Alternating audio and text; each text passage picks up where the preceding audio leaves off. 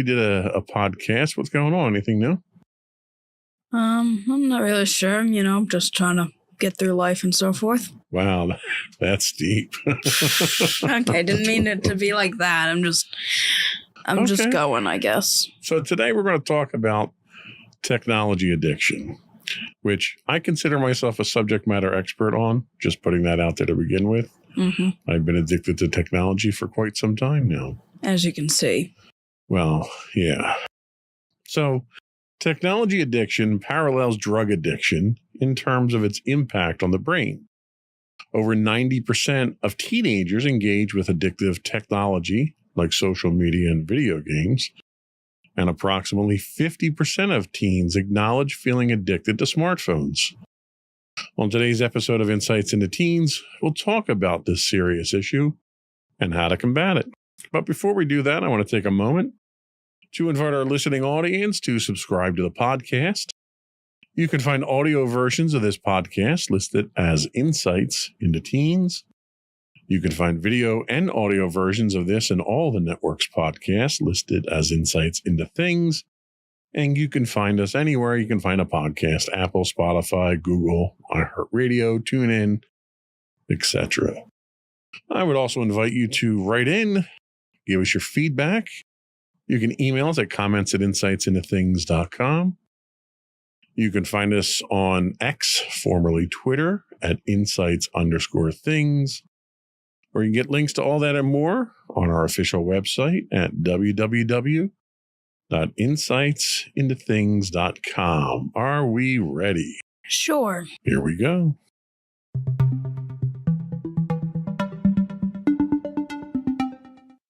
So what is technology addiction? It seems pretty straightforward from the term. Numerous studies have established a parallel between tech dependencies and drug addiction, revealing comparable effects on the brain.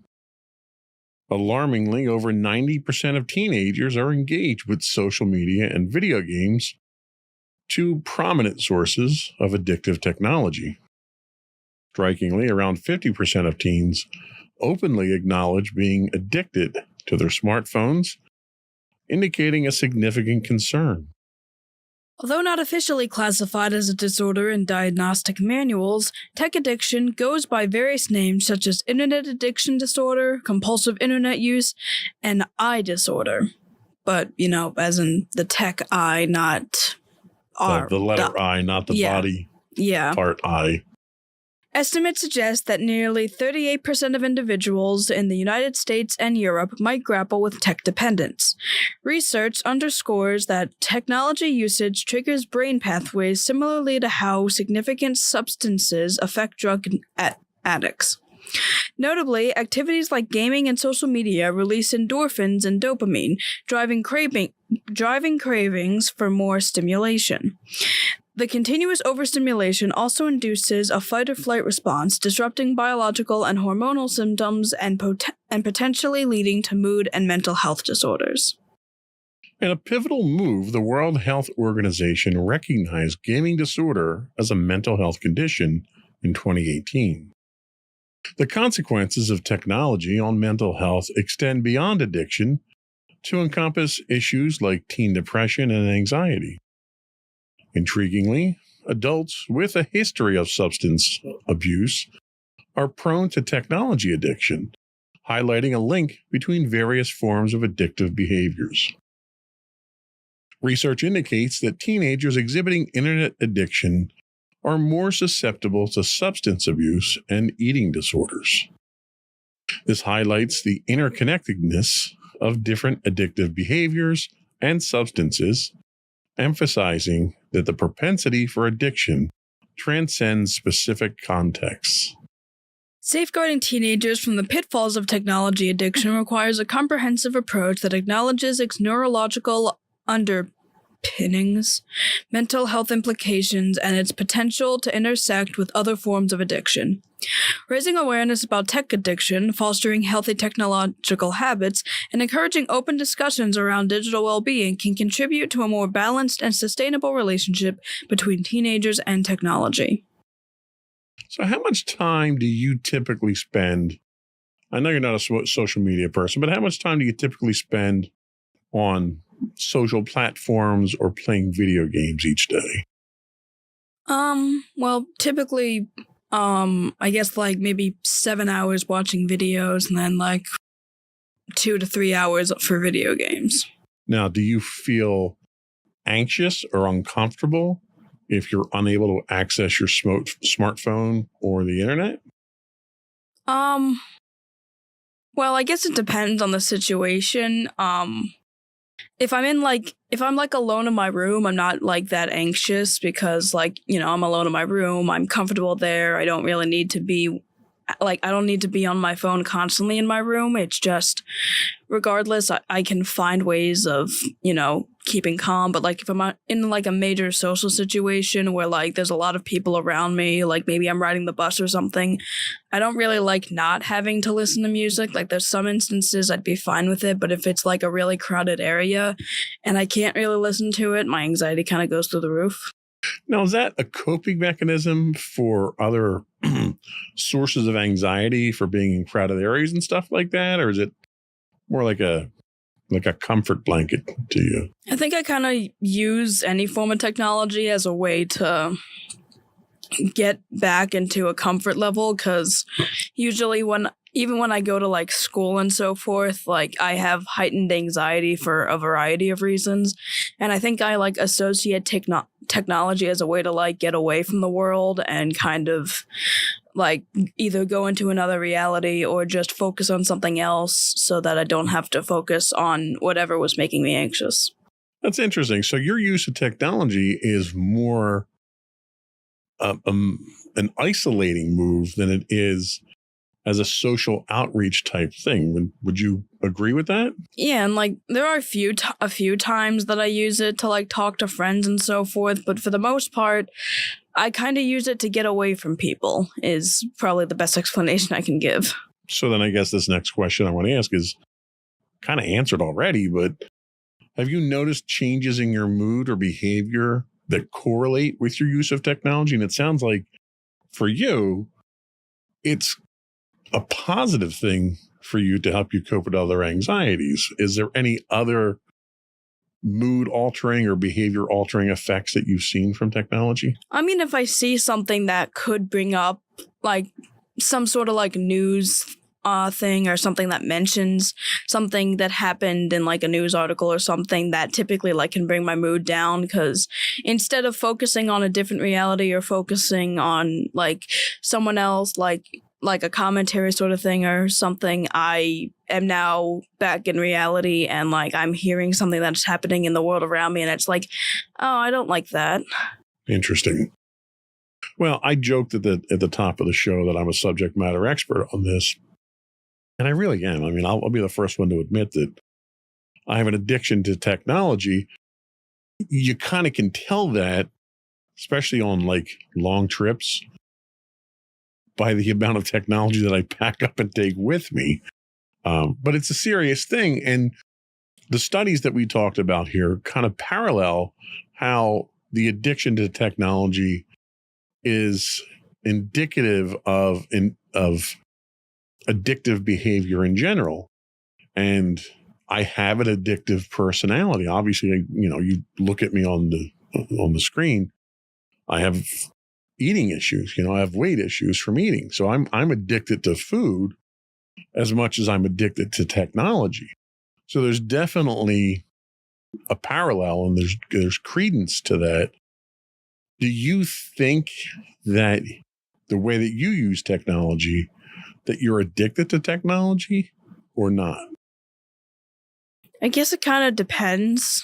Like there's certain things, like I guess the best example I can give right now is kind of video games, where, well, it's different when it comes to different forms of technology, because like with video games, I can get sucked into it and stay in there for like hours, but then it's like when I have free time and like the thought of playing a video game pops up, I'm like, I don't really want to do that right now.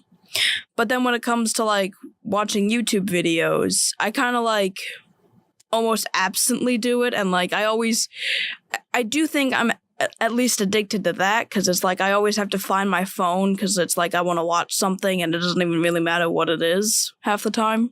Well, I mean, to kind of go down that path, you don't watch a lot of television. I mean, you've got a TV in your room. You don't watch it very often. Most of your media consumption is on your phone. Is that correct? Yeah. So in that case, I think it's probably a different use case scenario for you, where I think what they're largely talking about here are people that are addicted to social media, that have to get in there and see what their friends are doing and see what the updates are and reach out to them through that. Or, they're tied to a video game playing online with their friends for hours. It sounds like that's not the case with you. Is that correct? Yeah, not really. Because, again, when it comes to, like, social media, like, sure, there are certain YouTubers I watch that, like, if they have a new video, I'll watch it. But half the time, it's like, the thing is, I actually watch videos on both my tablet and my phone. And for some reason, my tablet now, like, I'm not able to, like, randomize. Like, the videos don't randomize for me, and I have to actually search stuff up. And it's like... It's weird not having it randomized, because like I can still have it on my phone, so I've been using my phone for that sort of thing unless I have a specific thing I search up. And like I feel like that's the randomization I get out of it. But it's not really like a checking up so much unless it's for like specific people I watch. It's really just like okay, let's see if there's anything interesting. It sounds almost like you use your phone, you use your YouTube connection like most people watch television. So I don't think it would kind of fall into the same criteria that we're talking about with the technology addictions that we have here, which for your part is a good thing. I guess so, yeah. It's one less anxiety causing thing for you to worry about, because it sounds like it's an escape for you. It sounds like it's a healthy thing the way you use it. That's good. You got one up on me there. I mean, I don't do... Like my thing is I don't do social media, most of the time. For the most part, I'm on LinkedIn and stuff like that. I very rarely touch Twitter or X anymore. And I hate logging into Facebook. Occasionally somebody will share something with me, a picture or something, and I have to log in, but that's like once every 3 months for me. My use of technology is kind of like, I don't know, it's weird. It's like I wrap myself in it. Like, I play games or I watch TV, or, I do all that stuff through media, or I do podcasts. I enjoy editing the podcasts and working on D&D adventures and, stuff like that. I enjoy doing the research, but I'm just as likely to curl up with, I'd say I'm just as likely to curl up with a book, but even the book's on technology too. So yeah, I use a Kindle reader for my books, but I enjoy reading stuff like that. I enjoy reading about history and technology. And so I don't know, it's an addiction, but I don't think it's as detrimental to me as a substance abuse addiction would be, which I guess is good. Yeah.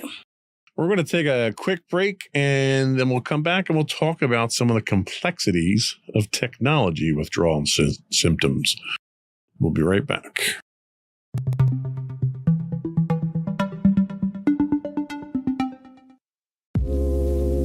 Are you tired of your favorite gaming podcast finishing with a play? Oh, no! Well, check out No Credits Rolled, where we play the games but rarely finish them. How's it going, folks? I'm Sam Whalen, your friendly host at No Credits Rolled, the ultimate gaming podcast, where we dish out the latest scoops and reviews on all your beloved video games. Hey, listen! Not only that, but we spice things up with some guest interviews and even give you, yes, you, a chance to have your say.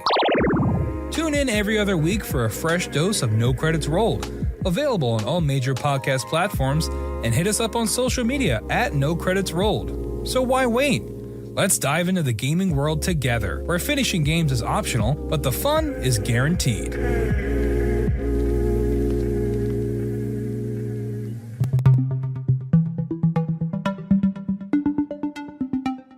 Welcome back to Insights into Teens. Today we're talking about technology addiction. And now we're going to discuss the complexities of technology withdrawal symptoms. The phenomenon of tech dependence among teenagers has given rise to a range of concerning symptoms, with emotional manifestations akin to those observed in substance abuse and drug withdrawal. That too. Delving into the intricacies of tech dependence and its withdrawal symptoms reveals the multifaceted nature of this modern challenge. Adolescents grappling with technology addiction experience profound anxiety when distanced from their digital devices, be it video games, social media, or other online platforms. This emotional response parallels the distress observed in substance abuse scenarios and drug withdrawal processes. The similarity underscores the potency of tech dependence in shaping psychological experiences. Several telltale signs point to tech dependence among teenagers. Preoccupation with digital activities. A predominant focus on digital engagement, whether through social media or video games. There's also emotional turmoil upon separation. Feelings of sadness, anxiety, restlessness, or irritability emerge when individuals are disconnected from digital devices or the internet. There's also inability to limit usage. Despite recognizing the problems arising from excessive technology use, the individual struggles to reduce their screen time. Then there's also diminished offline interests. Activities once enjoyed offline lose their appeal, illustrating the shift in priorities toward digital engagement. There's also dishonesty about usage, concealing the extent of technology use, including gaming or online activities, from family and others. There's also emotional self-medication, using technology as a means to alleviate negative emotions like guilt, anxiety, and hopelessness, which is kind of what you use it for. So there might be, some things there that have to be addressed. There's also neglect of self-care. Prolonged tech use can lead to ignoring personal hygiene, eating, and other self-care routines. Finally, there's impacts on life domains. Technology dependence can have far-reaching consequences, from deteriorating job performance and relationships to academic underachievement. Tech withdrawal is not merely a cessation of activity. It entails a complex emotional response rooted in the brain's adaptations to constant stimulation. Separation from digital devices triggers emotional distress akin to drug withdrawal. Accentuating. Sorry, I scroll up too far. Accentuating the hold that technology has on teenagers. The convergence of emotional symptoms in tech dependence and substance abuse underscores the severity of technology addiction among teenagers. Recognizing these signs and understanding the psychological intricacies of tech withdrawal are crucial steps in addressing this issue. Establishing healthy tech habits, fostering digital well-being, and encouraging open conversations about the impact of technology on mental health are essential to mitigating the adverse effects of tech dependence on and fostering a balanced relationship between adolescents and their digital devices. So based on that, do you think that you use technology to escape having to deal with other anxiety-causing things in your life? Yeah, probably. So it might be keeping you from addressing those other things, but it's doing so in a way that's at least emotionally helpful to you, I assume. So that's not necessarily a bad thing. It's like when you have a headache, you take aspirin, right? You don't necessarily worry about root cause analysis when you have the headache. Yeah. So I think if anything, it might be a case of self-medicating with technology there.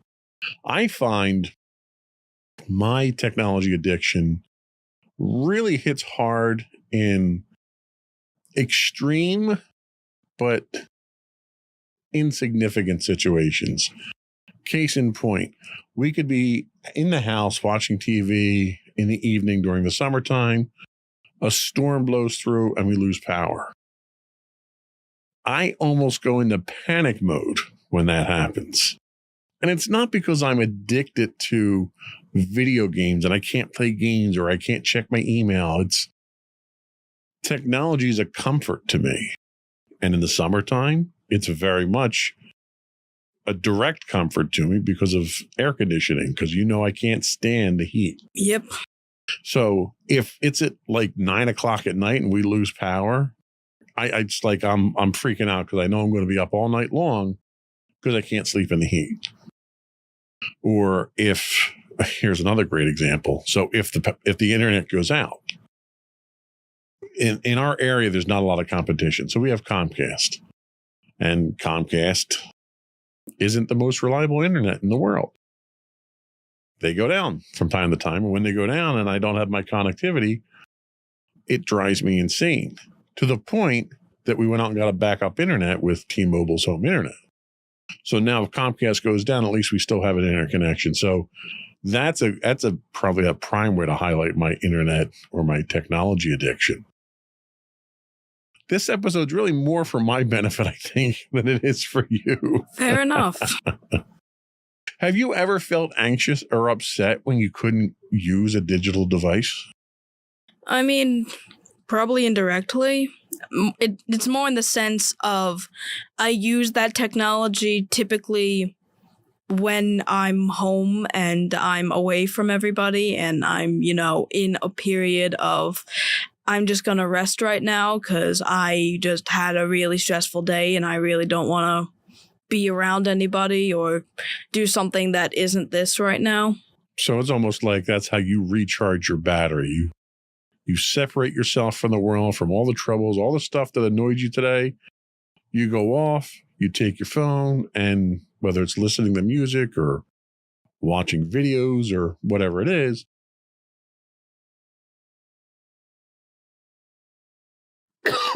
excuse me. Sounds like it's a form of meditation for you, is it not? Pretty much, yeah, that's what it is. Do you find that ultimately it helps you in the long run get through difficult times? I mean, yeah, it's like if I was like emotionally distressed during the day, I'm usually able to kind of get over it through that in a way that I wouldn't be able to if I wasn't allowed to step away from everything. Okay. Now, when things are really rough, I mean, there have been weeks that you've come home multiple days from school and you've been stressed out. When you think about your daily activities, have you noticed a shift in your interest away from offline activities that you once enjoyed because the technology gives you that comfort level where you may have done something around the house or something with mom and dad or something like that, and you just weren't up for that and you kind of needed that you space, and the technology wins out in situations like that? I don't really think it's entirely based on the technology because I think it's just kind of a natural response at this point because it's like, and obviously it's nothing against you guys or any of my friends, but I've noticed that I kind of have been isolating myself more. And even if the technology is part of that isolation, I think it's also just because of the fact that, like, I don't really think anyone else can really help, and being around other people, either I don't want to show them how I'm feeling because if I show them, they're not going to really know how to deal with it, and then we're both going to be not great. And then the other thing is just like they wouldn't really know how to go through this because I don't know how to go through this. So it's like if I isolate myself from people, and like even technology hasn't worked in certain instances when it comes to stating my anxieties and so forth, but it's the best thing I've got right now. So, and I think that makes sense. I know we've talked in the past about how you have a tendency to bottle things up because you don't want to be a burden to other people. And it sounds like this is one of those situations where instead of you feeling like you're a burden to someone else, this is your chance to kind of go off and deal with it yourself. And I think it sounds like whether it's the technology, and when we say technology for you, it's not social media. It's some video games, but you're not big on video games. But a lot of your artwork is done using technology. And that kind of counts in this situation. But it sounds like it's a therapeutic thing for you, where it allows you to go off, have that time to yourself, deal with the issues, recharge, and then you can come back and not that you are a burden to us. And it's important to point that out. Mommy and Daddy are here to help if we can. I understand how you don't want to burden us with these problems because you are trying to deal with them yourself. And that in and of itself is admirable. But it sounds like this is a good way to help you through that, where I hate the idea that you have a problem or that you're upset about something and you go off on your own. And I hate the idea of you having to deal with it on your own. And it sounds like you don't. It sounds like this just happens to be something that you use to help out with those things. And that's a good thing. I mean, I think you're constructively using the technology in a way that most kids your age aren't doing it. You know, most kids your age, the technology tends to be a source of the problem, not a source of a solution for it or a coping mechanism. So I think that's a good thing. Have you ever found yourself using technology to deal with negative feelings or to escape from stressful situations as a means of avoidance? Or is it just a means of getting some level of distance from a problem so that you can then handle it better? It's kind of both. Sometimes I want to ignore what goes on because, like, it's still going to be there when I get back and I still don't know how to handle it. And then other times it's usually just a way to, like, step back and have some time to, like, just think for myself. Now, have you ever actually used technology in a way to address any of these issues? Whether it's research or reaching out to someone else, or maybe commuting with an online community for help or anything like that, or any self-help stuff that you may be using the technology for, where it's actually helping you to solve the problems? Or is it really just a coping mechanism and a dealing with it type thing? Really just a coping mechanism. Like, I am kind of seeing a counselor, so, but I'm not really the one that typically messages them. I usually tell mommy to, like, say, like, hey, I want to meet with them at blah, blah, blah, blah, blah. And usually she does the whole thing with that. For the most part, I don't really do any of the research or anything like that. Okay. Well, and the reason I ask is there's a lot of resources out there, and we talk about a lot of them here, where when we go and do research for the shows, we find these resources online that, you know, if nothing else, they might offer you some advice, some clarity. I know one of the troubles that we all run into when we have these kinds of anxiety-ridden days is, one, labeling the problems, identifying the problems, labeling them, and then dealing with them. And there's ways that technology can actually help you with that with some of the online communities. So that might be a worthwhile direction to go at some point in time too, just to do your own research and do a little bit of reading on it and educate yourself on some of these things too, to take what you're doing already as a constructive use of technology to the next step. Let's take our last break, and when we come back, we'll talk about depression and technology dependence and much more. We got a lot more to talk about. We'll be right back.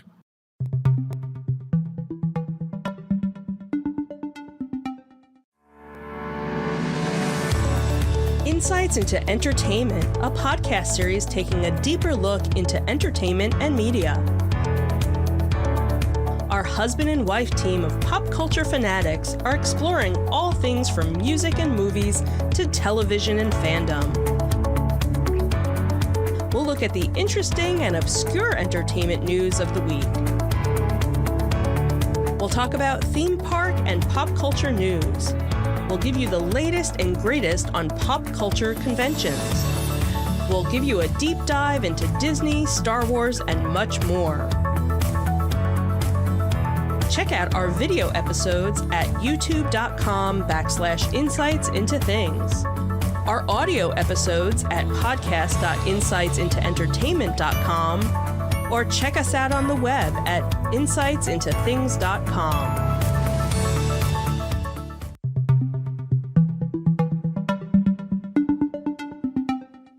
Welcome back to Insights into Teens. Today we're talking about technology addiction, and now we're going to talk about depression and technology dependence. Woohoo! Existing research underscores a clear correlation between technology engagement and mental well-being, specifically concerning adolescents who partake in social media and video gaming. However, experts remain uncertain about the directional relationship between teen depression and technology. It's unclear whether excessive tech usage triggers depression or if heightened tech consumption is indicative of underlying depression. This complex interaction fosters a self-reinforcing style that contributes to the emergence of technology addiction. The book Glow Kids, How Screen Addiction is Hijacking Our Kids and How to Break the Trance discusses the concept of technology dependence. According to this perspective, addiction's essence lies not solely in the specific substance or behavior, but in a confluence of underlying factors, including genetics, psychology, environment, and neurobiology, which collectively make an individual susceptible to addiction. Within the realm of technology dependence, individuals experiencing isolation and emotional distress are particularly prone to seeking refuge in on-screen experiences, offering an avenue for escapism and connection. Additionally, the idea is raised that exposure to digital experiences may act as a stepping stone to other forms of addictive substances, presenting a potential escalation in addictive behaviors.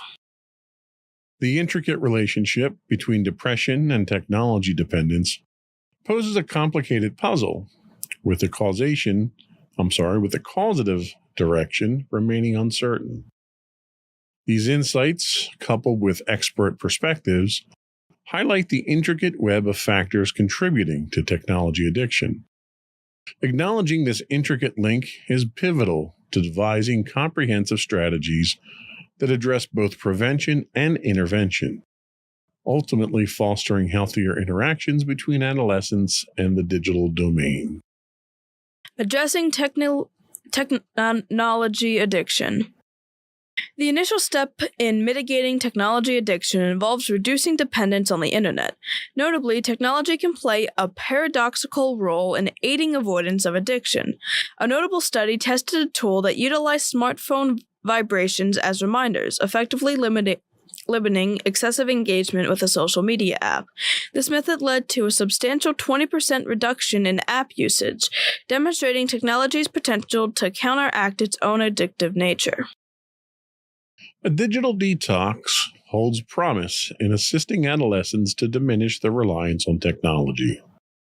By disengaging from the perpetual stimuli offered by the digital realm, teens provide their nervous systems with the opportunity to regain equilibrium.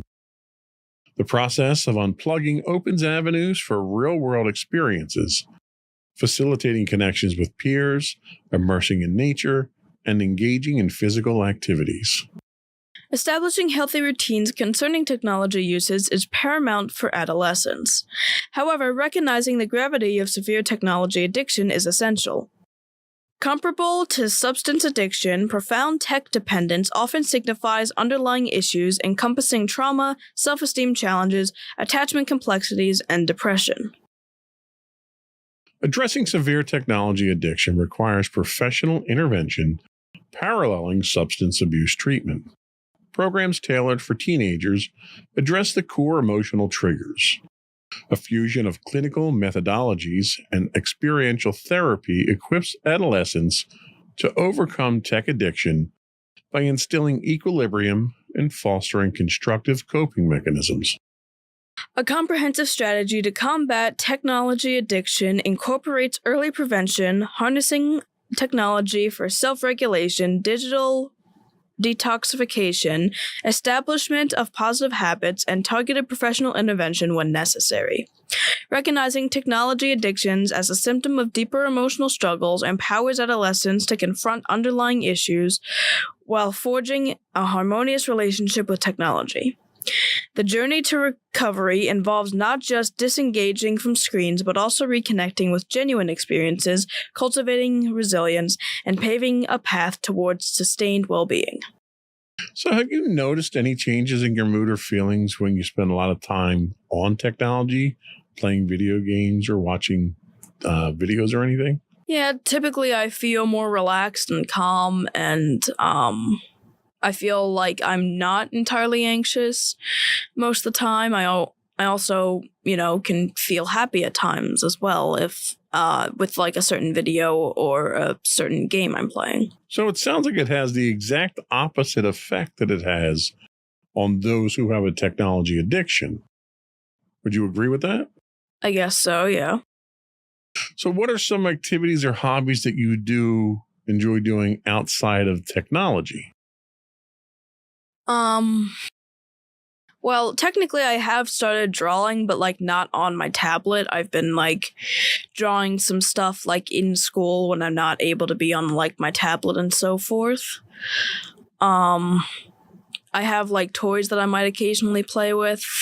I have the cats that I spend time with, and we also do like fun stuff with them. We go out and, go to like shows and so forth. I sometimes go out and hang out with friends. It's not as often as it used to be, but like I do that. There's times when I kind of like hang out with my friends and we're not entirely playing video games. We kind of just talk to each other. So I think it's pretty safe to say that you really don't suffer from technology addiction. All the warning signs that we've talked about here and your typical behavior and use of technology seem to speak the exact opposite, that for you, technology is a therapeutic type of activity.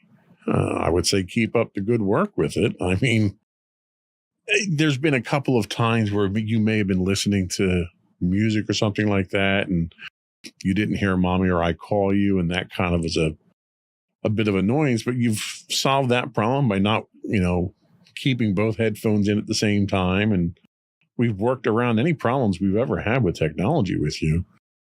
And, the funny thing is you never ask for technology. Any technology that you have is stuff that I got for you. So I think you're okay. I think if anything, I probably need more help than you do when it comes to technology addiction. What do you think? I mean, I would say you are probably more addicted to it, at least in the sense of, how like when you get hooked on a drug, you have to constantly continue pouring money into it. I'm pretty sure that's kind of you at this point. Well, that I think my problem is I tend to be a addictive personality in general. Mm-hmm. So usually anything that I get into, I usually go all in. Which, that was also how D&D worked at that point. Yeah. That was also how it worked when I was in marching band and you needed to get, stuff to film me. Yeah, when I used to play Star Wars miniatures, it was the same thing. It's like anything that I do, when I did the guild, the Star Wars guild for my online game, whenever I got invested in something, I'm fully invested in it. And technology is probably no different. If anything, technology is an enabler for me. Probably. So I'm a cautionary tale to the kids out there. Don't be like me. I think that was all we had today. Let's take our final quick break. We'll come back and we'll get your closing thoughts and finish up with the business of the podcast. We'll be right back.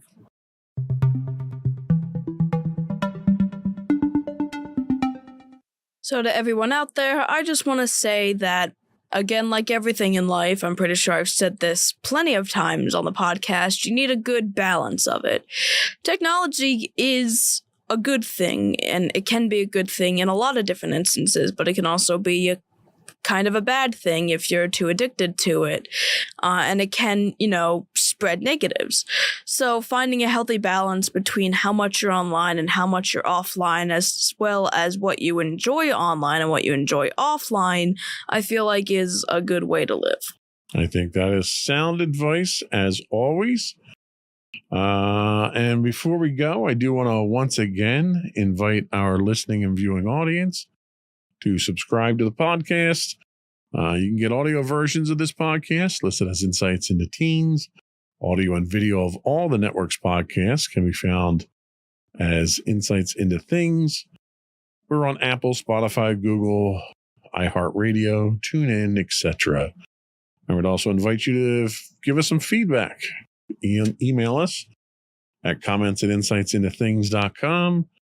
Hit us up on Twitter or X at insights_things. You can also find high-res versions of all of our videos on YouTube at youtube.com/insightsintothings. We do stream 5 days a week on Twitch at twitch.tv/insightsintothings. If you happen to be an Amazon Prime subscriber, you do get a free monthly Twitch Prime subscription. We'd appreciate it if you threw that our way. It helps us keep the lights on here. You can find us on Facebook at facebook.com/insightsintothingspodcast and Instagram at instagram.com/insightsintothings, or links to all those and more on our official website at www.insightsintothings.com. And you. And don't forget to check out our other two podcasts, Insights and Entertainment, typically hosted by you and Mommy, and Insights into Tomorrow, typically hosted by you and my brother Sam. And don't forget to check out our other affiliate podcast hosted by Sam, No Credits Rolled, about video games that you love to play but never seem to finish. Yep. That's it. Another one in the books. Bye, everyone. Bye.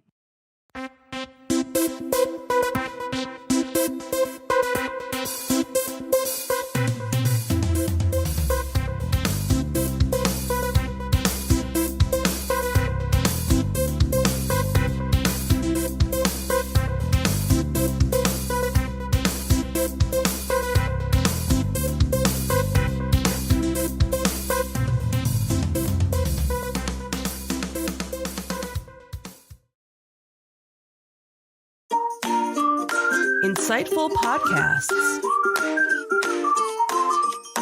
by informative hosts.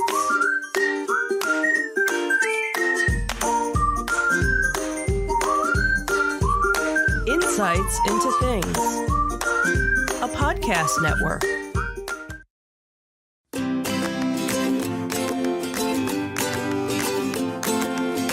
Welcome to Insights into Teens, a podcast series exploring the issues and challenges of today's youth. Your hosts are Joseph and Madison Whalen, a father and daughter team making their way through the challenges of the teenage years.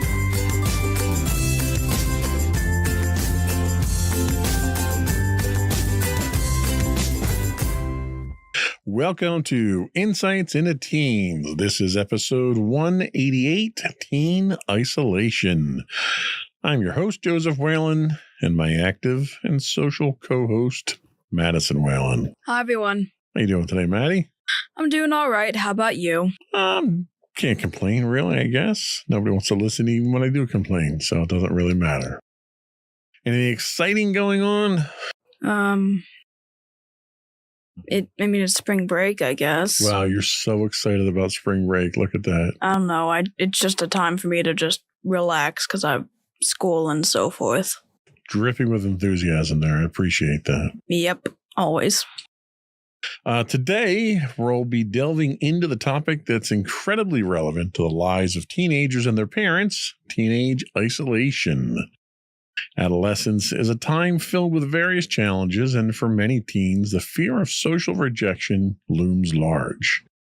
In today's episode of Insights into Teens, we uncover valuable insights into understanding teenage isolation and explore how parents can play a crucial role in helping their teens navigate this challenging phase of their life. Before we do that, though, I do want to bring attention to our show subscriptions. You can subscribe to this podcast listed as Insights into Teens for just audio, or you can subscribe to Insights into Things, and that will give you access to all of our videos, audios for all of our shows, and we're available anywhere you get a podcast, Apple, Spotify, etc. I would also invite you to give us your feedback. Tell us how we're doing. Give us your suggestions for shows. You can email us at comments@insightsintothings.com or check out links to all of our social media on our website, at www.insightsintothings.com. Shall we get going? Sure. Here we go.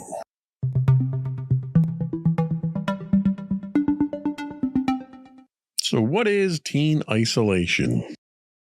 Adolescence, a transformative phase marked by numerous trials and transformations, brings with it an often overwhelming fear of social rejection that significantly shapes the lives of teenagers.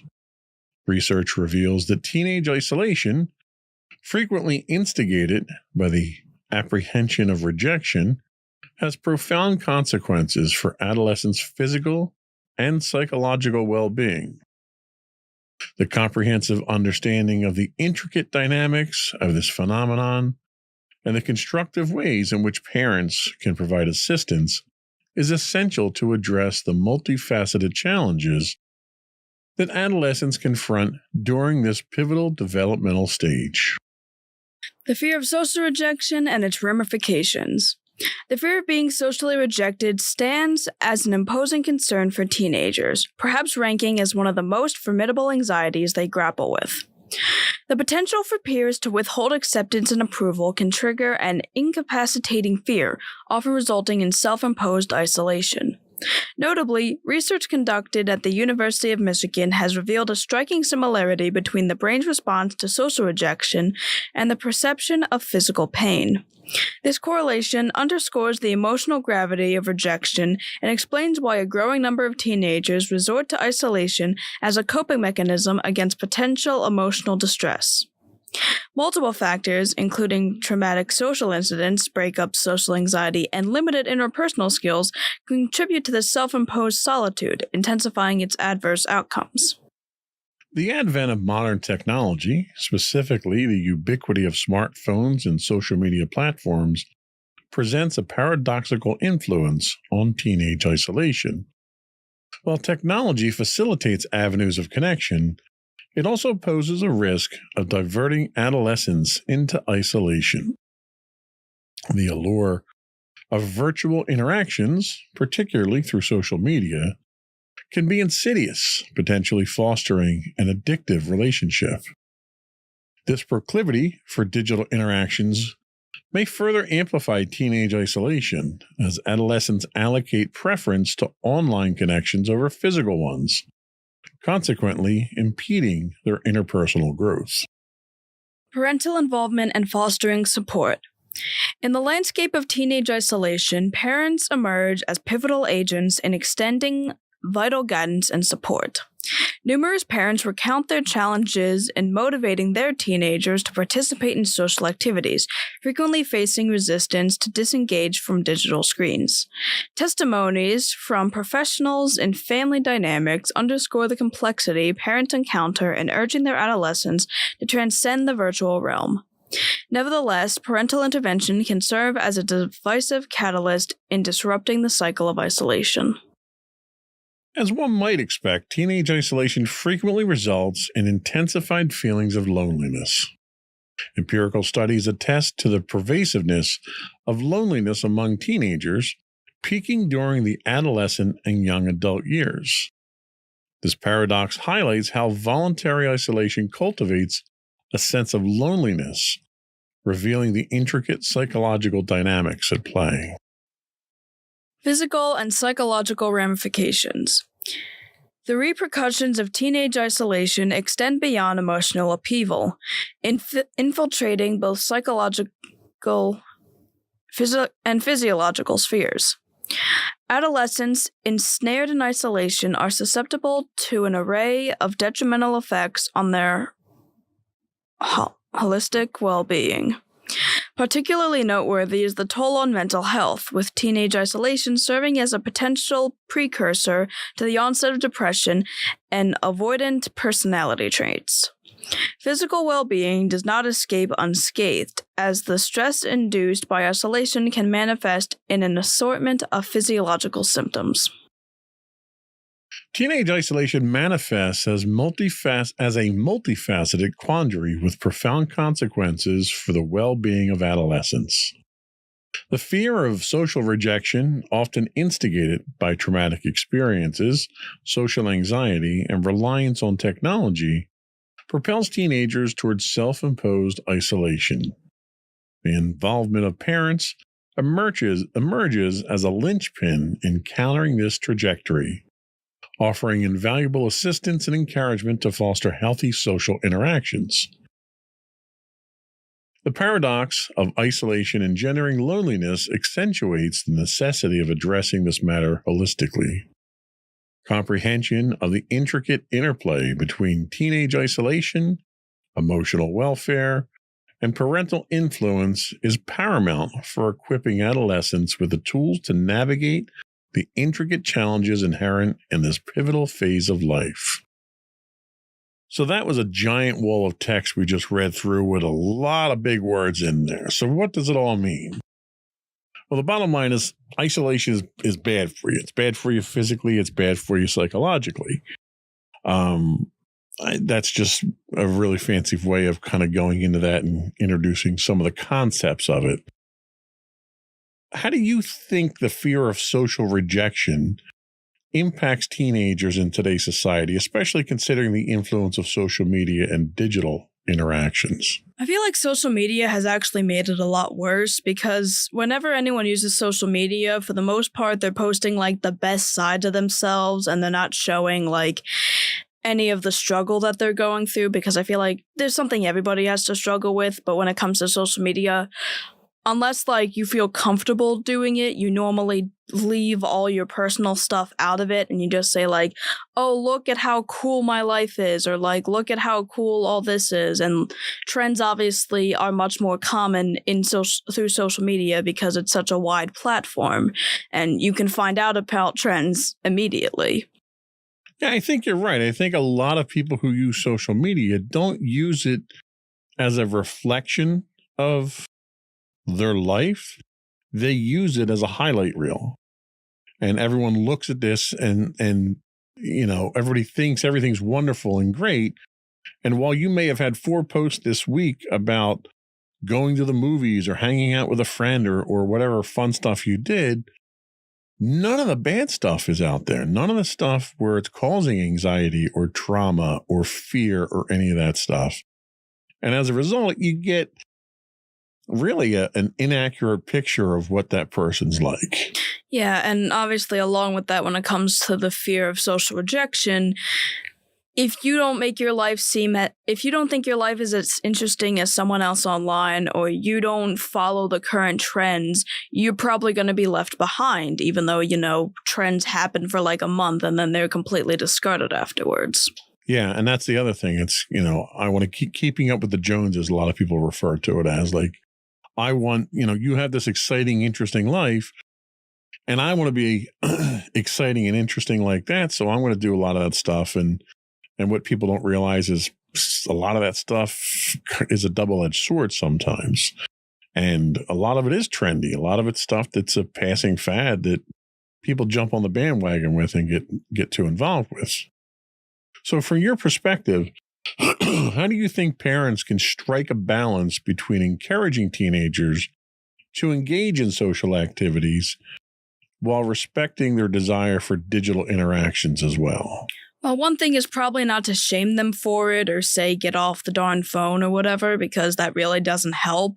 If you tell them not to do something, they're going to do it anyway. That's just, I'm pretty sure, a psychological thing that everybody is going to do. You tell me not to do something, I'm going to do it. You tell me to do something, I'm not going to do it.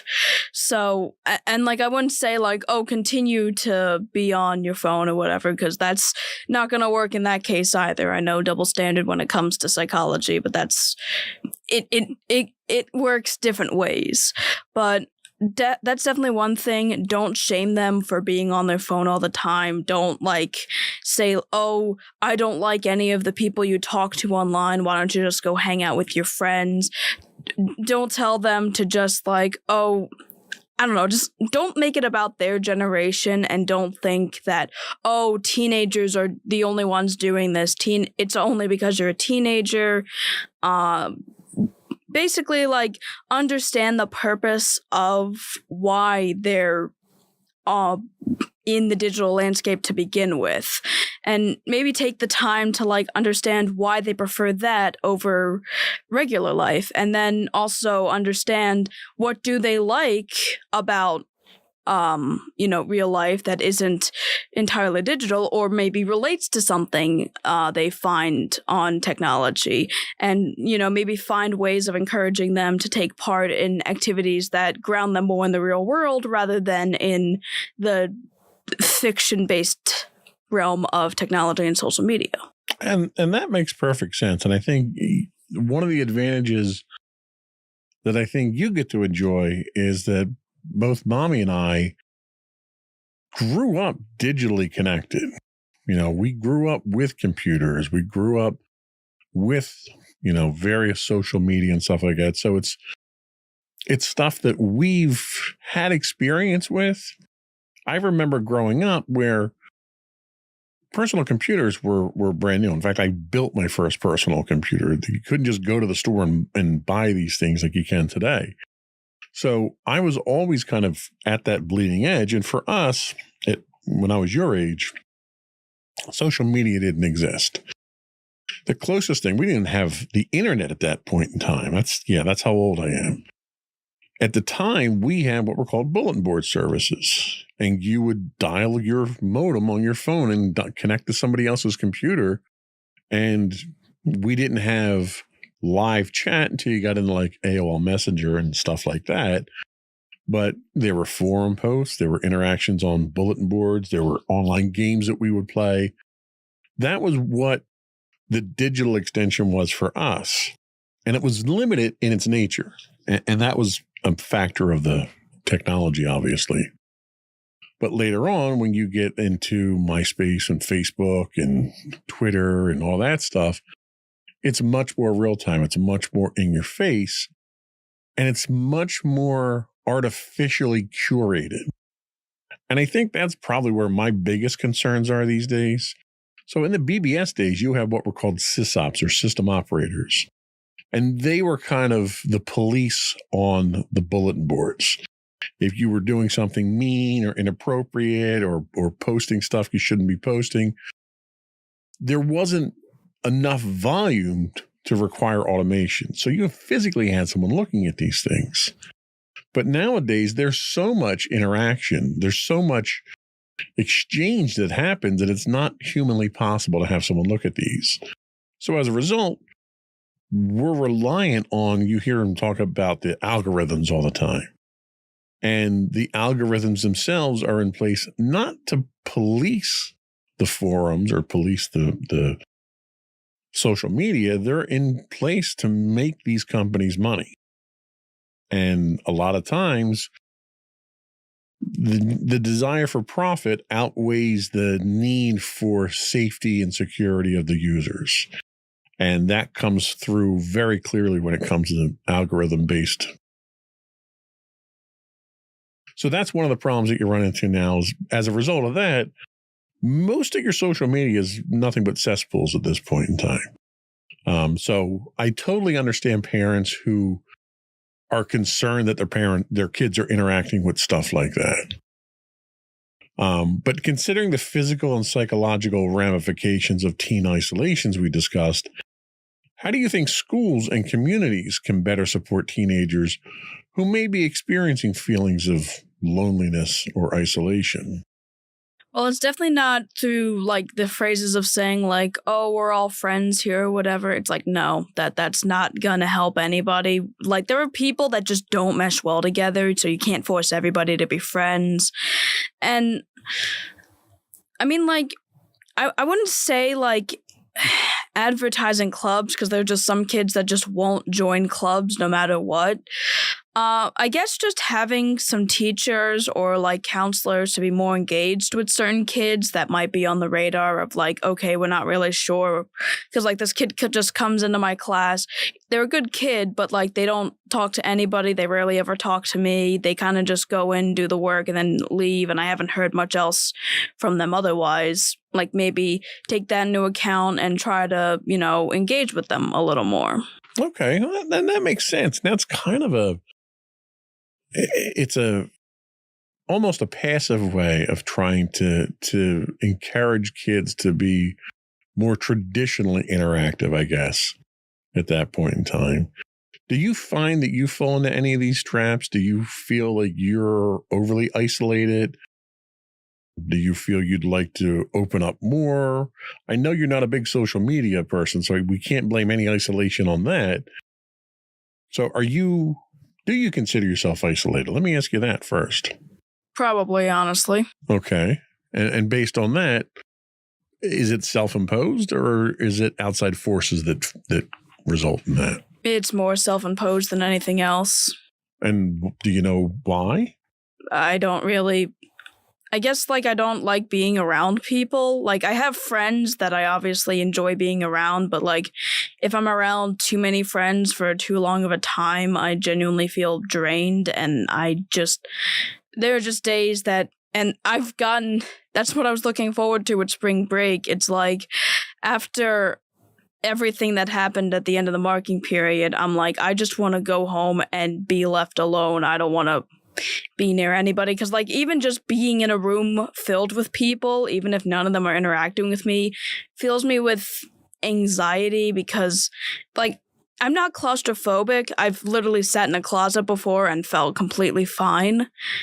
But if I'm in, like, for example, our gym, whenever we were inside and we were doing gym and some of the other classes entered, I always felt claustrophobic even if it was like a giant space, and technically we could fit more people in there and it wouldn't be crowded, but because there were already so many people there, they were all, like, much closer than I would have expected, because it's a big open area. I was feeling claustrophobic. All right. So that's a very interesting point. Let me kind of expound on that by asking, have you felt that way since COVID, or does this have nothing to do with the isolation we went through during COVID? I feel like it probably does have something to do with COVID. I know that I was just expanding my social circle a little more when I was in 7th grade when COVID ended up happening. I wouldn't really say I was incredibly social, because I still didn't join any clubs at that point, and technically I never really had the chance, but I also never looked. And then COVID happened, and then I pretty much missed the rest of middle school socially, at the very least. And then high school rolled around, and then I kind of just didn't. I still made friends. In fact, some of the friends I've made in high school I didn't really know until I was in high school. So I've still been making friends. It's just, I found I don't I think my social anxiety has kind of gone up because of COVID, but it hasn't gone, like, down at all. Right. And that makes sense. COVID, I think, had that effect on a lot of us. I feel the same way. Like, where were we at? Well, we were at a show this weekend, and Mommy and I went to the show, and there was one room that was packed with people. There was one room, and you've seen the rooms. There's a new gym and an old gym at this high school, and they're roughly the same size room, and the other room didn't have as many in there. And I could literally feel like it was hard to breathe in a room. Like, there wasn't any problem with the air. There wasn't some outbreak. The doors were wide open, but just that sense of the world's closing in on me with so many people around me, I get that feeling. And I attributed that to COVID more than anything else. Yeah.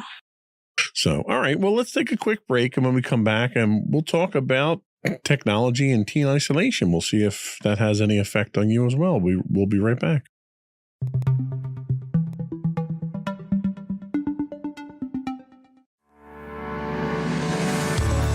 Insights into Entertainment, a podcast series taking a deeper look into entertainment and media. Our husband and wife team of pop culture fanatics are exploring all things from music and movies to television and fandom.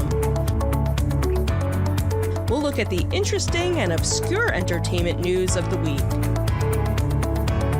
We'll talk about theme park and pop culture news.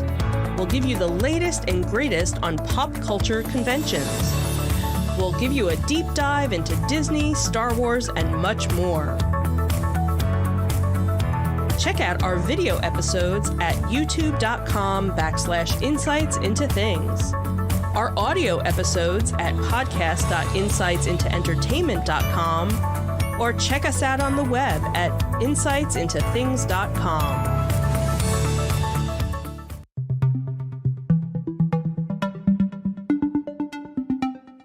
Welcome back to Insights into Teens. Today we're talking about teen isolation, and now we're going to talk about the impact technology has on such a subject.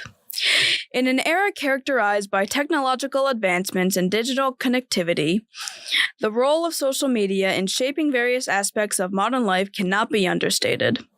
Among its notable impacts is its influence on the social behaviors of teenagers, a demographic particularly susceptible to its allure. The pervasiveness of digital forms has led to a shift in how adolescents interact with their peers, altering the dynamics of real-world relationships and, in some cases, leading to a sense of withdrawal and isolation. So let's talk virtual connections versus real-life connections. The proliferation of social media platforms has introduced a novel dimension to interpersonal communication. Adolescents, in particular, are drawn to these platforms as a means of interaction, often preferring virtual exchanges over face-to-face conversations. For socially awkward teenagers, the digital realm offers a safe haven for the potential discomfort of direct interactions. The comfort of their bedrooms becomes a conduit for relating to peers through texts, comments, and shares on platforms like Facebook. This virtual interface creates a sense of security that may not be present in physical encounters. Research conducted by the Pew Research Center provides insight into the changing landscape of teenage social interactions. A mere 25% of teenagers reportedly spent time with friends outside of school on a daily basis. This statistic underscores a substantial shift from past generations, where in-person interactions were the norm. The prevalence of online connections seems to be shaping a new norm for social engagement among adolescents. So what are the pitfalls of isolation? Experts highlight the adverse consequences of this technological shift. They observe that many teenagers find solace in their rooms, engaging in endless texting. That almost got dirty real quick there. Snapchatting and app-based interactions. While these virtual exchanges may give the illusion of connection, they can exacerbate the fear of missing out, or FOMO, we've talked about on the podcast before. This creates a paradox wherein the constant stream of digital interactions intensifies feelings of loneliness. The absence of face-to-face interactions further accentuates the isolation experienced by teenagers. The frequency of teenagers' engagement with social media platforms is becoming increasingly recognized as a potential factor in their emotional well-being. So many big words, it's hard to speak. A recent CNN study delved into the relationship between 13-year-olds and their social media usage. The findings revealed a noteworthy correlation between the frequency of checking networking sites and emotional distress. Participants who checked platforms like Facebook between 50 and 100 times a day experienced a 37% increase in distress compared to those who engaged more infrequently. Those who checked over 100 times a day exhibited an even higher increase of 47%. I'm on the same page as you, apparently. The integration of technology and social media into the lives of teenagers has redefined their social interactions and, in some cases, led to a sense of isolation. The allure of virtual connections can become a refuge for those who find face-to-face interactions daunting. However, this shift has also unintended consequences, magnifying feelings of loneliness and FOMO. As the frequency of social media use correlates with emotional distress, it's essential to recognize the complex interplay between digital engagement and adolescent well-being. Addressing this issue involves striking a balance between digital interactions and meaningful face-to-face connections, acknowledging the evolving landscape of teenage relationships in the digital age. So how much of a user are you of digital communication? I know you text, I know you email. Do you find that that's your preferred way of getting in touch with your friends, or are you more likely to pick up the phone and have a conversation with them? I mean, I can talk to my friends through calls, but it honestly rarely happens at this point. I used to have nightly chats with my one friend, and then we kind of stopped them because we really would just be on the phone for an hour and like not talk to each other. So You run out of stuff to talk about at some point, right? yeah. So how do you feel, or how do you perceive the balance between your online interactions through social media and your offline face-to-face interactions with your friends? Do you feel like one type of interaction is more fulfilling or meaningful than the other? And if so, why? That's the thing. I technically have more interaction with my friends in face-to-face than I really do online anymore. Like, occasionally I'll text my friends will text me and I'll text back, and then we have a conversation. Sometimes it usually would result in us hanging out outside of school, or we just hang out at school if we have the same class or whatever. I don't really know the best answer for it, because like when I do text with my friends I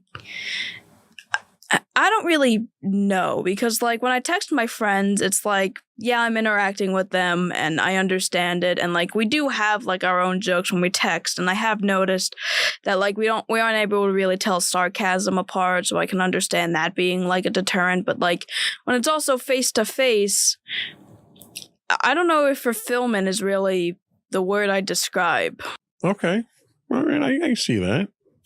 We're going to take our last break, and when we come back, we'll talk about isolation and avoidance behavior.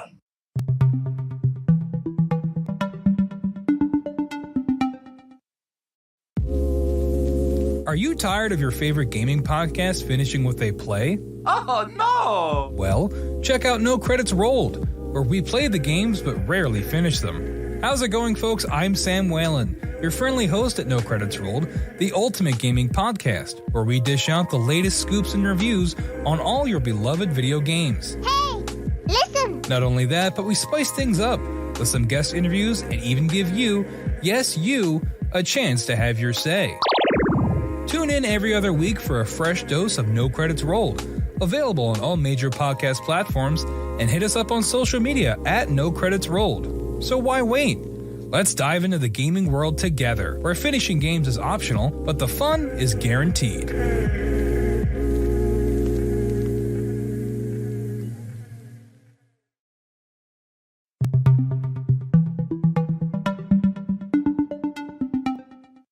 Welcome back to Insights into Teens, where we're talking about teen isolation.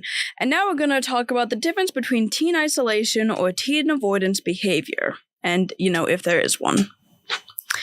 Teen isolation often manifests as a form of avoidance behavior in adolescence. This behavior, also known as avoidance coping, involves actions aimed at evading specific thoughts or emotions. Okay, sorry, just felt called out there for a moment. Give me a minute. Avoidance behaviors encompasses steering clear of places, scenarios, or thoughts that trigger discomfort or distress. These behaviors can take various forms among teens. They may involve outright refusal to engage in certain activities or conversations. Social situations, including challenging discussions, might be intentionally avoided. Additionally, some teenagers might strive to minimize leaving their homes, leading to self-imposed isolation from both peers and the broader society. In this way, teenage isolation emerges as a consequence of avoidance behaviors, reflecting the complex interplay between emotional response and social interaction. So how do we combat teenage isolation? Teenage isolation has become an increasingly prevalent concern in today's digital age, often exacerbated by the allure of technology and virtual connections. To address these issues, or this issue, and promote healthy mental well-being, parents play a pivotal role in guiding their teenagers toward real-world interactions and experiences. Here's 5 effective strategies the parents can employ to help teenagers overcome isolation, improve mental health, and establish meaningful connections. And I think you're going to find a lot of these are very similar to the techniques that we've talked about over and over again on how to improve emotional well-being. The first is to embrace nature's healing power. Engaging with the natural world offers a potent remedy against isolation-induced stress and anxiety. Research has consistently demonstrated that spending time outdoors positively impacts mood and the nervous system. In particular, outdoor activities can lower cortisol levels, reducing stress. Encourage teenagers to partake in activities like hiking, swimming, or simply strolling through a park. Or in your case, walking around the block, getting out and just getting some fresh air. By incorporating these activities into their routine, teens can experience a tangible improvement in their mental state. The next is to instill the joy of volunteering. Volunteering not only benefits others, but also significantly enhances one's mental well-being. Adolescents can find a sense of purpose and fulfillment by contributing to their community. Tailor volunteering opportunities to their interest. For instance, animal-loving teens can volunteer at shelters or stables, while those inclined towards younger children can participate in camps or community centers. By engaging in these activities, teenagers not only combat isolation, but also derive pleasure from making a positive impact. Prioritize physical activity. Physical exercise is a cornerstone to improved mental health among teenagers. Activities like dance, yoga, and hiking offer not only the benefits of physical fitness, but also aid in managing stress and anxiety. High school sports provide an avenue for both exercise and building positive relationships, although alternative options are crucial for teens who find team sports overwhelming. Not that you're being called out again there. Yeah. By selecting activities that resonate with their preferences, adolescents can enjoy the dual advantages of enhanced mental and physical well-being. Disconnect to reconnect. Technology often serves as a crutch for isolated teenagers, enabling them to avoid direct social interactions. To address this, it's vital for parents to regulate screen time. Establishing specific times for disconnecting from the digital world, such as turning off internet access in the evenings, fosters a conductive environment for Conducive. Okay, whatever. We're not trying to conduct electricity to you here. You play too long. Fosters a conducive environment for face-to-face communication. Promoting device-free family meals also nurtures authentic connections and encourages open conversations. Forge authentic connections through communication. A cornerstone of mitigating teenage isolation lies in nurturing genuine connections between parents and teenagers. Ongoing, meaningful conversations offer a platform for adolescents to share their thoughts and feelings with their parents. This level of communication plays a pivotal role in reducing feelings of loneliness and enhancing teenagers' sense of support and optimism. Encouraging teenagers to openly discuss their emotions fosters an atmosphere of understanding and empathy within the family. In an era where technology can inadvertently drive teenagers to isolate themselves, parents have the opportunity to guide their adolescents toward healthier behaviors and relationships.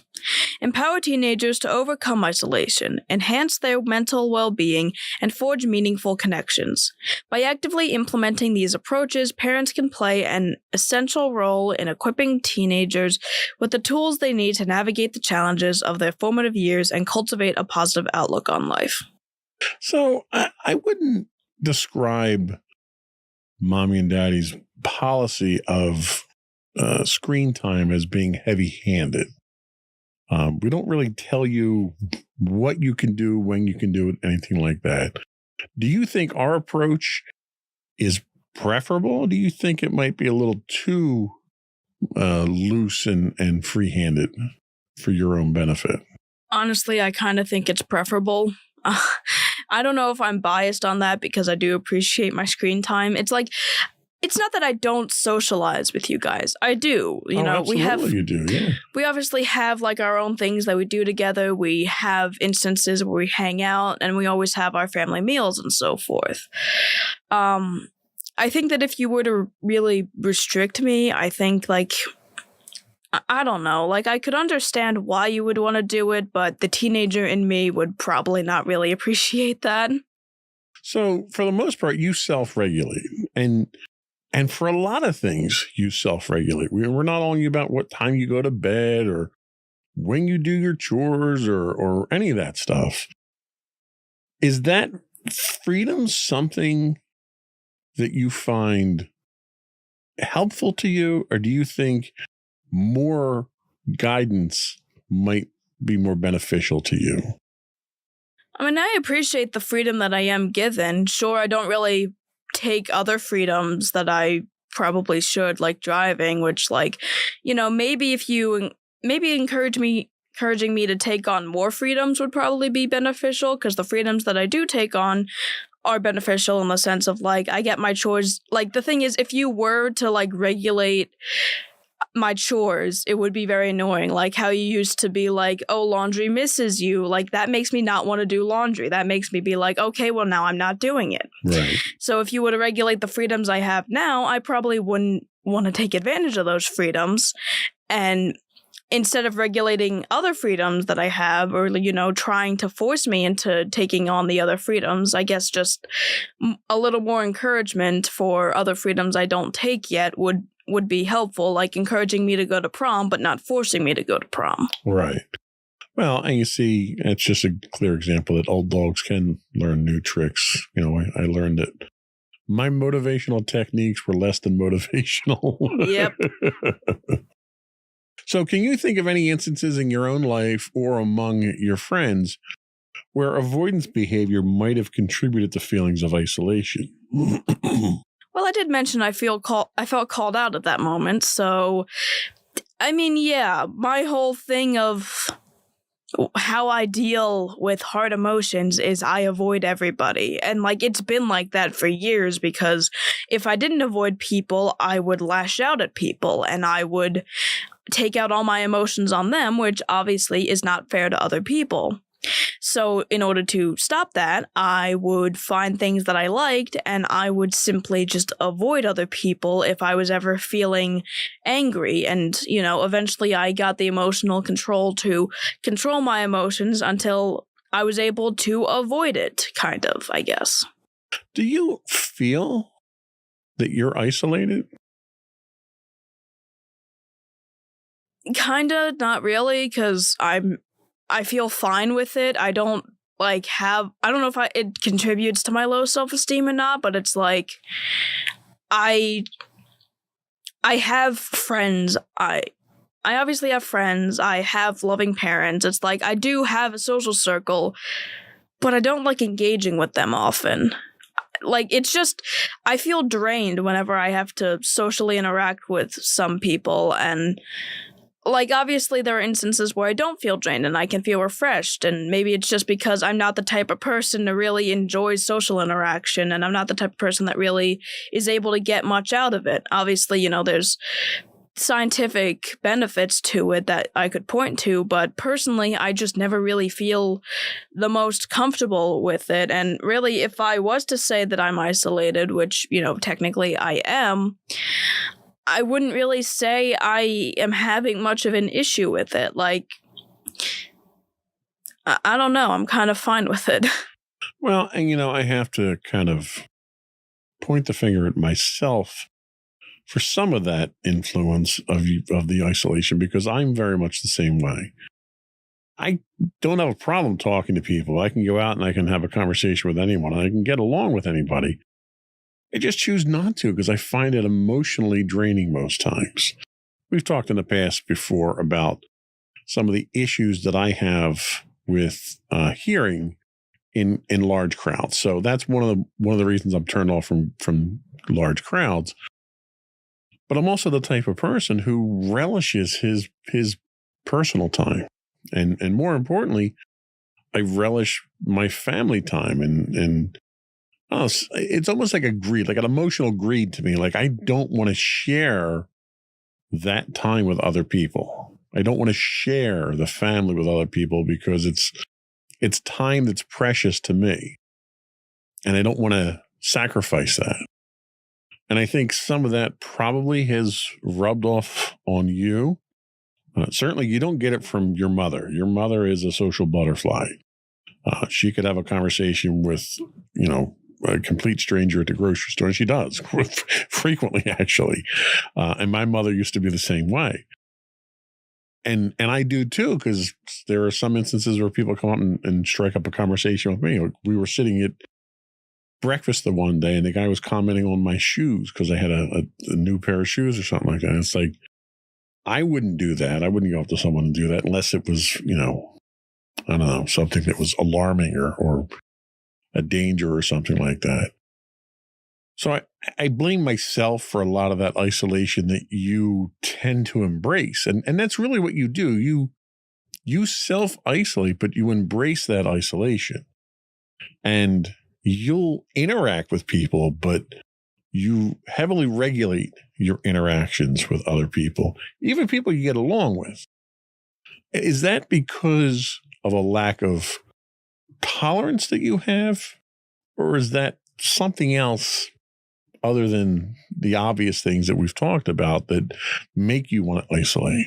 Well, I mean, when it comes to my friends and I usually only hang out with one friend at a time, but there are instances where it's like an extended weekend and I hang out with one friend one day and another friend the other day.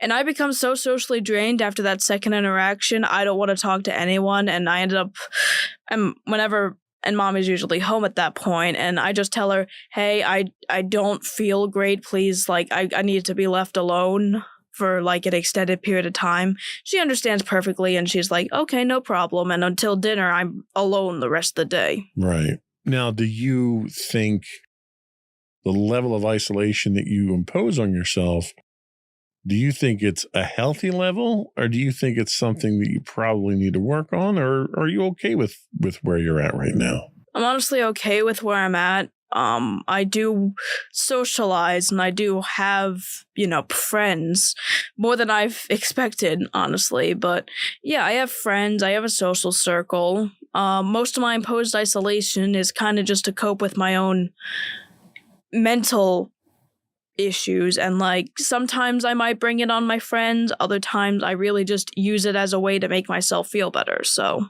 And you know what? I think ultimately it boils down to whether or not you're happy. And if you're happy with the way that you're set up now, then chances are you're probably okay. Because I don't think the isolation that you impose on yourself is unhealthy in any way. It's not like you can't walk out of the house. I mean, there are people who literally can't even walk out of their house. And they restrict themselves like prisoners to their homes. You're not like that. And there are situations where if you need to be social, if you need to interact with people, you can do that. And you're capable of doing that. And it's not like you've got any kind of issue with it. It just drains you. And it drains me too. And that's kind of one of the reasons why I'm not big on it, because I just find it like today. I had all kinds of meetings today because we were trying to wrap some stuff up, and I was just emotionally drained, mentally drained from having to interact with people like that. Because there's a certain part of you that you can never really relax. I mean, in certain circles you can, but you can never really relax. And part of you is always on guard when you're interacting with other people, because nobody wants to be completely open and vulnerable and stuff like that. So sometimes putting that guard up and being emotionally defensive for your own good can sometimes be very draining as well. So I think that's all we had today. We're going to take a quick break and come back and get your closing thoughts and then finish up with the business of the podcast. We'll be right back.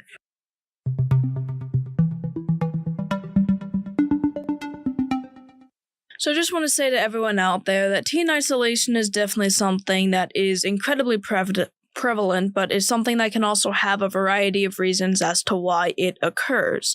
I myself experienced it for many different reasons. I know that social media was one of the biggest ones that we talked about, but clearly that is not really something that why it happens with me. It may be what happens with other people, but it happens for a ton of different reasons, and it can obviously go into both healthy and unhealthy territory. And when it does get into that unhealthy territory, much like everything, it's definitely best to try to break out of the habit. Excellent. Excellent. Sage words of advice as always. Before we go, though, I want to take one more chance to invite everyone to subscribe, if you don't already do so, to the podcast. You can find audio versions of this podcast listed as Insights into Teens, and you can find audio and video versions of this podcast and all the network's podcasts listed as Insights into Things. We're available anywhere you can get a podcast. I would encourage you to email us and give us your feedback. You can email us at comments@insightsintothings.com. We are on X, formerly known as Twitter, at insights_things.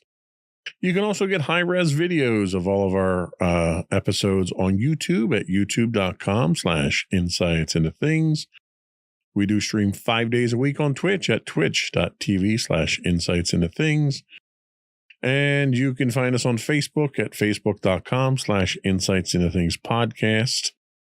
Or you can find links to all those and more on our official website at www.insightsintothings.com. And don't forget to check out our other two podcasts, Insights and Entertainment, normally hosted by you and Mommy, and Insights into Tomorrow, normally hosted by you and my brother Sam. That's it. Another one in the books. Bye, everyone.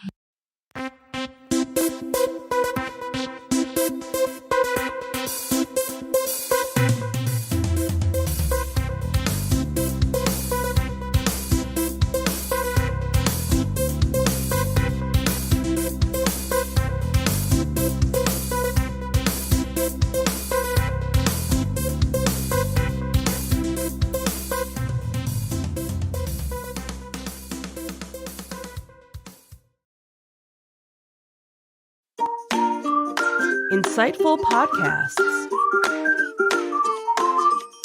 by informative hosts.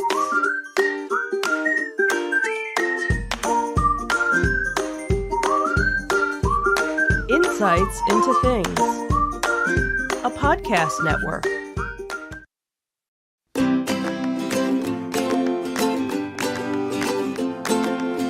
Welcome to Insights into Teens, a podcast series exploring the issues and challenges of today's youth. Your hosts are Joseph and Madison Whalen, a father and daughter team making their way through the challenges of the teenage years.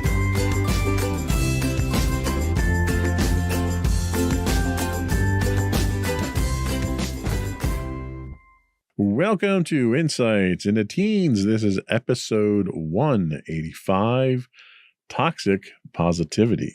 I am your host, Joseph Whalen, and my confident and aware co-host, Madison Whalen. Hi, everyone. How you doing today, Maddie? I'm doing all right. How about you? Doing spectacular. Anything exciting going on with you? Had a test today. That was interesting, I guess. I heard we also got your class standings. Yep. And you're what in your class now? Number 2. Number two. We're going to have to go after that number 1 spot there. Yeah. It's probably best not to try doing that because, it doesn't do wonders for the mental health. True. I didn't say how we're going to do it, though, so. Okay, yeah. Might not want to admit that on the podcast. Coaching is what I'm talking about. Uh-huh. Although I'm pretty sure number 1's Kenny, so. Right. We can have a discussion with Kenny. But anyway, today we are talking about toxic positivity, and that sounds like a bit of an oxymoron to some people. The constant messages encouraging optimism and positivity are not always beneficial. While fostering optimism is fine, there is a concept known as toxic positivity, suggesting that an excessive focus, on positivity can have negative effects. That's what we're going to be talking about today on this episode of Insights into Teens. But before we do that, though, I would want to take a moment to invite our listening and viewing audience out there to subscribe to the podcast. You can find audio versions of this podcast listed as Insights into Teens. You can find audio and video versions of all the network's podcasts listed as Insights into Things. Pretty much anywhere you can get a podcast. I would also ask you to write in, give us your feedback, tell us how we're doing. Email us at comments@insightsintothings.com. Check us out on X at insights_things, or you can get links to all those and all of our other social media links on our website at www.insightsintothings.com. Shall we get started? Sure. Here we go.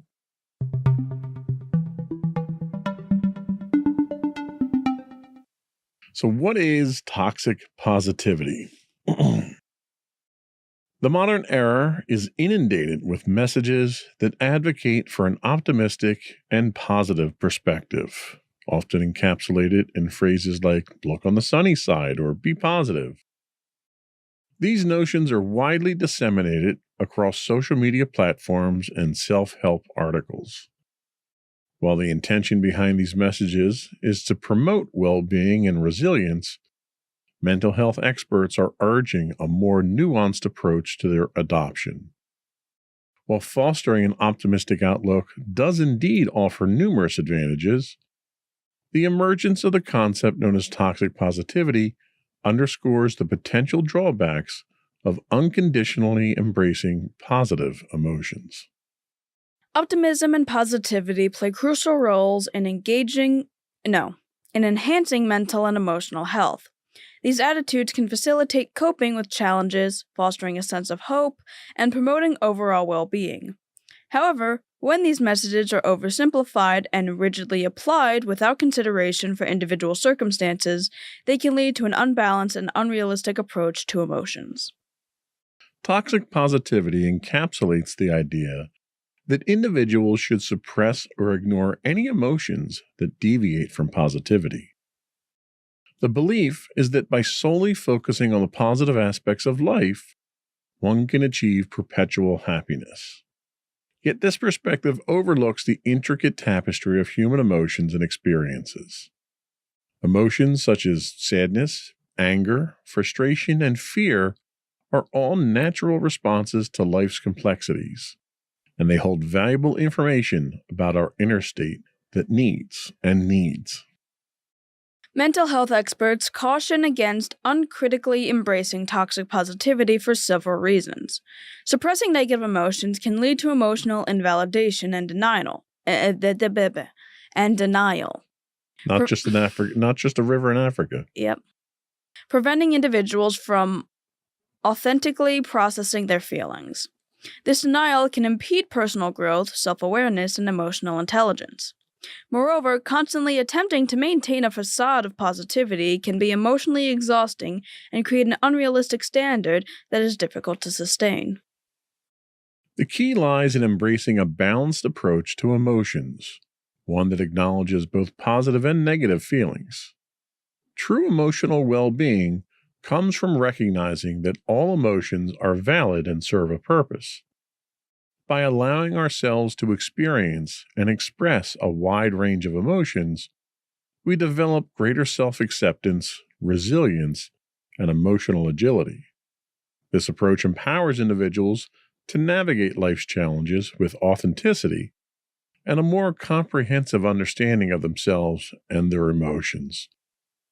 Do you think that you, in your experience, have been, I don't want to say victim, but have experienced this culture of toxic positivity? I mean, yeah. I don't think I've experienced it in like a very extreme form, but I do feel like the idea of suppressing your emotions has kind of, if it wasn't really directed towards me, it's something I've probably imposed on myself. And, the idea of not wanting to, openly express emotions, with certain people or in public. And, you technically had the analogy of that our emotions are basically like a boiling teapot. If you keep it closed off for too long, and by basically, the equivalent of suppressing your emotions, if you let it build up consistently, it eventually explodes, much like someone would explode emotionally if they had to consistently suppress their emotions. Right. That's a good point. So, in your opinion, what impact does constantly maintaining a positive facade have on a teenager's ability to authentically process their true emotions? I personally feel like consistently having a positive mindset would be very damaging to someone who wanted to authentically express their emotions. Now, I know I'm not a ray of positivity, and for a while I really wasn't a ray of positivity, and I can understand why, like for a while I was on the bad side of I was on the opposite side of positivity, where I thought every day was terrible. That mindset isn't healthy, and obviously I needed to eventually manage that and change that mindset. However, thinking every day is great or trying to force every day to be great, I feel like is just as damaging. And I would tend to agree with that. I mean, nobody has a perfect life. Nobody has a perfect day every day of their life. Life is about balance, not only just from a positive, negative emotion standpoint, but in general, life is about balance. And if the pendulum swings too far to either side, positive or negative, there's implications to it. Have you experienced a situation where just flat out blind positivity was ever demanded of you, either in school or maybe when you were in marching band or even around the house? I mean, are mommy and I, so trying to basically tell you to be positive all the time and not deal with negative emotions? I mean, not directly, I'll say that much. I will say, though, there have been times where you've kind of had instances where there's like a bit of toxic positivity that slipped in. Obviously, you've told me that, like, not to suppress my emotions, and, I do take that advice to heart. However, there certainly are instances where you've told me that I should probably be thinking more positively, more around the times of when I was thinking more negatively. At that point, it did kind of help, but even then, I was not at a mindset where I was really willing to want to think positively, and the idea of forcing myself to think positively when everything just seemed so negative was not really helpful. I can certainly see that. And I kind of remember some of those circumstances there. And kind of the way I look at life in general when it comes to this sort of stuff is the negative things that we have to deal with are challenges, just like anything else in our life. And learning how to deal with those challenges not only gets us through the challenges, but it also teaches us valuable life lessons as well. So no matter how negative things are, there's always something positive that you can make out of it if you look for it. If you don't look for positive, I'm not, what they're talking about from a toxic positivity standpoint is ignore something if it's not positive. Or feign positivity. Or feign it, fake it. One of the things that they mention is authenticity. You should always be authentic to yourself. But even in the times that we're at our darkest, lowest point, you should always be looking for that light at the end of the tunnel. Hoping it's not a train, but, if you don't look for positivity, if you don't look for a way out of the quagmire that you can get into, then chances are you're never going to find your way out. Because if you're not looking for the light, you're not going to find it. Yeah. So that, to me, is not toxic positivity. That's kind of that escape clause when you get down into the dumps, or when you're depressed or you're negative or you feel like the world's against you. That's your way of trying to elevate yourself above it. Mm-hmm. So, and maybe I didn't go about it the best way. Why don't you tell us what the pitfalls of toxic positivity are? The core premise of toxic positivity is centered around the idea that negativity and discomfort should be ignored or suppressed in favor of a perpetual state of positivity. This approach tends to oversimplify the complexity of human emotions and experiences. It creates an expectation that individuals should consistently maintain a cheerful, optimistic demeanor regardless of their genuine emotional state or the challenges they might be facing. The pitfalls of toxic positivity become apparent when its implications are examined more closely. Emotional suppression, for instance. Ignoring or suppressing negative emotions in an attempt to uphold a positive facade can prevent individuals from authentically addressing their feelings. This emotional suppression can lead to an accumulation of unresolved emotions, which may eventually manifest in more pronounced psychological distress, very similar, like you said, if you hold that all inside. There's also the invalidation of genuine feelings. Toxic positivity may inadvertently invalidate individuals' genuine feelings of sadness, anger, frustration, or fear. That sounds like alliteration. This can make people feel as though their emotions are unwarranted or insignificant, leading to a sense of isolation and a lack of emotional validation. We also have to consider emotional complexity, right? Mm-hmm. Human emotions are intricate and multifaceted. Attempting to simplify them by focusing solely on positivity ignores the richness of our emotional landscape.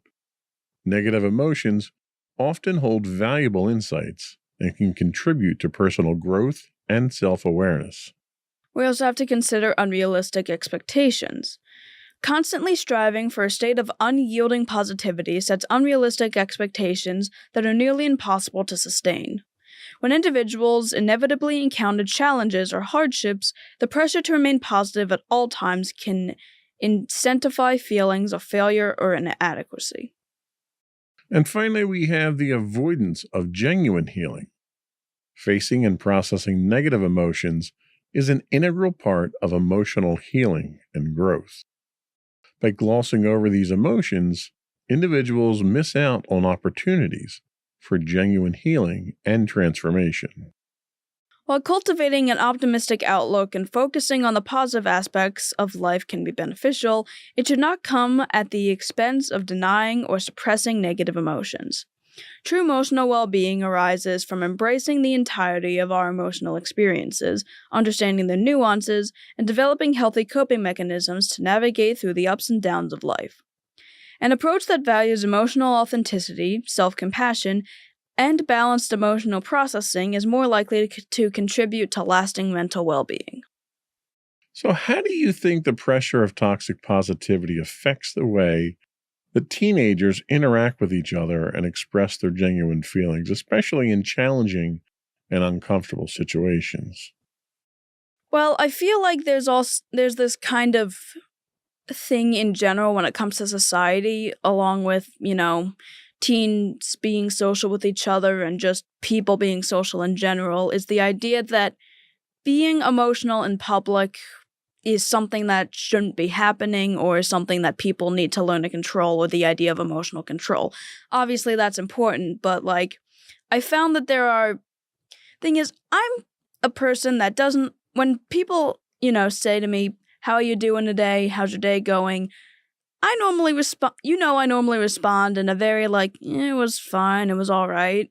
I don't really respond in "Oh, it was a great day," or "Oh, it was pretty good," because I don't really like, feigning that sort of thing, because I never really know how my day is going. Even as someone who's less negative than I was before, I still don't really say I have a good day or say that I'm doing good. But I feel like a lot of people almost feel like they have to say that, or whenever people ask that, they never really expect me to say things like, "Oh, I'm all right," or "I'm fine," or whatever. And I think a lot of times when people ask that, they really don't care either. It's just a conversation starter in a lot of cases. Like, "Hey, how you doing?" And then they just move on and continue with the conversation. And I think as a result of that, it's become kind of a ubiquitous type of handshake response. Like, "How you doing?" "Doing great." "Okay, let's move on to what we really need to talk about." Yeah, a lot of people really don't take into consideration, if you ask someone how they're doing, Like, that's can be a pretty loaded question to a lot of people because obviously we don't know what people are going through. And like someone could be going through a lot of different stuff, but they don't show it at all because they're too scared to be emotionally vulnerable around a lot of people, which is understandable. But I don't think should be happening, and I don't think people should be feigning, positivity, at least to that extreme. I agree. And honestly, I appreciate the authenticity that you have because, you call me, you call mommy when you get home from school and we have a little debrief real quick. There are days that you don't want to have that call. And when that happens, you text us to make sure you're okay and safe and you just aren't ready for the conversation. When you do want to have that conversation and you allude to the fact that it wasn't a great day, that spawns conversation. That might prompt someone like mommy or I to maybe pick up, dessert or something on the way. Something like that to try to lift your spirits, or it might dictate how the conversation goes. Maybe I won't be as, You won't poke as much of a stick in my cage. I won't be such a stick poker if I know you didn't have a good day. So it helps to set the tone, but it also helps to gauge reactions from other people if you're honest. But if you're right, and people aren't honest about that, and you just say everything's okay, that's probably a legitimate form of toxic positivity right there. Yeah, and obviously I don't think you need to be emotionally vulnerable with everybody you meet. I can understand not wanting to say something like that to a coworker you don't really know, but especially to the people that you trust and you're close with, I don't feel like it's the most, I don't know. I just feel like we could at least normalize the idea of if someone asks you if you're okay, understand that that's a bit of a loaded question. So don't always be prepared for someone to just be like, oh, I'm good, and then just brush it off. Right. And that authenticity, be genuine to yourself, be genuine to the others around you. It's okay to be guarded, depending on who that audience is, but don't be misleading for the sake of trying to get past that question. I think we're going to take our first break here. When we come back, you can tell us about why negative emotions aren't really negative. We'll be right back.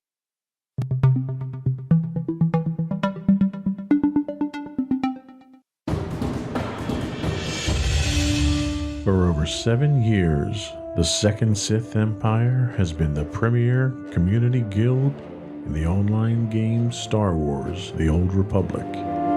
With hundreds of friendly and helpful active members, a weekly schedule of nightly events, annual guild meet and greets, and an active community both on the web and on Discord.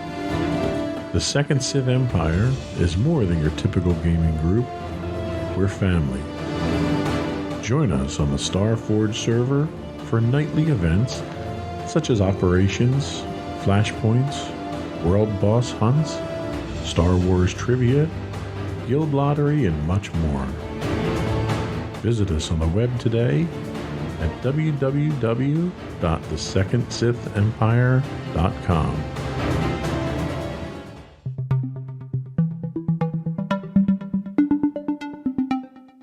Welcome back to Insights into Teens. Today we're talking about toxic positivity, and now we're going to talk about why negative emotions aren't really negative.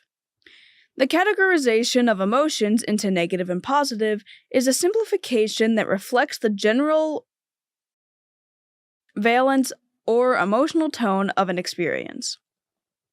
While this labeling can provide a basic framework for understanding our emotional landscape, it's important to acknowledge that emotions are complex and multifaceted. It's important to acknowledge that emotions are complex and multifaceted phenomenon that contribute significantly to our psychological and emotional well-being. In fact, the concept of categorizing emotions as purely negative or positive oversimplifies their richness and potential benefits. Emotions are intricate responses to our thoughts, perceptions, experiences, and bodily sensations. They carry valuable information about our inner world and our external interactions. Rather than categorizing emotions into rigid dichotomies, it's more accurate to view them as a diverse range of responses that serve distinct purposes. Understanding and embracing these so-called negative emotions is essential for personal growth and emotional resilience in the following ways. It provides insights into needs and values. All emotions, whether considered negative or positive, provide insights into our needs, values, and desires. For example, feelings of frustration or dissatisfaction can indicate areas of life where our needs are not being met or where there's a misalignment with our values. Acknowledging and exploring these emotions can guide us towards making meaningful changes. It also provides a balanced emotional landscape.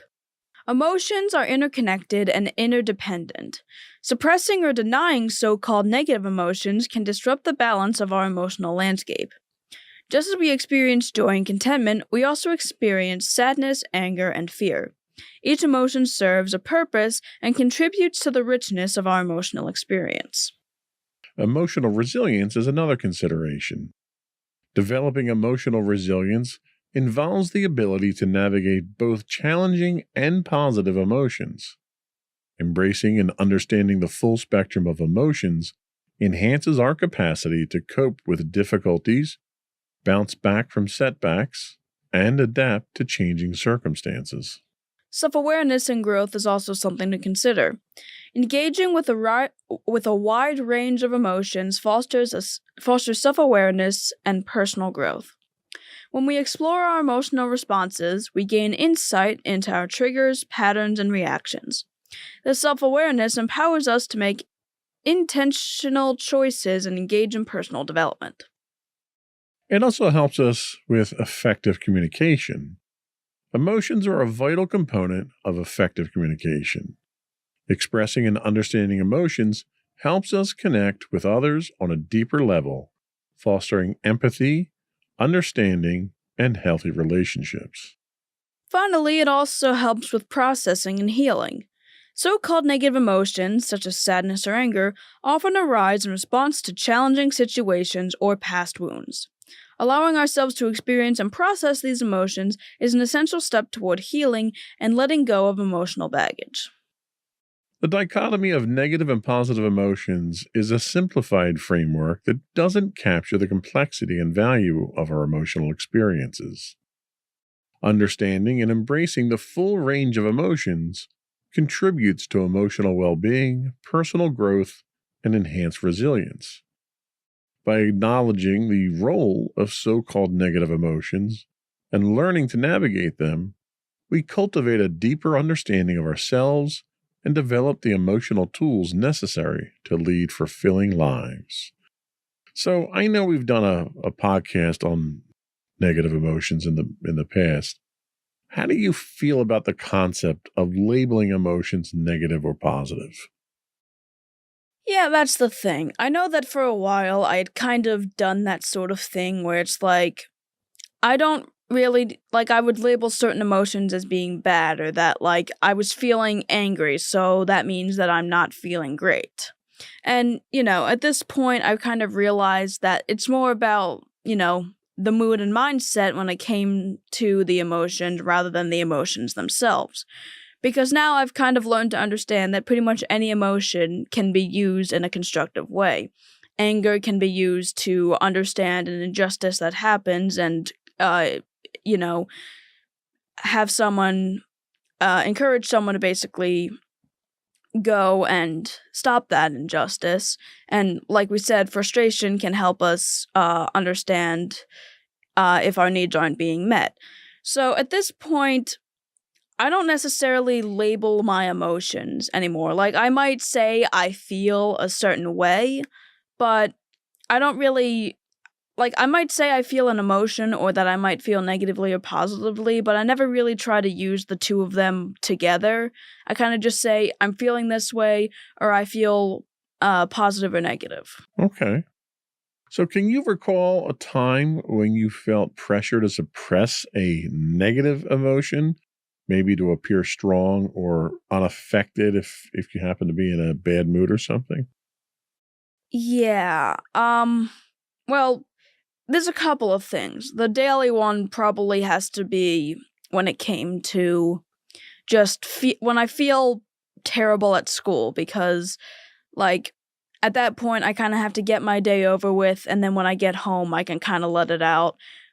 But it can be kind of hard to hold all that in, especially considering I don't really have many breaks because I have like 6 classes in a row until I actually have lunch. So it's like if I feel bad during like second period, I have to hold on to that for like the entirety of that time until I can finally get a kind of break. But even then, I can't really let all of it out until I'm home. So that's certainly like the daily thing.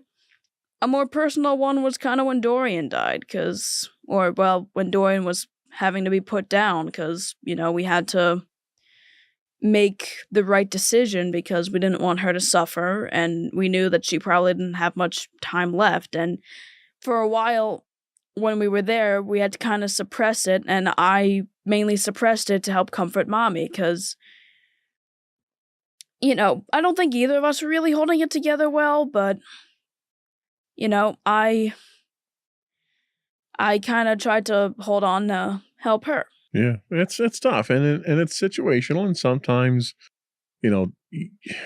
sometimes you have to. It's not like you want to suppress the emotions, but I think when my mom passed away, and somebody had to make the arrangements and call the funeral home and do all that stuff and get all our belongings together. And it's one of those things where it hurts so much, you just sort of want to crawl into a ball and not be bothered by the world, just deal with it. And I didn't have the luxury of that. You kind of have to push those down for a little bit to still be functional. You can't let yourself get to the point of being non-functional overall. So there's dangers to toxic positivity, too. Why don't you tell us about some of the dangers? Toxic positivity, an environment that overly emphasizes the need for perpetual positivity, can have significant repercussions on the emotional well-being of teenagers and young adults, whether it manifests in personal interactions or online spaces.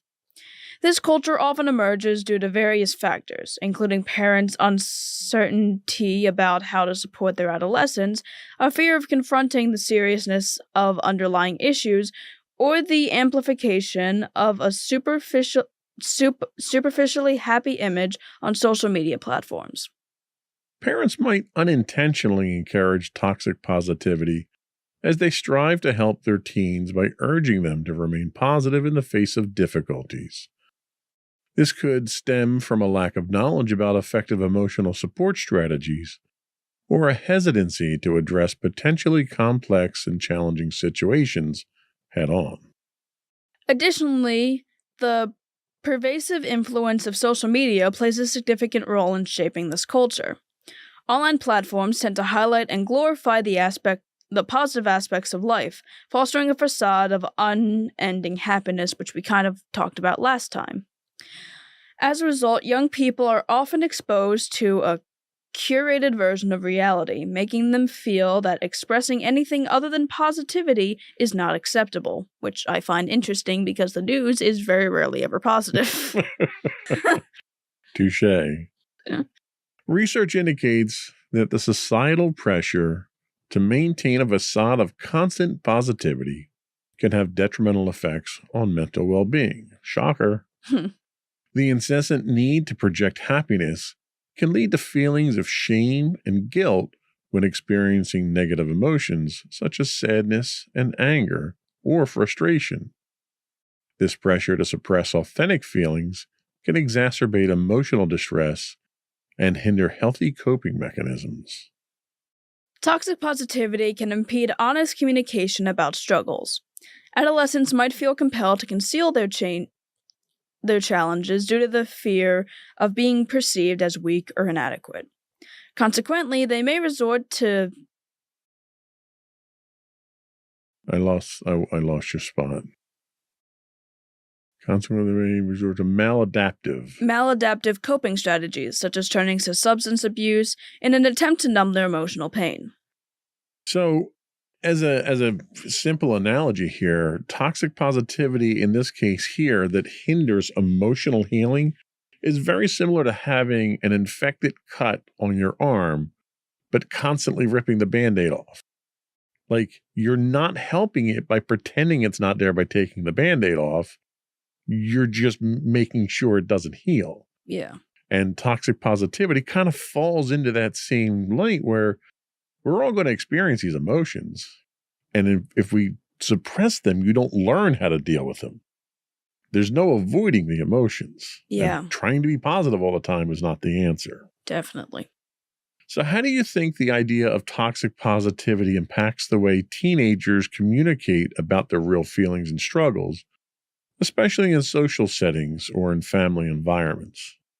Well, I can certainly attest to the idea of family environments. Not that, you've been like toxically positive. It's more your reactions to it. And I can understand how, like, if teens experience toxic positivity at home, they wouldn't really want to be open with their parents because either their parents would kind of just try to shut it down and tell them not to worry about it, or, they just wouldn't be able to deal with it properly. So I can understand that, like, if someone is toxically positive to someone else, it would make a teen not want to open up to them or open up to anybody because, again, they'd either be perceived as being weak or their emotions would be ignored and be told to just forget about them. Okay.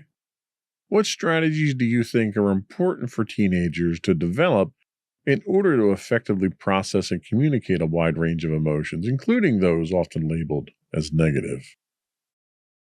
Well, I guess the best way to really go about it is to try your best to define it. I know for a while I had a huge issue when it came to trying to actually define my emotions. They were incredibly complex. I had no idea how to go about it, and it prevented me from actually seeking help from the people that I cared about because I couldn't tell them what was wrong. I just felt terrible and I could barely communicate anything.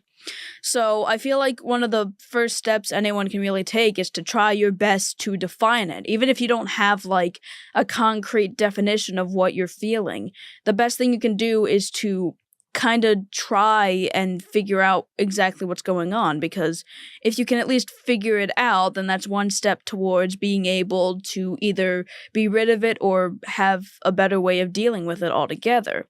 Knowing in a way what you're feeling allows you to better communicate with people that can actually help you, and it also helps you get a better understanding of how you're feeling as well. That's a very wise insight into that. And we've talked about it a lot in the past, the ability to identify feelings, to label feelings. And when we say label, we don't mean negative or positive, but, this emotion here is anger or jealousy or frustration. Once you can put that label on it, you can understand it. And once you can understand it, you can start to cope with it at that point in time. Yeah, and it doesn't have to be super specific. If you like, I know for me, a lot of times there are instances where I'm like crying or I'm really upset and I have no idea why. And like, I'm not always able to find a reason why. There's just, I'm kind of in a mood. And again, that's more of a broad interpretation of it, but simply just saying that to someone or simply trying to express that like, oh, I'm just not feeling great will still at least, lead to something a little more positive, or at least lead to, okay, I know you're not feeling great. Let's see if we can do something that usually cheers you up. And that's usually when I start throwing chocolate at you and backing away slowly. Pretty much, yeah. All right, let's take another break. And when we come back, we can start talking about how to work with negative emotions. We'll be right back.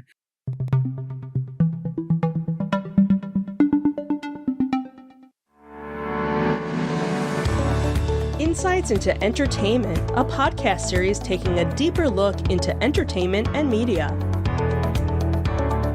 Our husband and wife team of pop culture fanatics are exploring all things from music and movies to television and fandom.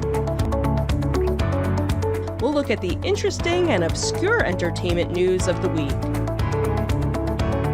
We'll talk about theme park and pop culture news. We'll give you the latest and greatest on pop culture conventions. We'll give you a deep dive into Disney, Star Wars, and much more. Check out our video episodes at youtube.com/insights into things. Our audio episodes at podcast.insightsintoentertainment.com, or check us out on the web at insightsintothings.com.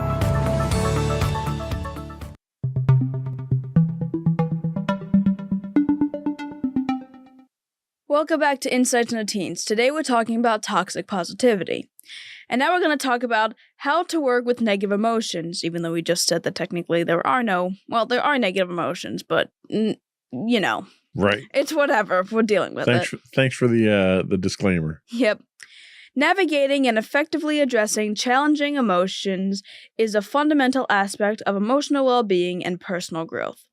These are 5 common approaches that provide valuable insight into working with negative emotions while avoiding the pitfalls of toxic positivity. 1 is clinical therapy. Evidence-based therapeutic methods such as cognitive behavioral therapy, dialectical behavioral therapy, and acceptance and commitment therapy offer adolescents and young adults essential tools for confronting and processing difficult emotions. These modalities. This is why we should do a read-through beforehand. It's part of the charm. These modalities provide structured frameworks to understand and manage emotions, particularly those arising from trauma and post-traumatic stress disorder.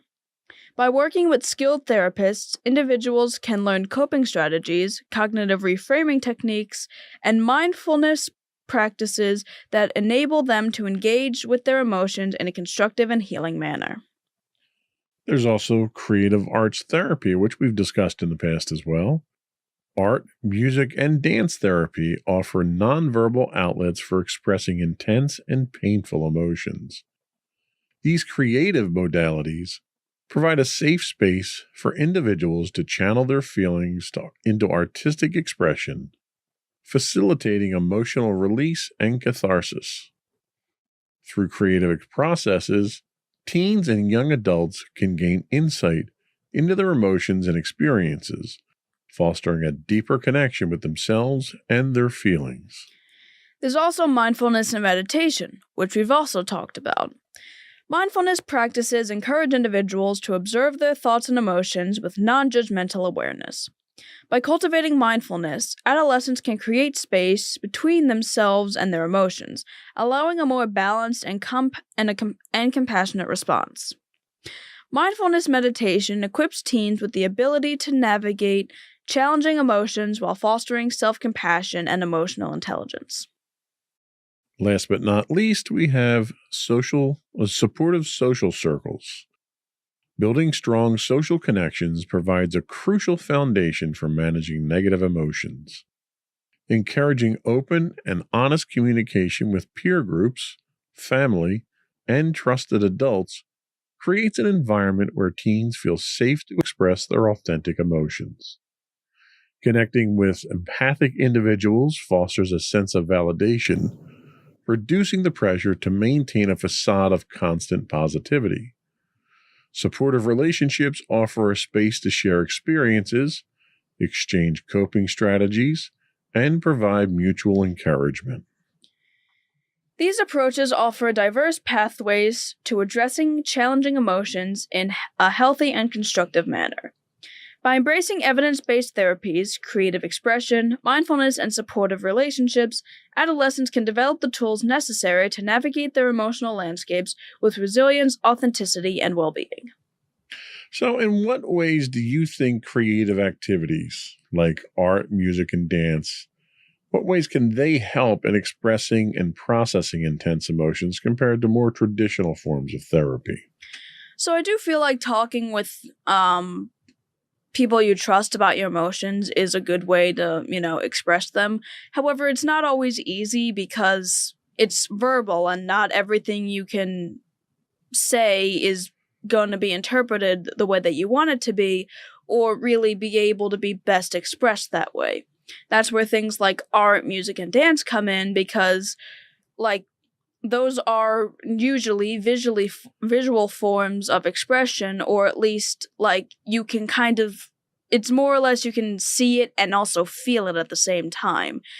I feel like being able to see it and feel it instead of just simply hearing someone talking about it it's very beneficial for someone else who's trying to better understand what another person is going through. And if you can express it visually through music or through dance, I feel like that's a very effective way to better get it across if it's something that's kind of just hard to say or put into words. And I think you're right. I think you're expending energy at the same time. And you're expending a different kind of energy. You're using a different part of your brain to get this type of stuff out. Now we're on the subject of art. This is probably where I should have plugged in the commercial for the new mugs that you made. But is art therapeutic for you, or is it a recreation for you? Honestly, it can be very therapeutic. I'm not always able to like draw when I'm not feeling great, and most of the time it's usually recreational, but I do find that when I get into the zone of art, I don't really tend to worry about everything else going on. It's like everything else kind of just stops, and I'm just there with my art, and I'm just working on whatever I'm drawing, and the focus I'm able to put in that, and the creativity and ideas that I find myself going through when I end up drawing, it's very therapeutic, and it kind of acts as my own therapy even when I don't intend it to be. Yeah, I know what you mean. You kind of get in that zone there, and once you get in there, it's almost like you're in a meditative state at that point where the creativity is just flowing out through whatever medium you've chosen. Can you describe the role your social circle plays in how you handle negative emotions, or what we're not labeling negative emotions, but complex emotions, we'll say. Emotions, yeah. I personally think I have a lot of friends who are very accepting, and I'm very accepting of them. And I feel like the importance of having a social circle that can either, even if they can't always help you with your emotions, the idea of at least them being an outlet for where you can at least express it and talk about it. Because again, the idea of talking through your emotions, like we've said before on the podcast, can be very beneficial. And just having friends that you can trust in order to at least talk with, not even necessarily get advice from, just at least them being there and you being able to trust them, I feel is very beneficial in how you can help deal with your emotions. I've certainly found that to be very helpful, because like the idea of having friends that care about my situation if I'm going through something difficult, and friends that are willing to support me even if they don't completely understand it, it tends to help me realize that like, okay, I'm going through something right now, but I have a support group, and I can always seem to trust them. Yeah, having a support system, I think, is vital going through things like this. Not only do they reaffirm things, like you may lose faith in yourself, you may start to believe some of those negative thoughts in your head, and they're there to kind of pick you up and dust you off and stand you back up and show you what your self-worth really is, and it's not that evil voice that's in your head. Yeah, that's the thing. Me and my friends kind of joke with each other in the ways of like, we all kind of we're all the positive voices in each other's heads because we're all our own worst enemies. Yeah. And that's true. I mean, having someone else there that can fill that gap, if you're not capable, or in some cases willing to do it yourself, having someone else there to do it can be literally a lifesaver. One of the other things that I wanted to talk about was the need to strive for authentic positivity. Authentic positivity is a holistic approach to emotional well-being that goes beyond the surface level of constant cheerfulness. It recognizes the intricacies of human emotions and the dynamic nature of life experiences. Rather than solely focusing on cultivating positive emotions, authentic positivity acknowledges the entire spectrum of human feelings, both positive and challenging. This approach is rooted in the understanding that both joyous and difficult moments are integral components of the human experience. One of the fundamental principles of authentic positivity is the acceptance of all emotions without judgment or shame. Instead of suppressing or denying emotions that are commonly labeled as negative, this perspective encourages individuals to embrace their emotions as valid and authentic expressions of their inner world. By giving themselves permission to feel and express a wide range of emotions, individuals can develop a deeper understanding of themselves and their emotional landscapes. Authentic positivity does not view difficult emotions as obstacles to overcome or ignore. Instead, it acknowledges their presence and significance. This approach recognizes that challenging emotions such as sadness, anger, fear, and frustration serve important functions. They can provide valuable insight into one's values, boundaries, and areas that may need attention or growth. Rather than avoiding these emotions, authentic positivity encourages individuals to navigate them with empathy and self-compassion. Through embracing both positive and challenging emotions, individuals can develop emotional resilience. This resilience stems from the ability to adapt to different emotional states and situations while maintaining a sense of self-worth and inner stability. Authentic positivity supports individuals in learning healthy ways of coping with challenging emotions. Instead of resorting to avoidance or suppression, individuals are empowered to seek constructive strategies for managing their emotions, which can include seeking professional support, engaging in self-care practices, and utilizing healthy outlets for emotional expression. Authentic positivity promotes the importance of seeking support from a social network, therapists, mentors, or loved ones. Recognizing that everyone encounters difficulties and struggles at various points in life, this approach encourages individuals to share their experiences and emotions openly. By doing so, they can receive empathy, validation, and guidance from others who have navigated similar challenges. Authentic positivity offers a comprehensive and compassionate approach to emotional well-being. By embracing the full spectrum of human emotions, individuals can deepen their self-awareness, foster emotional resilience, and enhance their overall quality of life. This approach enables individuals to navigate life's complexities with greater wisdom, self-compassion, and a genuine sense of well-being. So, do you think you operate in a cloud of toxic positivity these days? Or do you think the positivity that you do have, and you have good days, you have bad days. Do you think the positivity that you have these days is a genuine form of positivity? I honestly feel like for the most part, I do think that most of the positivity I have tends to be genuine, mainly because I don't always like to hide my negative emotions. Sure, I'll suppress it at times when I don't where I feel like I don't want to express it or feel like I can't express it when it comes to, being in public. But I feel like most of the positivity I experience is genuine. And even then, when I do experience positive emotions, I'm quite shocked at myself. Which, I mean, I shouldn't be shocked, but, it still, feels good, I guess.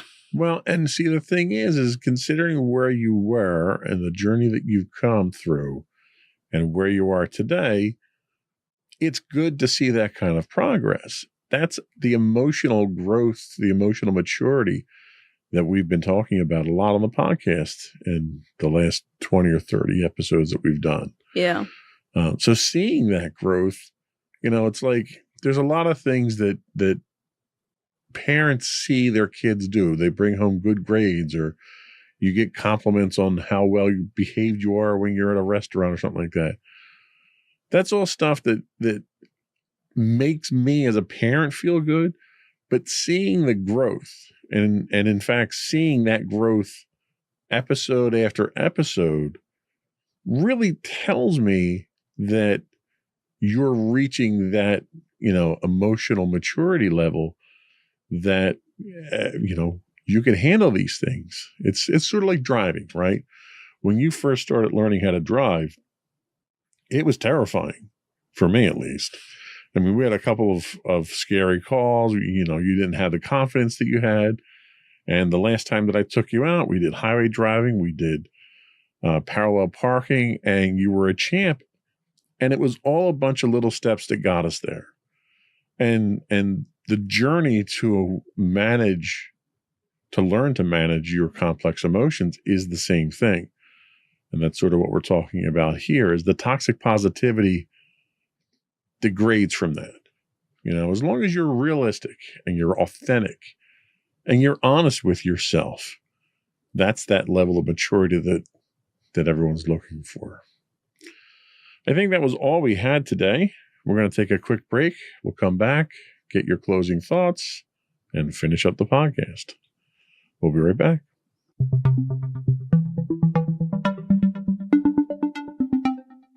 All right, so to everyone out there, I just wanted to say that every emotion someone feels is valid. I wouldn't say any emotion is necessarily positive or necessarily negative, but there are obviously moments where people feel good and people feel bad, and people kind of just feel like they're not really either. And I do understand that people that do spread toxic positivity, for the most part, they do have good intentions. It's just there's not the understanding that suppressing your emotions isn't really very helpful. And to reiterate, suppressing your emotions isn't really helpful. And as long as people are able to understand that, I feel like the idea of communicating it with people that you trust and knowing that it's okay to express your emotions no matter what they are, in, healthy ways and in healthy doses, I feel like is something that everyone can benefit from. All right. Sage words, as always. Thank you. Before we do go, I want to take a moment once again to implore you to subscribe to the podcast.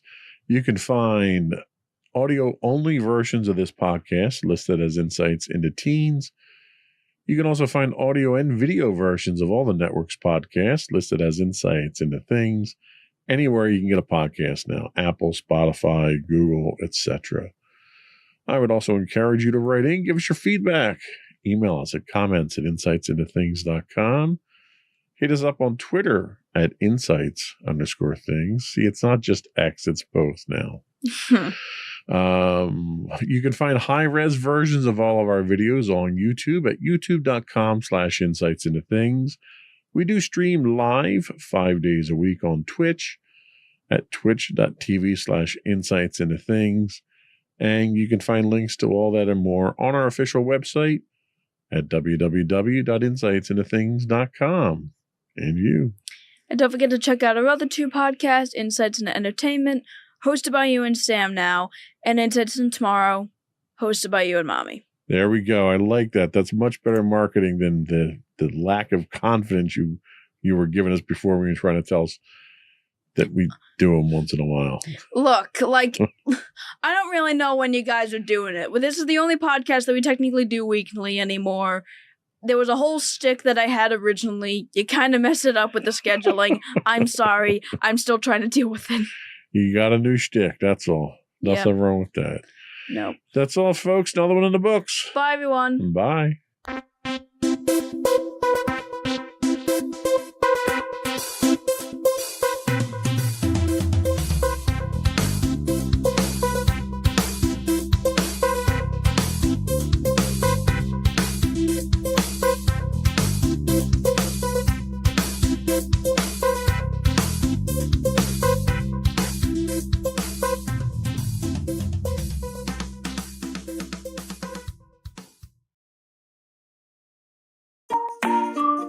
Insightful podcasts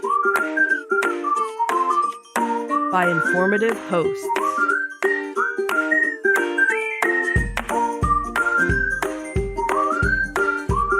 Insights into Things, a podcast network.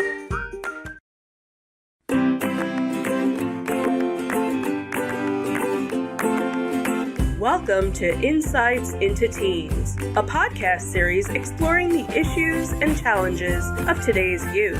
Your hosts are Joseph and Madison Whalen, a father and daughter team making their way through the challenges of the teenage years.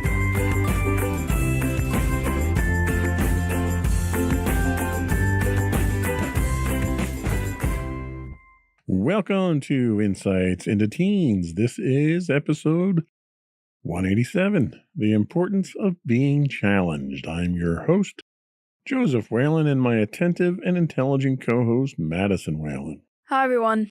How you doing today, Maddie? I'm doing, I guess. How about you? Wow, that's not really encouraging at all, is it? I don't know. A statement like that does not inspire confidence. Well, I don't usually exude confidence anyway, so. True that. So we had a couple additional unplanned weeks off. We really need to kind of get back into the habit of doing this weekly, assuming our schedule permits. You've had a fairly busy schedule the last couple of weeks, which has kind of kept us out of the studio. And that's because you've been challenged. You've had a lot of challenges you've been facing at school, have you not? Yeah. So if nothing else, maybe we have some fresh insights and some fresh input into today's topic. Yippee. So we are talking about the importance of being challenged, at least from a teen perspective. Teen Challenge plays a crucial role in the growth and development of adolescents. It taps into their inherent inclination to seek out challenges, which is essential for their maturation process. Engaging with challenges aids in fostering independence and self-discovery, enabling teens to gain insights into their capabilities and identities. In today's episode of Insights into Teens, we're going to take a look at the importance of keeping our teens challenged and how best to accomplish this. But before we do that, I do want to remind all of our listening and viewing audience to subscribe to the podcast. You can find us listed on Apple Podcasts, Spotify, Google, iHeartRadio, TuneIn. Audio versions of this podcast can be found listed as Insights into Teens. Audio and video versions of all the network's podcasts can be found listed as Insights into Things. I would also invite you to give us your feedback, tell us how we're doing, give us show subjects you want us to talk about. You can email us at comments@insightsintothings.com, or you can get links to all of our social media sites on our website at www.insightsintothings.com. Shall we get into it? Sure. Here we go.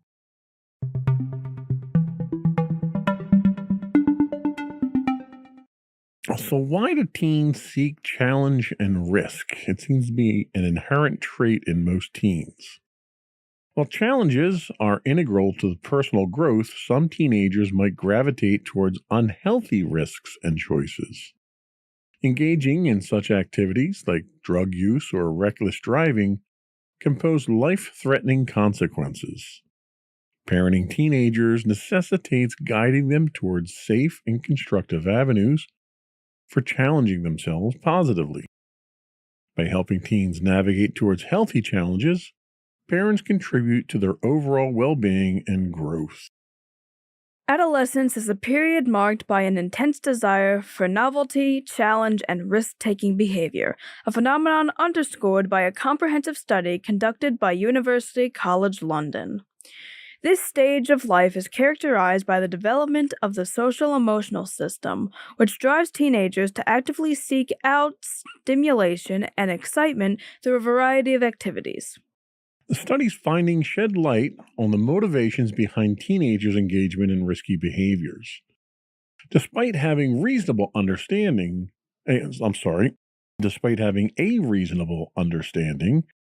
of the potential consequences, adolescents are drawn to risky activities because they find them exhilarating and exciting. The allure of these experiences often overshadows their inherent sense of caution. This propensity can be attributed to the incomplete maturation of the teenage brain, particularly in regions responsible for impulse control and decision-making. As a result, teenagers may struggle to effectively weigh the potential risks against the rewards, leading to a higher propensity for engaging in risk-taking behavior.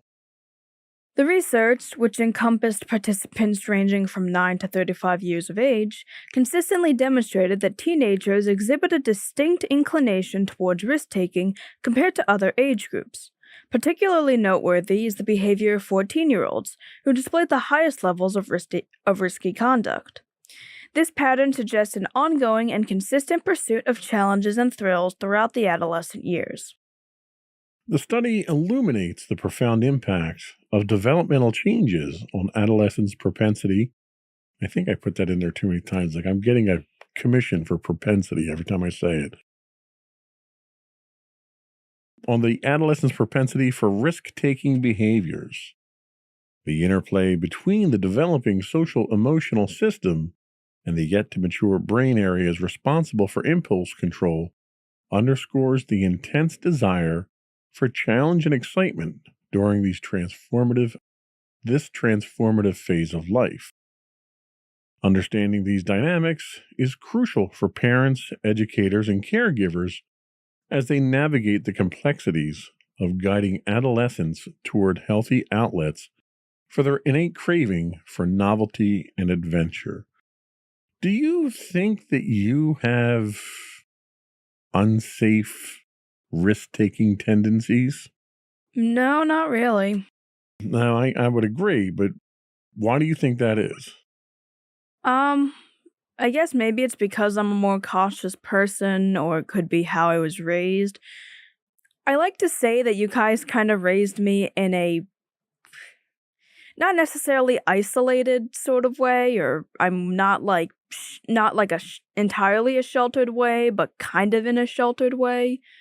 'Cause like a lot of the stuff I do, like a lot of the stuff I'm into, I normally learn from you guys, and I very rarely exceed outside of that. Maybe that's because I only ever wanted to listen to whatever you guys said. Maybe it's just like an inherent thing when it comes to me, to where it's like I just kind of listen to you guys, and then it's like, oh cool, I like this, and I kind of want to stick with this. And I don't know, because it's like anytime I hang out with my friends and like they tell me about the different shows and movies they watch, I'm like, I've never seen any of that. That's interesting. So what are some of the examples of healthy challenges or activities that you believe you could could satisfy your desire? Do you have a desire for excitement and stimulation? Let me ask you that question first. Because if you don't have that desire, there's really no need to satisfy it, right? Yeah, not really. Anything that I do, I kind of am the opposite in that sense. I'm not a very risk-taking. That's a weird way to say that. I'm not a person that really likes to take risks all that often, and if anything, I prefer to stay in like my sheltered bubble half the time. It's like I'll obviously take in new information as it comes and I'll accept it, but at the same time, when it comes to like my own hobbies and interests, like yeah, I get new ones periodically, but then I kind of just harbor over those for like years on end until I eventually find a new one. So then it might be a better question to ask, what types of activity do you get the excitement and stimulation from if it's not risky type of activity? Is there something out there that you enjoy doing that kind of fills that void? I mean, there's drawing, playing video games, and watching YouTube videos, typical isolationist introvert mentalities and activities, I suppose. Okay, I guess that all fits. Considering the incomplete maturation of the teenage brain we discussed, how do you think this knowledge could influence the way parents and guardians approach conversations about risk-taking behavior with teens? Well, maybe they'd have a better understanding to it. I know we've kind of addressed the idea of, like, the whole point of us making this podcast was to get rid of the stigma and stereotype of teens just being rebellious because they can, and oh, they're just going through a phase, they'll grow out of it. Really, this is just a really big time for us mentally, emotionally, and physically. So, like, there's obviously major changes that occur, and one of which being intense risk-taking because we do have like, because of everything going on, we have desires for excitement, desires for change, because we're constantly changing, again, physically, mentally, emotionally. So our interests are going to change, what we like is going to change, how we act is going to change, and really it's just a big time for us. And the stereotype that, oh, we're all just being rebellious and just, going against our parents' wishes, we may be doing that, but it's not without reason. And that makes sense. And I think all adolescents and teenagers kind of go through that at some point in time. Now, do you have any friends that are in your inner circle who might be more inclined to taking some of these risks that we're talking about to get that jolt of excitement out of things? Yeah, I mean, like, I'm friends with I'm surprised at how some of my friends, I was able to become friends with extroverts rather. Although, I guess we can complement each other in that way. Let's say opposites attract, right? I guess so. So, yeah, some of my friends are definitely more extroverted and are more willing to take part in activities, and some of them are even trying to get me to do activities as a result. Now, do you find that the things that your friends are doing, do you just not like doing those things, or do you consider them inappropriate or dangerous that you don't want to do them? It's kind of a mix of both, honestly. Some of my friends do stuff that I'm like, okay, I'm definitely never doing that. And then other stuff, it's like, more innocent sort of stuff where I could see myself doing it, but I just don't want to. So in those situations where you have a friend who's doing something that you fundamentally feel is inappropriate, do you take an active role in trying to discourage them from that or understand why they're doing that? I definitely try to understand more so, if they are doing something more inappropriate. I don't really stop them because I personally don't think it's really my responsibility to do that. If it gets to a point where it's like, okay, I probably need to let somebody know, I'll probably do that. But for the most part, it's just kind of the typical, some more typical stuff that teenagers just tend to do. And while I personally won't do it myself, I'm not going to stop my friends from doing it because it's their life. They have their own stuff going on. And I more so do my best to understand and possibly push them in a more positive direction. Have you run into a situation where you've had a friend engage in one of these activities and have negative consequences? And if you have, what was the ultimate outcome, and how did you respond to that type of activity? Well, there were really no negative consequences I kind of saw for myself. Any negative consequences they kind of told me about. And what about for your friend? Any negative consequences for your friends? Yeah, there were negative consequences for my friends, and most of it was having their phones taken away. And there were some instances where it wasn't that justified, other instances where it was probably justified. And honestly, my friends didn't seem all that worried about it.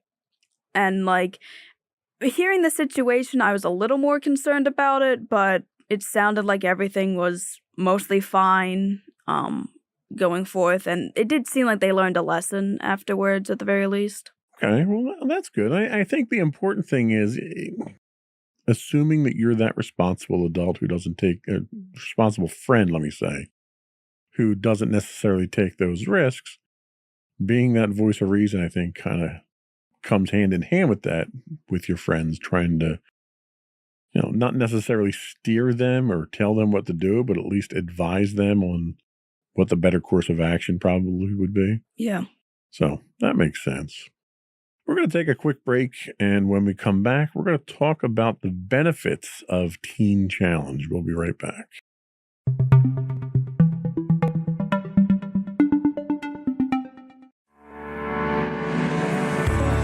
Insights into Entertainment, a podcast series taking a deeper look into entertainment and media. Our husband and wife team of pop culture fanatics are exploring all things from music and movies to television and fandom. We'll look at the interesting and obscure entertainment news of the week. We'll talk about theme park and pop culture news. We'll give you the latest and greatest on pop culture conventions. We'll give you a deep dive into Disney, Star Wars, and much more. Check out our video episodes at youtube.com/insightsintothings. Our audio episodes at podcast.insightsintoentertainment.com, or check us out on the web at insightsintothings.com.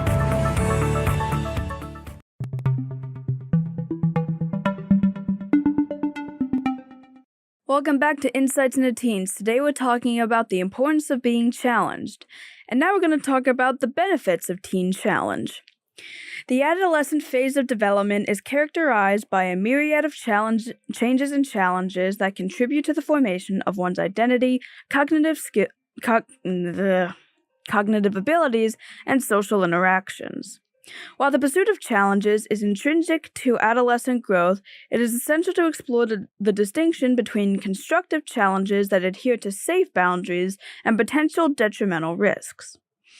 Recent research, led by neuroscientists from the University of Illinois, delves into the relationship between engaging in healthy challenges, the neurobiological response within the teenage brain, and the potential preventative role against teen depression. The study utilized advanced neural imaging techniques, particularly MRI technology, to investigate the neural mechanisms underlying adolescents' engagement in challenges and the impact on their mental well-being. The research team closely examined brain activity patterns in response to rewarding tasks, including scenarios where participants donated money to their family members and made decisions involving financial gains through risk-taking. Prior to the study's commencement, participant levels of depressive symptoms were evaluated, forming a baseline against which the subsequent challenges would be measured over a year. The study's findings brought to light several intriguing insights into the interplay of challenges, brain responses, and depression. During the execution of challenging tasks, adolescents displayed heightened neural activity in brain regions associated with reward processing. This phenomenon suggests that engaging in challenges triggers a rewarding neural response, potentially reinforcing the desire for further engagement in such activities. A particularly noteworthy discovery emerged in relation to the motivation underlying risk-taking behaviors. Counterintuitively, adolescents who took calculated risks for the purpose of benefiting their family members demonstrated a reduced likelihood of developing depression over the course of a year.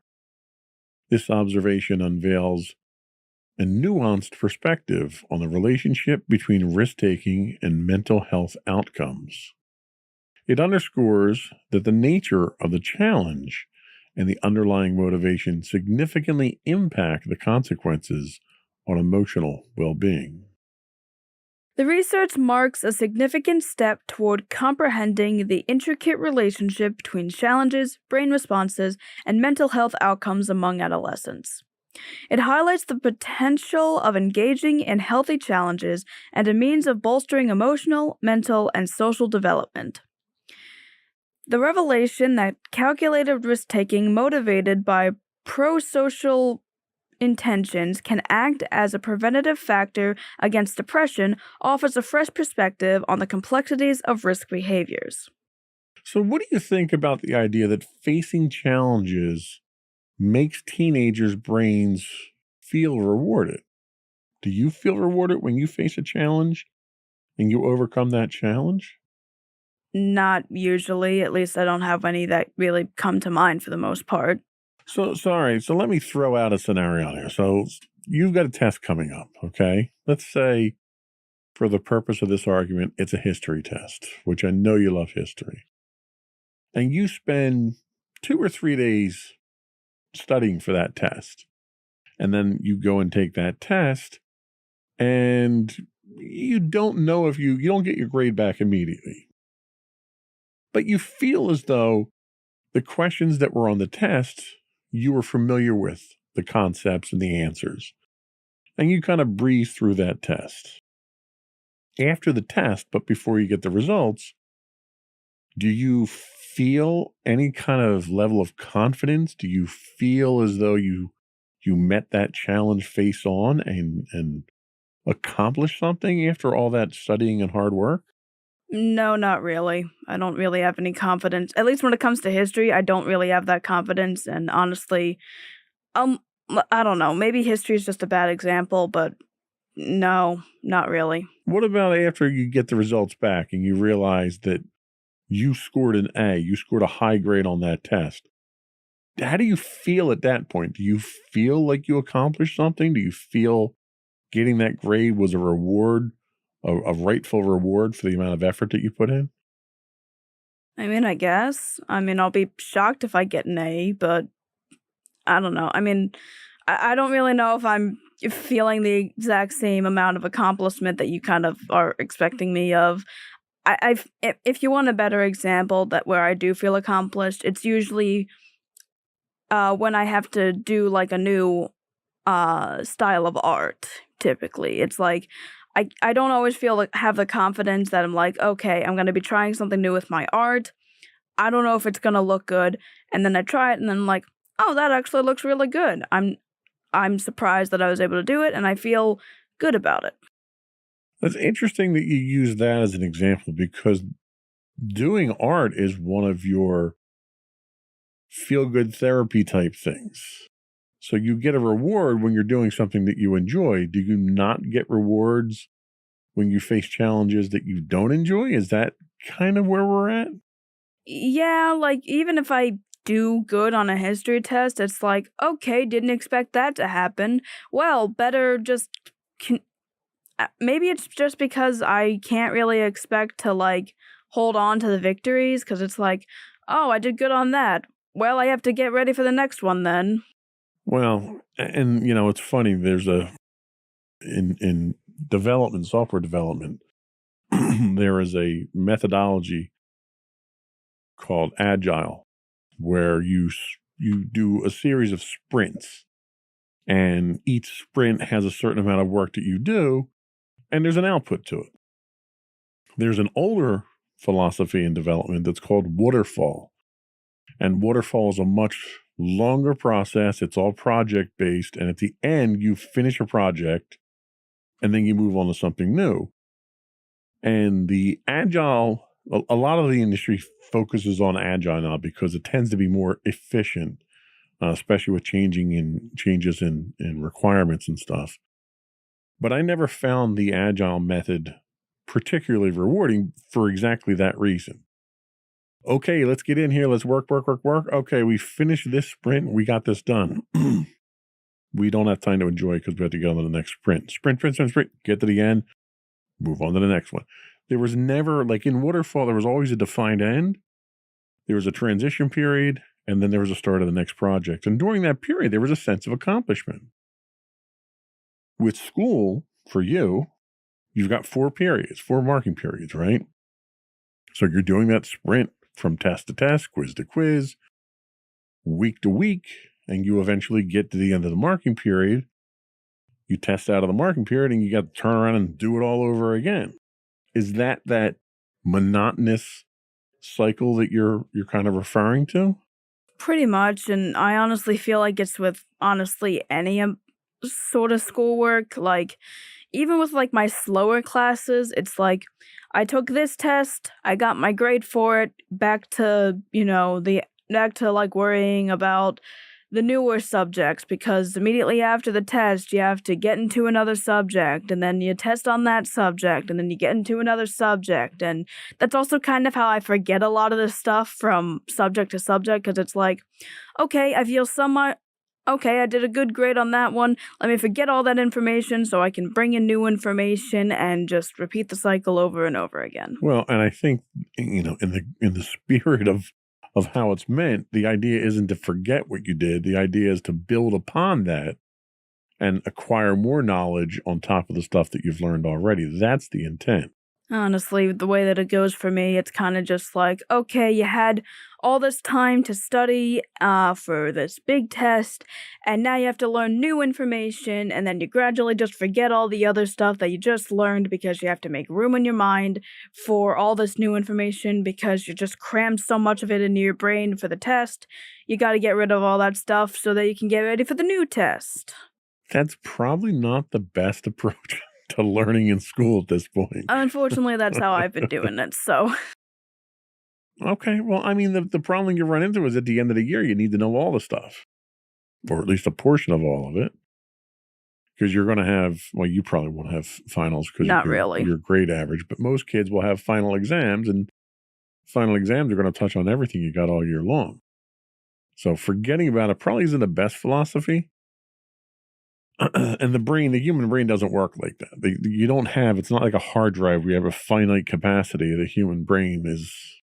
I mean, like, it's... Great, capable of a lot more than that. Like, sure, I'll probably, like, still remember aspects of it, but it's like, it's not in the front load of my mind, so it's not like I'll remember everything. Okay, well, I can understand that. I think part of the problem with that approach is that challenges are a part of life. It's not just a school thing. The phase of adolescence frequently entails encouraging unanticipated obstacles. I'm sorry. Let me try that again, and this time I'll read the words that are actually written. The phase of adolescence frequently entails encountering unanticipated obstacles and difficulties that adolescents themselves did not deliberately choose. Despite their initial unfavorable appearance, these circumstances possess the potential to significantly foster personal growth and development. This viewpoint is underscored by the outlooks of a mentor and therapeutic facilitator, who accentuates the influence of life's trials and tests on shaping individuals. These challenges, although demanding, are asserted to play a pivotal role in nurturing an individual's character and abilities. Overcoming these challenges emerges as a pathway to unveiling concealed inner strength, latent skills, and inventive solutions that might otherwise remain undiscovered. The process of grappling with adversity leads adolescents to a pivotal realization. They inherently possess the capability to directly confront issues and carve out their own trajectories, detaching from external influences. It is also proposed that successfully addressing and prevailing over hardships holds the potential to unlock dormant qualities within teenagers. These attributes encompass determination, creativity, and resilience. As adolescents navigate through the terrain of challenges, they gain a distinctive opportunity for profound self-discovery and self-awareness. This advancement prompts introspection, enabling them to forge deeper links with their identities and capabilities. Essentially, the challenges that adolescents encounter act as a unique platform for delving into their strengths and capacities. Through their triumphs over... Why don't you put all that together and make one word out of it? Sorry, brain not working right now. Through their triumphs over these obstacles, they assemble a collection of invaluable skills that contribute to their empowerment. This accumulation of skills, coupled with the experience of surmounting difficulties, plays a pivotal role in cultivating a sense of self-value. This transformative expedition not only facilitates adolescents in acknowledging their inherent potential, but also bolsters their trust in their aptitude to navigate impending challenges. The intricate interaction between unforeseen challenges and personal growth constitutes a central facet of the adolescent journey. Guided by the insights of experts, it becomes evident that surmounting obstacles functions as a conduit for self-discovery, self-enhancement, and the fostering of resilience. Ultimately, these transformative progression shapes not only... I'm not reading where the commas are. Ultimately, this transformative progression shapes not only adolescents' abilities, but also their self-perceptions. contributing to an elevated sense of identity and a fortified outlook on life. So it's worth noting, we're talking about some of the challenges that you face at school right now.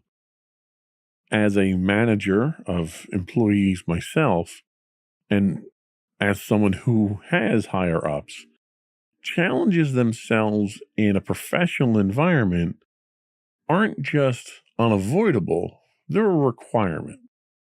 I have to give my guys challenges. And I work with highly technical, very intelligent, very methodical people. They're all technicians or developers or something along those lines. So keeping them challenged keeps them interested in the work. If I can't provide a challenge to them, they're not advancing their skills. And in the world of IT, you're constantly learning. There's no, oh, I've learned this and I'm done and I can just sit back and enjoy what I've learned. Technology is constantly changing. So you have to keep people interested in that. To do that, you keep them challenged. To keep them challenged, they keep learning. So not only does it keep them learning, it keeps their skills honed and focused. It teaches them how to think differently, how to troubleshoot things differently, and it keeps them interested in the work. And if I can't, this is a struggle I have with my developers. If I can't keep my developers interested in the work that they're doing, I'm not going to be able to keep them as employees. They're going to go somewhere else and find something that's challenging. The vast majority of people in the professional world are motivated by challenges. It keeps them going. It keeps them learning. It keeps them growing and becoming better people, better workers, better at their job. So challenges are a very welcome thing in the professional world. Nobody wants to be bored at work because it takes an 8-hour day and turns it into a 16-hour day if you're bored at work. If we're busy, if we're challenged, we're learning, we're expanding, we're better. I'm a firm believer that the people that work for me, when they go on to work somewhere else, they should leave under my employment or my employer's employment a better person than when they came in. And the only way to get that is through challenges. Every challenge is a learning opportunity. That's how I look at it, and that's the philosophy that I preach to my people. How do you think encountering unexpected challenges can help teenagers grow, develop, and develop according to viewpoints of mentors and therapeutic facilitators? Do you think that that's a viable approach to growing yourself as an individual? I mean, of course, because, obviously if you do the same thing over and over again, you're never really going to change because you're not challenged and you kind of just stay the same if, that's how your life is. If you're not given new, opportunities to be challenged, then you're really not going to improve all that much. So I definitely understand why challenging yourself is important. Well, and I'll be honest with you. I mean, I'll go back to the professional environment thing, and I have a tendency if I'm not being challenged by my higher ups to excel at what I do, I'll go out and find my own challenges, and I'll identify areas that we have a need, or there's a shortcoming, or something can be improved. And I'll take on that challenge so that I can make a difference and have that personal growth myself. And hobbies are like that. When we do hobbies, my hobbies tend to revolve mostly around technology and stuff. But it's a challenge for me to take on these hobbies and learn new things. I've been embarking on a pretty aggressive learning schedule with some of this online learning material that I have from work. And it's not just stuff that's related to work. I'm not just looking at IT stuff or computer stuff. I'm looking at management challenges. I'm looking at personnel and human resources. I'm looking at things that make me a more well-rounded person. And every time I go through one of these courses or overcome one of the challenges that they throw at me, That's an extra skill set. That's an extra arrow in my quiver that I can use later on in life and say, hey, you know what? I can speak to that. I'm an authority on that. And it makes me a better person. If I didn't have those challenges, I'd be bored out of my mind at work. Do you get bored at school if you're not challenged? I mean, I guess, but in some way, I'm always able to really keep myself occupied. Like, there are definitely times where, like, I'm bored because I don't really have anything to do, but then I kind of have assignments that I have to do, and then the rest of the time, I'm not really that bored because I have to, if I'm not doing an assignment in one class, I'm doing an assignment for another class. Now, do you feel that the assignments themselves are self-elevating, where you going through these, you're actually getting something out of it? Or is it just make busy work for you? Or you just, I'm cranking out this poster project or this writing project because I have to, and you don't feel like there's any benefit that you're getting from it? It's mostly that, but, like, sometimes I feel like I get some stuff out of it. But a lot of the time, it kind of just feels like busy work to the point where it's like, oh, it's probably just supposed to teach me time management in the sense of like, oh, you have to get this done in such and such amount of time. The content itself really isn't all that engaging. It's just like, I mean, sure, I'm gaining like time management from it, but really when I'm actually doing it, it's just like, okay, I have free time to do it now. I'll just do it now. I'm not really gaining much from the actual assignment. I'm just going to finish it because I know I have to finish it. See, and that's something that I blame on the teachers in the schools, because I'm the type of person that when I ask an employee to do something, whether it's a highly technical thing or, hey, the room is messy, let's clean it up and get rid of these empty boxes, it's not meant to be a make busy type thing. And I don't just expect my employees to just do what I tell them because I told them. It's important that they understand why we're doing it. The teacher should articulate, okay, today you're doing a poster project and you're going to make a movie poster of the 1930s on the subject that we're doing now. And this is why we're going to do it. It's going to help to reinforce the facts that we have that you're going to be tested on later. It's going to help you learn in different ways, because instead of it just being text-based, you're going to have some visual, like, from your own experience, people retain information differently when they digest it differently. Yep. Some people can retain it better if they read aloud. Some people can read into a recorder and listen back, and they hear it back and they retain it better. Some people visually can do it by writing it down. So everybody learns differently. And part of the reason that you do these projects is to figure out how you learn. When we study for your history stuff. We've probably done 5 or 6 different study techniques to see which one sticks best with you. Some work better than others, and we try to stay with the ones that work the best. But that's what the projects are designed to do. It's to get you to learn in a different way, to retain things in a different way, or figure out how to learn things in a different way. When I throw a problem at my guys, I did it today. We had a development meeting today. And I threw a couple of things out there to my guys, not because I expected them to solve it, but because I want them to start thinking about it. If this scenario happens, what are the solutions? How can we fix it? What are the best ways to fix it? Well, there's 3 different ways that we can fix this problem. Okay, well, what's the best way? What's the way that's going to be the most efficient? What's the way that's going to be the most impactful? And what's going to be the lowest cost? So there's all different factors that you have to look at. And I think part of the thing that you might be missing when you get these assignments is that's what they're trying to do. They're trying to try these different techniques, see what sticks, keep you interested, keep you engaged. Some kids like art projects, so we got to throw some art in with our history stuff so that we can keep those art kids, those creative minds engaged. Some of these kids are the type that, they can watch videos and they'll learn from that. So we're going to watch this video today, and, that's not going to work for everybody, but it's going to work for some of the kids. So as much as it may seem like make busy work, it's really trying to cater to everyone out there and figure out how everybody learns best. And when you've got a class full of 30 kids or something like that, you can't have 30 different ways to teach. So you kind of have to pick and choose some of the ones, the more mainstream ones that'll help the kids out. I think that's probably what you're running into.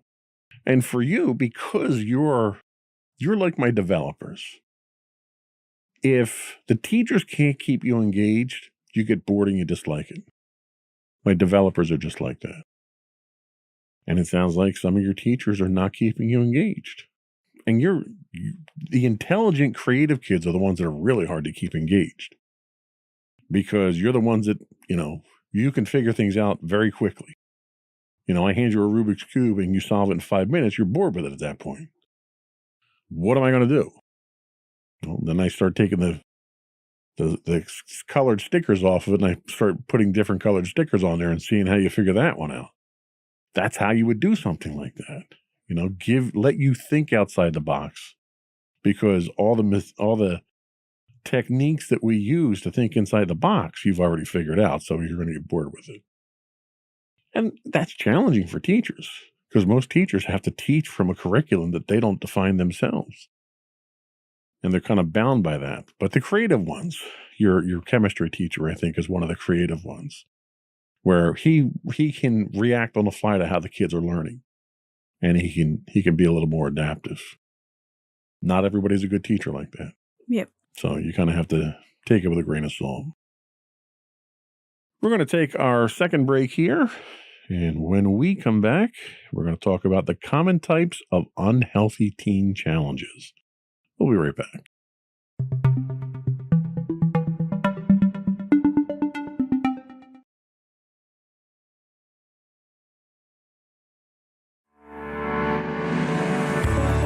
Insights into Entertainment, a podcast series taking a deeper look into entertainment and media. Our husband and wife team of pop culture fanatics are exploring all things from music and movies to television and fandom. We'll look at the interesting and obscure entertainment news of the week. We'll talk about theme park and pop culture news. We'll give you the latest and greatest on pop culture conventions. We'll give you a deep dive into Disney, Star Wars, and much more. Check out our video episodes at youtube.com/insightsintothings. Our audio episodes at podcast.insightsintoentertainment.com, or check us out on the web at insightsintothings.com.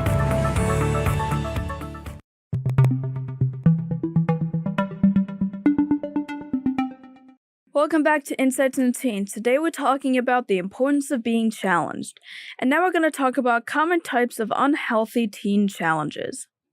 While the pursuit of challenges is a natural aspect of development, the absence of constructive challenges can lead to the adoption of risky actions with potentially harmful consequences. Here are 5 primary categories of these risky actions, shedding light on the importance of fostering healthy challenges for adolescents' well-being. The first we're going to talk about is violence or injury.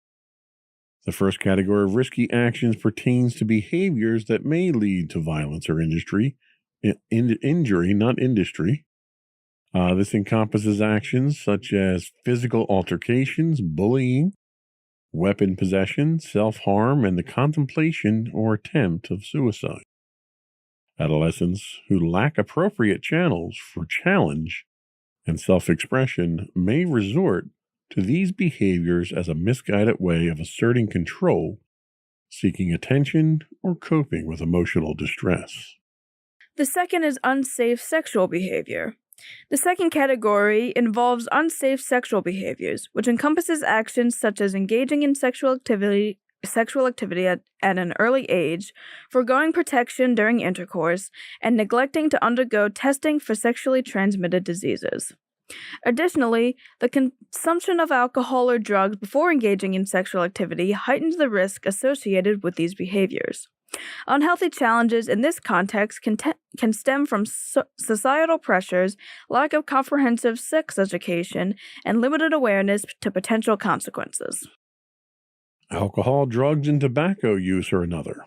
Third category encompasses a range of behaviors from alcohol consumption in any quantity to binge drinking, prescription or illegal drug use, as well as smoking cigarettes or using chewing tobacco.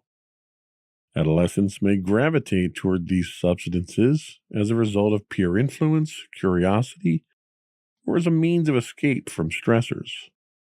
The absence of meaningful challenges may contribute to the allure of such behaviors as a form of experimentation. The fourth category pertains to unsafe driving or riding behaviors. This encompasses actions like texting while driving, driving under the influence of substances, failing to wear seatbelts, or being in a vehicle with an impaired driver. Similarly, riding a bike under the influence or without proper safety gear falls within this category. The lack of constructive challenges can prompt adolescents to engage in these hazardous actions as a way of seeking excitement or asserting independence. The final category concerns poor self-care behaviors. This involves inadequate attention to physical and mental well-being, including unhealthy eating habits, insufficient sleep, sedentary lifestyles, and excessive screen time on social media and electronic devices. The absence of positive challenges and productive outlets may lead adolescents to neglect self-care, resulting in various health and emotional issues. The innate drive of adolescents to seek challenges and take risks is a fundamental aspect of their developmental journey. However, when constructive challenges are lacking, adolescents may resort to unhealthy behaviors. Recognizing the correlation between the absence of healthy challenges and the adoption of risky actions is crucial in shaping interventions and programs that foster a balanced and constructive adolescent experience. By providing opportunities for positive challenges, society can contribute to the cultivation of responsible decision-making and the overall well-being of teenagers. So, what role do you think the absence of meaningful challenges plays in teenagers' decisions to experiment with substances like alcohol and tobacco? Well, we actually recently did some drug projects in health when it came to, like, you pick a substance, you research it, and you talk about the dangers and why you shouldn't be using it and so forth. And one of the categories we could talk about, or topics related to our drug, is who uses it and why. And adolescents, like, in a lot of the substances, like, adolescents would use them, and they were like one of the target demographics for it. And I feel like because they would have, like, either they just wouldn't have healthy or had the absence of healthy challenges, it would pretty much, like, they would end up resorting to such substances as either a means of escape, as a way of, like, just feeling like they were, like, in forms of, like, empowerment. Because, again, like, drugs kind of affect you mentally and physically. And a lot of teens would probably use that in the sense of, like, oh, I don't feel great right now. Maybe I'll take this and it'll make me feel better. Or it'll alter their perception of reality to make it seem better than it actually is. That's a very good point. Very well thought out. So there are healthy challenges for teens as well. The journey of adolescence is marked by a crucial need for healthy challenges to foster growth, with parents holding a pivotal role in guiding their teenagers towards constructive avenues that expand their horizons. A range of options exist for parents to facilitate these beneficial challenges. One is outdoor adventure therapy. Encompassing activities such as rock climbing, kayaking, and ropes courses, these experiences are designed to cultivate problem-solving skills and self-reliance, leading to enhanced self-esteem and stronger interpersonal connections. Engagement in sports. The realm of sports provides teenagers with an environment to test their physical and mental limits. Within a supportive framework, they can explore their capabilities and extend them to new boundaries. Engaging in creative endeavors like art, theater, and stand-up comedy presents teenagers with meaningful challenges. These challenges can gain prominence when they present their creative work to an audience, encouraging confidence and personal growth. Activities such as indoor rock climbing, roller coaster rides, and visits to theme parks offer teenagers a controlled outlet for their innate desire for excitement and thrill-seeking. Venturing into uncharted territories by learning new skills through lessons or partaking in family activities like river rafting opens avenues for teens to challenge themselves while enjoying familial support. While encouraging healthy eating habits is beneficial, parents must tread carefully to prevent it from evolving into disordered eating behaviors, especially among those susceptible to eating disorders. Engaging in roles like camp counselors, club memberships, or after-school classics, not classics. The old sorry. after-school classics, Tom and Jerry, you know. Engaging in roles like camp counselors, club memberships, or after-school classes exposes teenagers to unfamiliar environments, encouraging them to transcend their comfort zones. And finally, we have embarking on travel adventures, which you'll be going on in the not-too-distant future. The prospect of studying abroad or participating in group trips introduces teens to novel challenges and risks, enriching their growth through diverse experiences. Teenagers are inherently inclined to seek challenges that stretch their boundaries and offer excitement. Parental guidance is paramount in channeling this natural inclination toward healthy challenges that facilitate growth while mitigating potential risks. By providing platforms for outdoor exploit, participation in sport, creative expression, controlled excitement, skill acquisition, balanced nutrition, social engagement, and exploration through travel, parents can empower their teenagers to embark on a journey of personal development and self-empowerment. So how can parents support their teenagers in exploring new activities and venturing into unfamiliar territories while ensuring a balance between challenging experiences and safety? Well, I think the idea is one of the main ones is finding a good balance between how involved the parent is, because you don't want to completely hover over your kid the entire time and dictate what exactly they're going to be challenged with, or tell them how to face the challenges on their own, or just give them too many pointers and so forth. But you also don't want to completely throw them into a challenging situation without any sort of guidance, because that's a good way for them to engage in more dangerous activities as a result without, the proper guidance and way to at least have a little bit of a steering toward the right path. Now, do you think that Mommy and I provide these challenges, these constructive challenges, to you in an appropriate manner and sufficient volume to keep you challenged? Do we not challenge you enough? Are we challenging you too much? What are your thoughts on that? I feel like you guys, it's not an often sort of thing, but you guys definitely try to provide challenges for me. I either challenge myself more than you guys do, or I refuse to challenge myself. It's an interesting streak. Occasionally you guys will give me certain challenges to overcome, and most of the time I'm fine with that. Most of my challenges and not challenging myself can usually come from myself. See, and in my experience, there's really two types of challenges that you tend to face. Either it's a creative, fun, artistic, expressive type of challenge, like making a picture for a special occasion or something like that, and you excel at those. Then there's the uncomfortable challenges where we try to kind of get you to step outside your boundaries, your comfort zones a little bit, and expand your boundaries.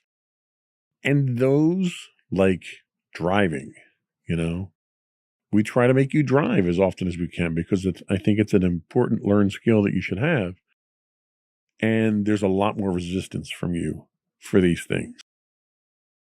Do you agree with that? Do you think that there's challenges that you are always going to be resistant to unless it's kind of forced down your throat?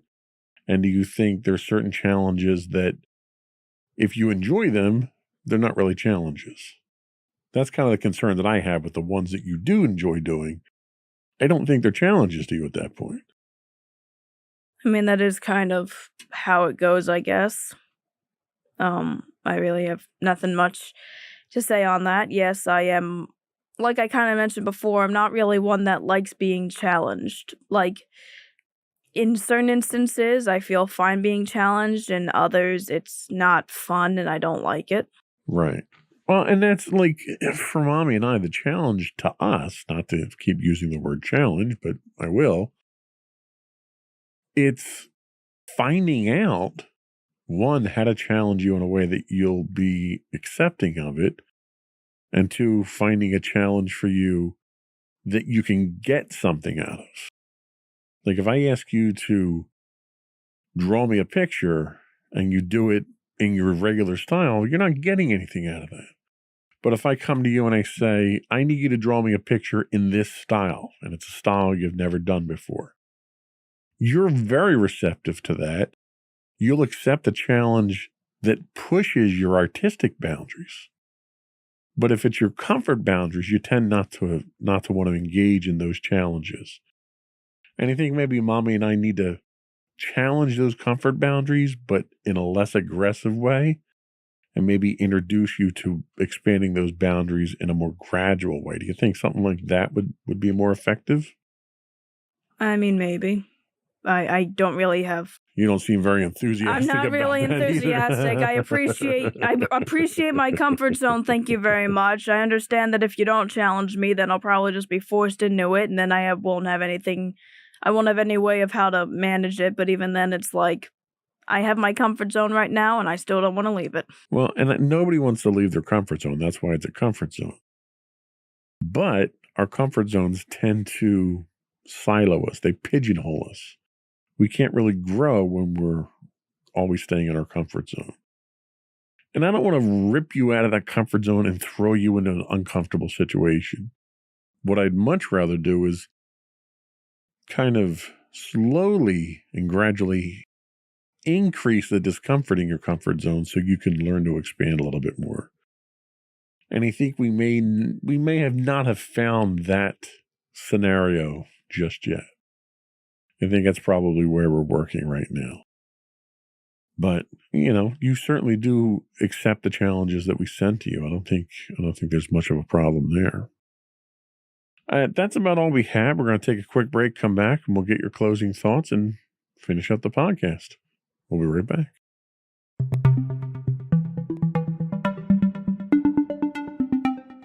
All right, so to everyone out there, I just wanted to mention that challenges are a part of life, and it's not really something we can entirely avoid.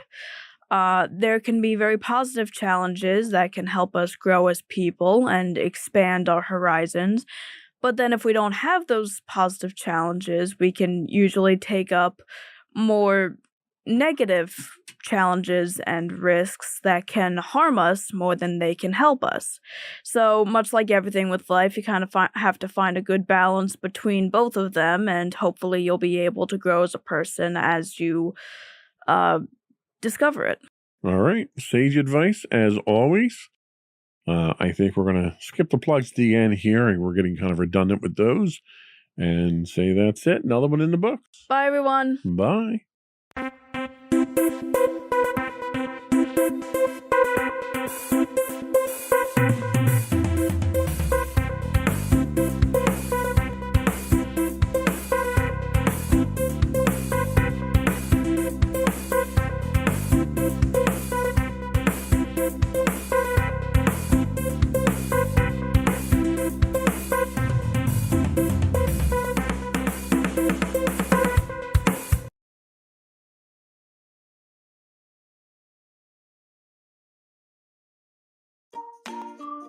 Insightful podcasts by informative hosts.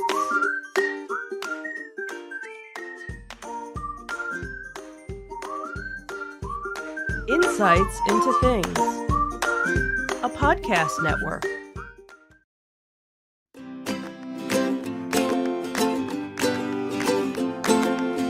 Welcome to Insights into Teens, a podcast series exploring the issues and challenges of today's youth. Your hosts are Joseph and Madison Whalen, a father and daughter team making their way through the challenges of the teenage years.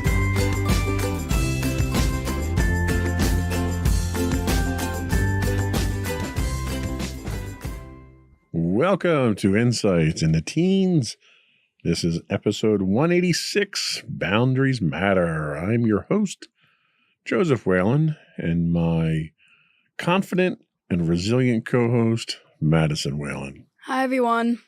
How are you doing today, Maddie? I'm doing all right. Okay. I know it's been quite some time since we've been on the air for fresh podcasts. Yep. I think our last podcast was, early December? About, yeah. We had planned on taking the time around the holidays off, which we did, and we were going to start back up after the holidays. Then I came down with a cold, and you came down with a cold, and this and that, and everything else. And we had various reasons that kept us out of the studio. But we are back. We are live as of right now, although when people watch the recording, we won't be. We'll be alive, but not live. Yep. Any big announcements? One big announcement. We picked up an affiliate podcast on the network. Sam, our host of Insights into Tomorrow, has started up his own gaming podcast, No Credits Rolled. He's up to episode 4 on that. Both episodes will be coming out. Episode 3 and 4 will be coming out on Monday. So that's exciting. Anything else exciting that we've got to catch up on? I mean, there probably is stuff. It's just I can't really think of anything right now. See, next time we're off this long, we kind of have to make a list of things. That's true. But today we're talking about boundaries matter. Healthy boundaries are crucial for adolescents to cultivate positive relationships and maintain mental well-being. Addressing unhealthy boundaries and potential relational trauma is achievable, leading to the development of authentic connections through healing and supportive relationships. On today's episode of Insights into Teens, we'll discuss where healthy boundaries end and unhealthy ones begin, and how to deal with such circumstances. But before we do that, I want to take a moment to invite our listening and viewing audience to subscribe to the podcast. You can find audio versions of this podcast listed as Insights into Teens, and you can find audio and video versions of all the network's podcasts listed as Insights into Things. And we're available on Apple Podcasts, Spotify, Google, iHeartRadio, etc. Pretty much anywhere you can get a podcast these days. I would also invite you to write in, give us your feedback, tell us how we're doing, give us suggestions on what you'd like us to talk about. You can email us at comments@insightsintothings.com.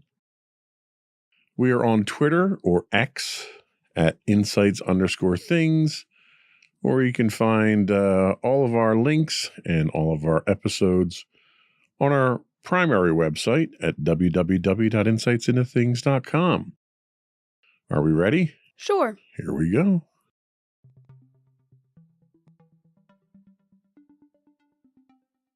So the purpose of boundaries. Navigating the complex landscape of relationships and maintaining our mental well-being can feel like a real challenge, especially during our teenage years. That's where the concept of healthy boundaries steps in, becoming a fundamental aspect of our lives that shapes the way we connect with others and safeguard our emotional and psychological health. Imagine healthy boundaries as the invisible threads that weave our connections together. They're more than just limits, they're the bedrock upon which positive relationships are built, ensuring that our emotional and mental landscapes remain intact. These boundaries are like the signposts that help us define what's acceptable and what's not, all while nurturing our sense of self-respect and individuality. They are the secret ingredient that turns ordinary interactions into genuine and enriching relationships. Our journey towards understanding boundaries often begins with our caregivers, our parents, or primary role models. They teach us, both through their words and actions, about the unspoken rules of engagement in the world. But sometimes, when boundaries seem blurred or even dysfunctional, it might be a sign that the family dynamic has encountered disruptions, possibly linked to what we call relational trauma. Unpacking and addressing these issues becomes a vital step in forming healthy boundaries. What's truly remarkable is that we have the power to rewrite our boundary narrative, even if our early lessons were unclear. Adolescents are incredibly resilient beings, capable of learning the art of authentic connections despite past setbacks. Rebuilding relationships with our parents is a crucial starting point. This mending process equips us with the foundation we need to establish secure and healthy boundaries. Building strong connections with mentors, friends, and role models like teachers, counselors, and therapists further enhances our understanding of boundaries and real, heartfelt interaction. Boundaries are like shields that protect our emotional and mental sanctuaries from external intrusions, all while ensuring we don't inadvertently hurt others. There are 3 major types of boundaries, including physical boundaries. These are the invisible bubbles that define our personal space. They determine who can enter our personal zone and under what circumstances, shielding us from unwanted physical contact and giving us the comfort we need. There's also emotional boundaries. Think of these as your emotional guardians. They keep out negative emotional energies from others, preventing manipulation and ensuring that no one exploits our feelings. We also have mental boundaries. These are the guardians of our thoughts. They fend off hurtful words, ideas, and judgments, preserving our sense of self-worth and mental well-being. And what are the rewards of these healthy boundaries? Well, they're enormous. A solid boundary system empowers us to take control of our emotional, mental, and even physical health. By setting boundaries, we're sending out a strong signal that our well-being matters, and we demand respect and protection. These boundaries pave the way for mutual respect and understanding in our relationships, creating an environment where genuine connections can thrive and flourish. Healthy boundaries aren't just limits, they're the very fabric that holds our emotional balance and our capacity to form real, meaningful relationships.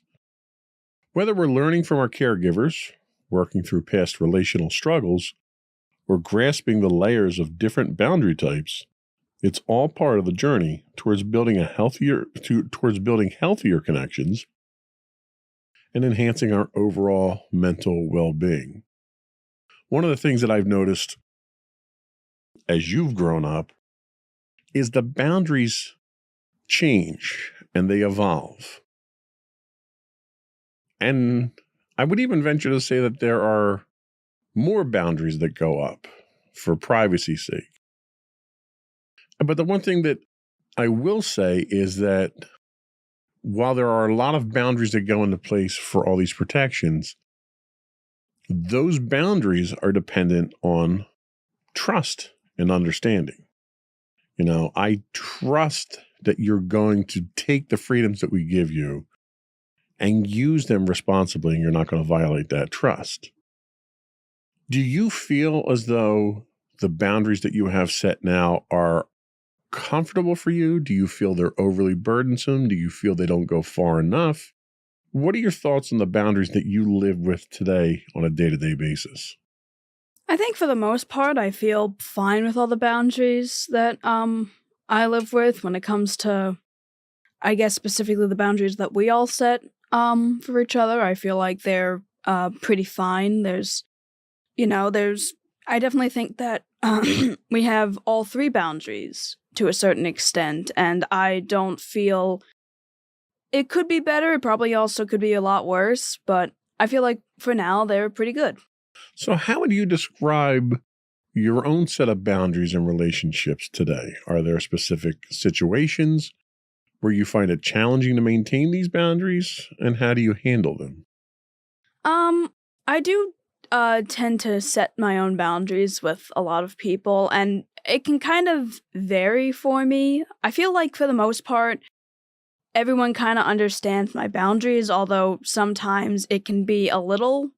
Like, there's small instances where my boundaries are kind of crossed, but it's never anything, like, super serious. It's just, I need to probably communicate a little better. But other than that, I have, like, set boundaries for some people and other boundaries for other people.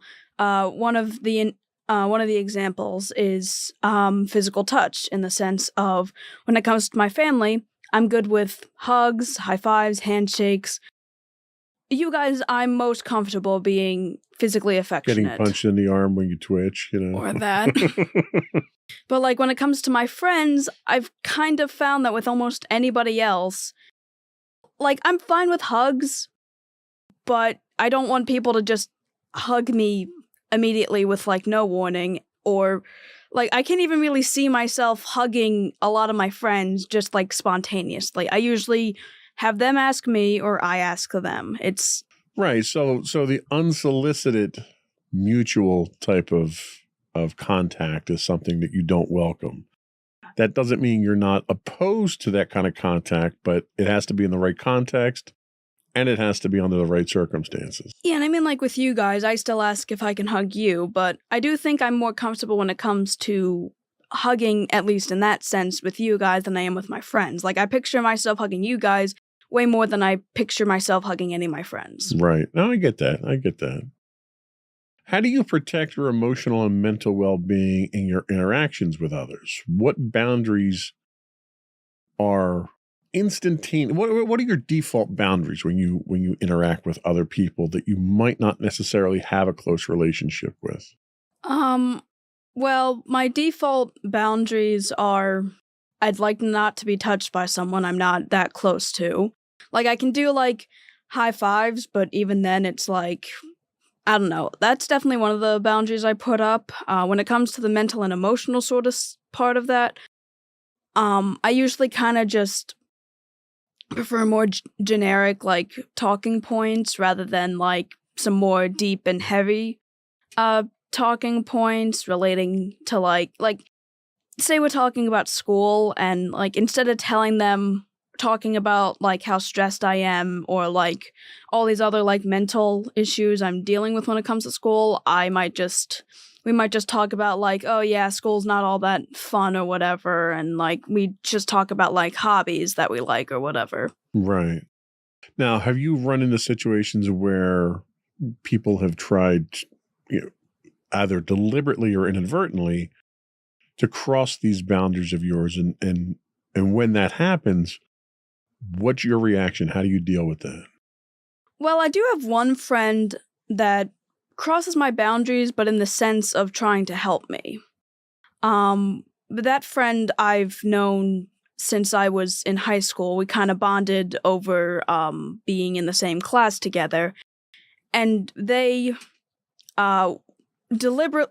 I remember they told me that they deliberately want to push my boundaries so that I can, experience more things, because I kind of shelter myself a lot, and that's what I'm comfortable with, and they want to take me out of that comfort zone and actually experience new things, which I feel like is, a genuinely good thing. It's just, I'm not always super comfortable with it.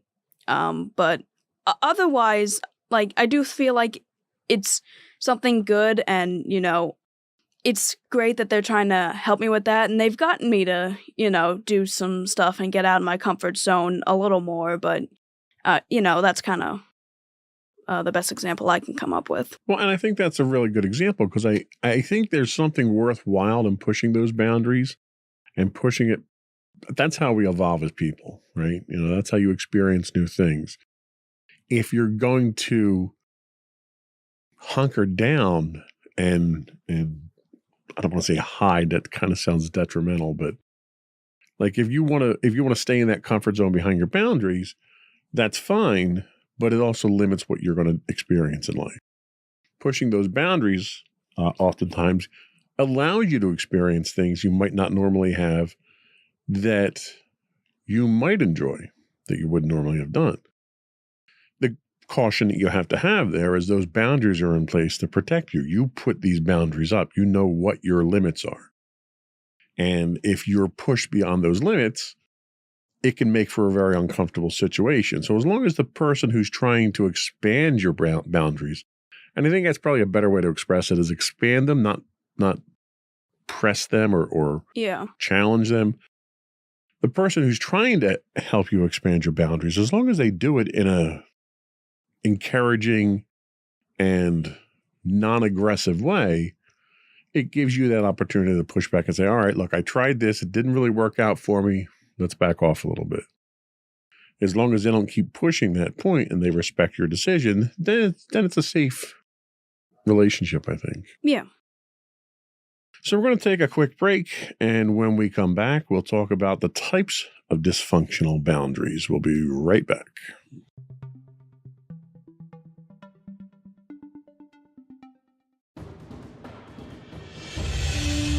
For over 7 years, the Second Sith Empire has been the premier community guild in the online game Star Wars: The Old Republic.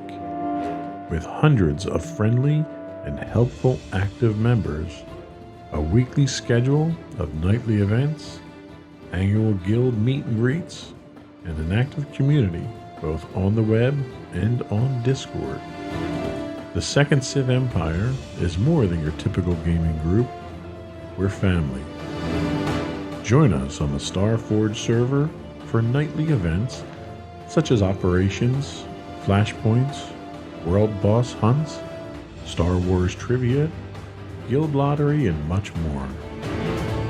Visit us on the web today at www.thesecondsithempire.com.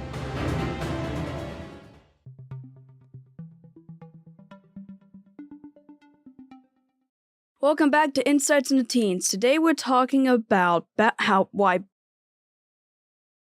I was not prepared for this. That's okay. Today we're talking about why boundaries matter. And now we're going to talk about types of dysfunctional boundaries. Dysfunctional boundaries can manifest in distinct patterns, creating challenges in how we relate to others and navigate our emotional landscape.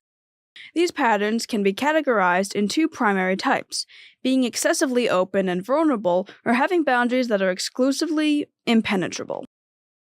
When our boundaries are too open and vulnerable, we become highly receptive to the influence of others' words and actions, impacting us profoundly on emotional, mental, and even physical levels.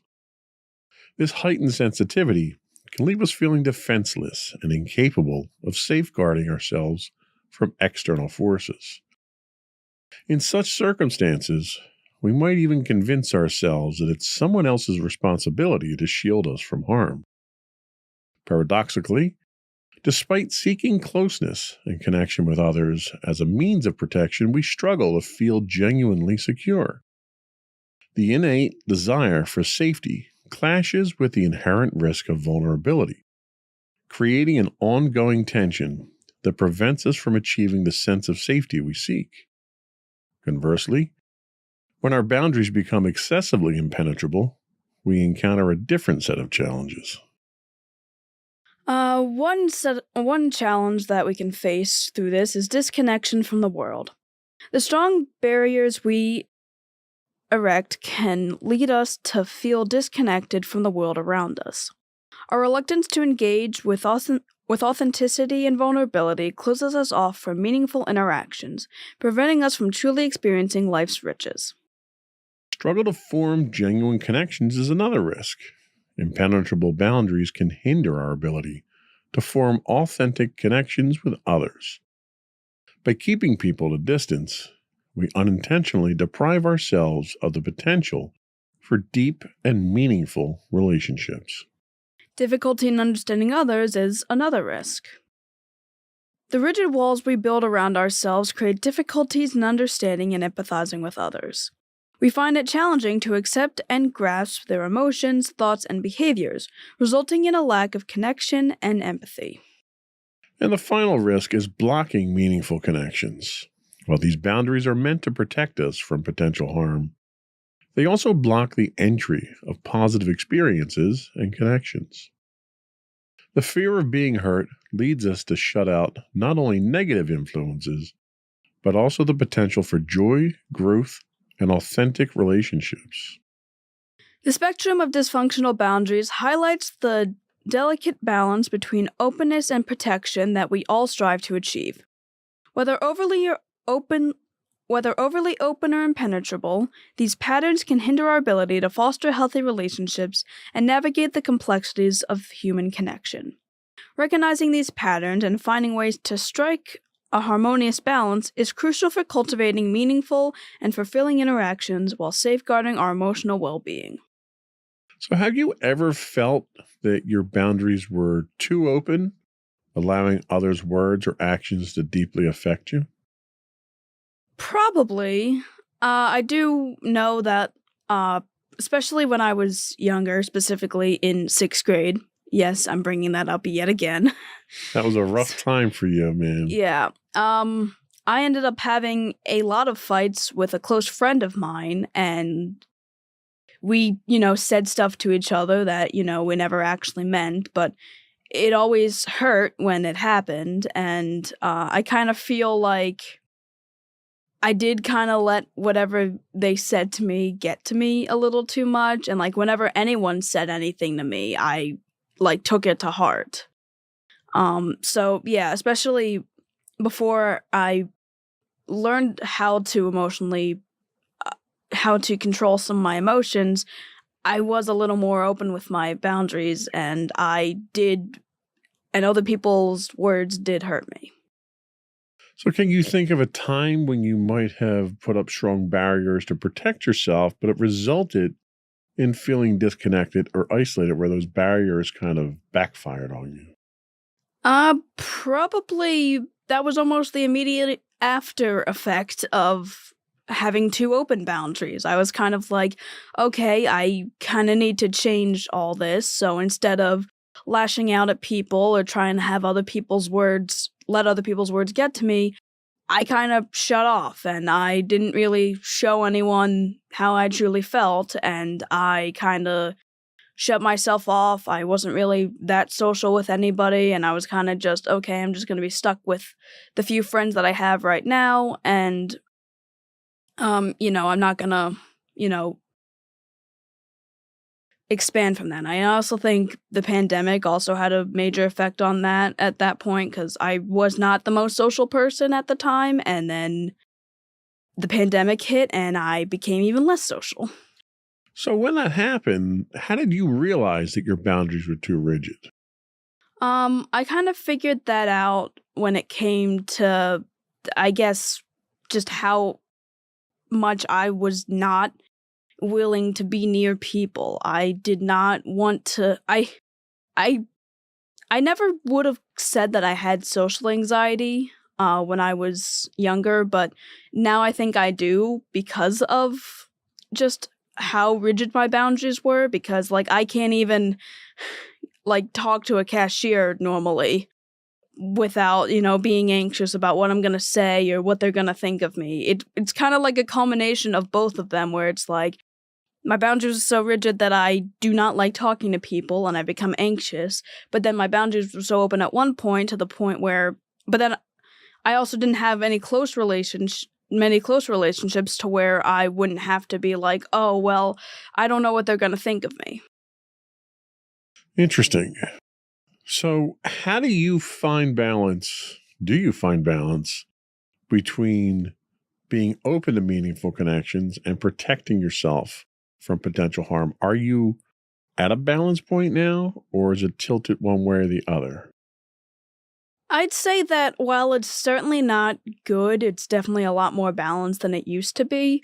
I have friends and people that I rely on when it comes to needing to be mentally and emotionally vulnerable to people. And, that kind of helps me get through some of the issues that I have. In other instances, I've also kind of shut out people or not really engaged with people who I don't really think would help me in those situations. While it could definitely be a lot better than it is now, because I'm still kind of struggling with it, I definitely think it's a lot better. I have kind of a system with it now, so it's at least a little better than it was. Okay, that makes sense. Now, that's with people outside the immediate family there. How do you find your balance with family members now? I know we don't see a lot of the extended family as frequently as we used to. And one of the things, the proverbial, hugs from the rest of the family, or the infamous pinching of the cheeks and all that stuff. Do you find when you have those limited interactions with the extended family that your boundaries are at a comfortable level, or do you think you need to make adjustments? There's some adjustments I need to make with some of my family members, but otherwise, a lot of them are really, I don't really know what the best word is, but a good portion of them understand the idea of consent, and I've made it clear to them specifically my boundaries when it comes to physical touch, and now they always ask, like, if I actually want a hug, and, they always make sure to ask before going in for a hug. I still have some family members that I haven't directly told that with, and they, just kind of hug me without asking, which, it kind of gets me a little uncomfortable, but, it's something I can probably work on. Now, do you feel, for the most part, that you're setting your boundaries and those boundaries aren't being set for you? Or do you feel that it's more an outside influence setting those boundaries? I think it can be kind of mixed between that. I certainly have my own boundaries when it comes to a lot of things when it comes to my interactions with other people. But when it comes to other people setting boundaries with me, I always make sure to respect them. And there's there's certain instances where I provide that vulnerability for my friend, or we kind of just joke around often enough, and we're kind of just an escape from reality with each other. I feel like, they all have their own boundaries with me, and if I ever accidentally cross their boundaries, they'll let me know. Okay. So the notion of boundaries expands into the concept of containment, which involves safeguarding others from our physical, emotional, and verbal behaviors. This dual aspect of containment, its absence and its excess, both serve as indicators of dysfunctional boundaries that have far-reaching implications in our interactions. The lack of containment can be traced back to two primary sources. Firstly, growing up with a parent who displayed uncontained behavior can influence a child to mimic similar actions. Additionally, when caregivers fail to address dysfunctional behavior in a child, it can contribute to a lack of containment. The behaviors associated with a lack of containment encompass encroaching on personal space by standing too close to others, invading boundaries by touching people or their belongings without seeking permission, engaging in unfiltered speech that may lead to hurtful remarks, reacting impulsively without considering the potential consequences, struggling to manage emotions or energy resulting in emotional outbursts, and evading personal responsibility by placing blame on others for one's actions. Dysfunctional boundaries can also manifest as an excessive sense of containment, effectively constructing emotional walls. This pattern gives rise to distinct behaviors such as rarely initiating physical contact with others due to apprehension or discomfort, suppressing personal desires and needs due to the anticipation that they won't be fulfilled, intensely focusing on avoiding any actions that might upset or offend others, often at the expense of one's own authenticity, and striving for perfectionism as a defense mechanism against the deep-seated fear of abandonment. The interconnectedness between boundaries and containment is of great significance. Dysfunctional boundaries can manifest as either a lack of containment involving behaviors that disregard personal boundaries, or excessive containment, which results in emotional detachment and avoidance of authentic self-expression. Recognizing these patterns and delving into their underlying causes is pivotal in the journey to foster healthier, more balanced, and meaningful interpersonal interactions. So have you ever experienced or witnessed situations where someone's behavior felt uncontained, like invading personal space or reacting impulsively? I actually have two examples of friends, one that was a while ago and one that's actually more current, where I do feel like their boundaries, they were kind of uncontained. I had one friend who, like, it was the friend that I also kind of fought with when I was younger. I don't really know if they understood the concept of boundaries, but they certainly had instances where they clearly broke boundaries. They were way more comfortable in certain things, and they thought that doing certain things was fine when it really wasn't. And then I have a friend currently now that is in my gym class, and I have like a group of friends there, and they all started to have issues with this friend because they would like touch them like spontaneously, and one of them is very insistent on the idea of consent when it comes to being touched, and there was like conflict between them, and they ended up, I think, fighting over it, or like they had friends that fought over it because of it. And I'm still friends with that person, but I have noticed that like they do tend to, touch their friends without really asking, and I don't really think it's necessarily their fault, but it certainly is something to consider. Interesting.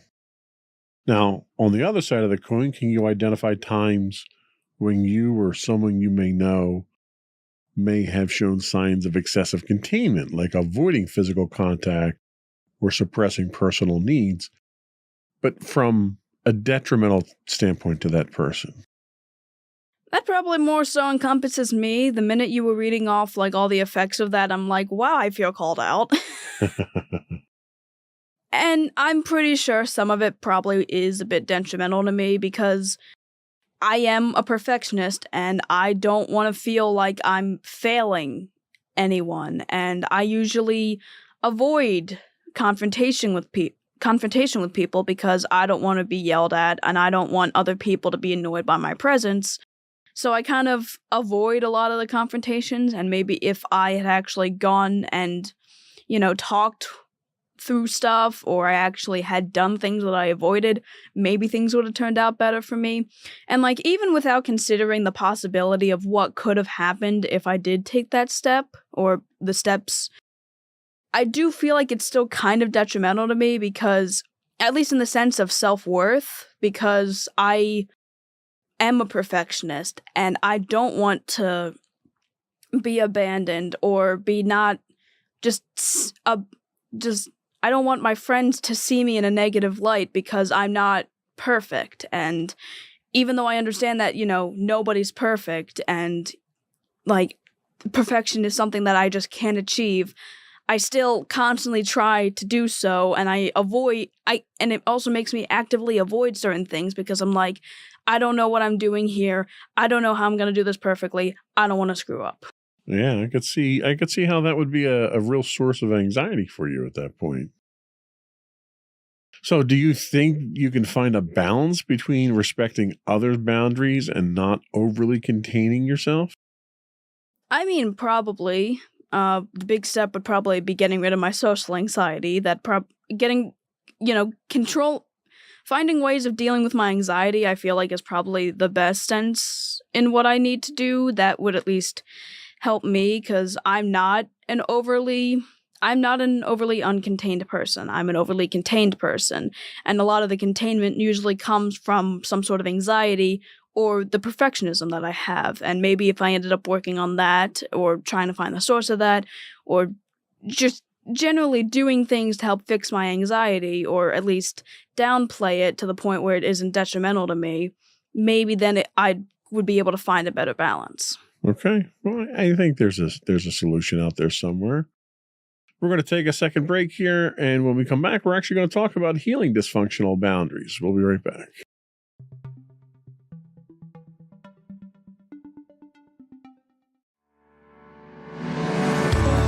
Insights into Entertainment, a podcast series taking a deeper look into entertainment and media. Our husband and wife team of pop culture fanatics are exploring all things from music and movies to television and fandom. we'll look at the interesting and obscure entertainment news of the week. We'll talk about theme park and pop culture news. We'll give you the latest and greatest on pop culture conventions. We'll give you a deep dive into Disney, Star Wars, and much more. Check out our video episodes at youtube.com/insightsintothings. Our audio episodes at podcast.insightsintoentertainment.com, or check us out on the web at insightsintothings.com.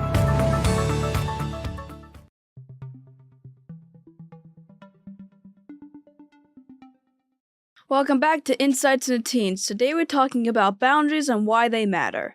And now we're going to talk about healing dysfunctional boundaries. Therapists are equipped with a diverse array of methods to guide adolescents and families through the journey of healing dysfunctional boundaries. This process commences with the essential step of identifying the unhealthy patterns and behaviors that have taken root. Questions will tend to emerge. Are we too vulnerable or too closed off? Are we transgressing boundaries or maintaining an excessive distance? For those who have encountered relational trauma, specialized therapists play a pivotal role in helping clients pinpoint triggers that lead to unhealthy behavior stemming from these dysfunctional boundaries. The key focus is on clients striving to enhance containment. This involves honing skills in emotional regulation, allowing individuals to tap into self-soothing mechanisms, and reducing reliance on nervous verbalizing or overdependence on external sources for comfort. Several therapeutic modalities are harnessed to treat dysfunctional boundaries and relational trauma. So, first up, we have good luck with that one. Dialectical behavioral therapy, or DBT. DBT offers a structured approach that aids individuals in acknowledging and managing the unhealthy behaviors that often mask underlying issues. Collaboratively with therapists, clients craft strategies to modify these patterns, fostering positive changes. You also have cognitive behavioral therapy, CBT. With CBT, individuals embark on the journey of recognizing and reshaping negative thought and behavioral patterns. This shift gradually cultivates a more optimistic mindset and constructive actions. There's also mindfulness. The adoption of mindfulness practices such as yoga and meditation nurtures heightened self-awareness. This, in turn, acts as an emotional shield, imbuing tranquility and fostering sensitivity to respecting the boundaries of others. There's also somatic therapies. Delving into somatic therapies underscores the interconnectedness of the body and mind. These therapies prove particularly beneficial for those on a journey of trauma recovery, addressing emotional and physical aspects. And finally, there's experimental therapies. Creative modalities like art therapy, music therapy, adventure therapy, and... So that's experiential therapies, not experimental therapies. Experiential. Okay. Just to clarify. Yeah. For those at home. Yeah. Sorry. Creative modalities like art therapy, music therapy, adventure therapy, and... Equine therapy. You know what that is? No. Horses. Oh. Grooming them, riding them, taking care of them. Anyway, they all offer alternative avenues for self-expression. Beyond this, they bolster self-esteem and create platforms for communication when verbal articulation might pose challenges, like right now. The spectrum of strategies employed by therapists reflects their commitment to aiding teenagers and families in the journey towards healing dysfunctional boundaries. The emphasis spans from recognizing the unhealthy behaviors and their triggers to engaging in the proper therapies suited for the unique situation and patient. These multifaceted approaches combine forces to steer individuals through the labyrinth of relational trauma, nurturing healthier patterns of interaction and expression. Now, one of those we've talked about numerous times, mindfulness, on the podcast itself, which I know we've tried some of that stuff. And some of these things, while not done under the guise of a professional therapist, some of these things we've kind of tried ourselves. I mean, your version of equine therapy is really feline therapy for you. One of your emotional support animals that we have around the house, we got a bunch of them, are cats. How do you kind of tap into these things, these different therapies that might not register immediately as a therapy, to try to bring that balance of these boundaries to you? Well, usually they kind of like with everything, they kind of allow me to kind of step back and, focus on something that I am comfortable with. If someone ended up crossing my boundary, or if something happened with that made me uncomfortable, I can take some time, step back, do something I enjoy, spend some time with cats, and just chill, pretty much. Just chill. Yeah. I mean, that's probably the ultimate therapy out there, is just getting yourself to that comfort state. So when thinking about your own boundaries and relationships, can you identify any patterns that might be considered unhealthy, like being too open or too closed off? I think I've mentioned it before that I do think I'm a little too closed off when it comes to things, and I guess that's also why I have a friend that wants to expand my boundaries, because I limit myself a lot, and I understand that I limit myself. You guys have also mentioned how I limit myself in the sense of, while I'm able to go out and drive and I have that freedom, I don't. I've only done it once, and I kind of don't want to do it ever again. What are your thoughts on using creative or experiential therapies like art therapy or equine or feline to address relational issues and boundaries and problems? Again, I feel like they can kind of be a way to step out of that reality and into another reality that is either something you can do creatively or something that just makes you feel good. I feel like you normally use that sort of stuff as a way to step back from issues that stress me out or things that don't make me comfortable, as a way to find a sense of comfort and to, like I said, chill. And I feel like a lot of people could benefit from having something that can help them calm down if they've had a stressful day, or if someone said something to them that they didn't like, or if just any really bad thing happened. That, I hope everyone has at least something that they can go to that makes them feel calm, or at least makes them feel good.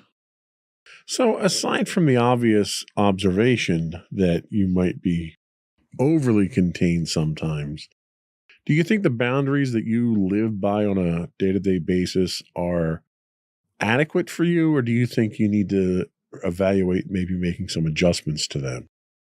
I mean, I probably need to make adjustments to the fact that I don't really like talking to strangers, and my boundary is kind of like, if you want to talk to me, you come up to me and do so. And because obviously there's going to be instances where I'm going to have to go up and talk to somebody else, like at a register.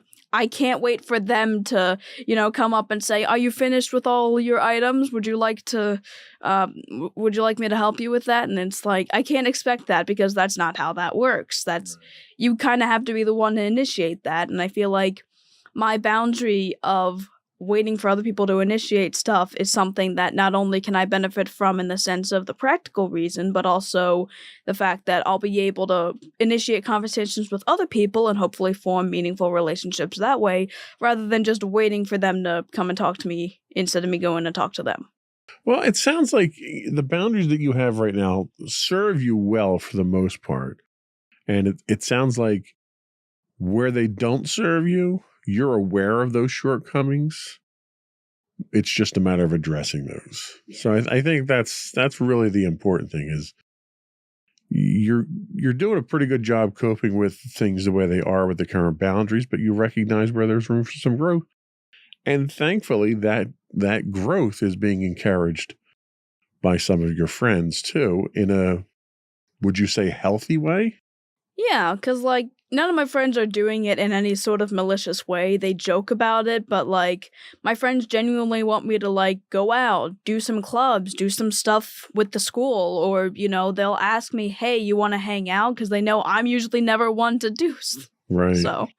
Well, that's good. It's good that they're encouraging you instead of pressuring you. I think that itself is indicative of, one, good friends, two, boundaries that can be expanded without too much pain. So I think that's a good thing. But I think that was all we had for the topic and the show today. We're going to take a quick break, come back, and we'll get your closing thoughts and remarks. We'll be right back.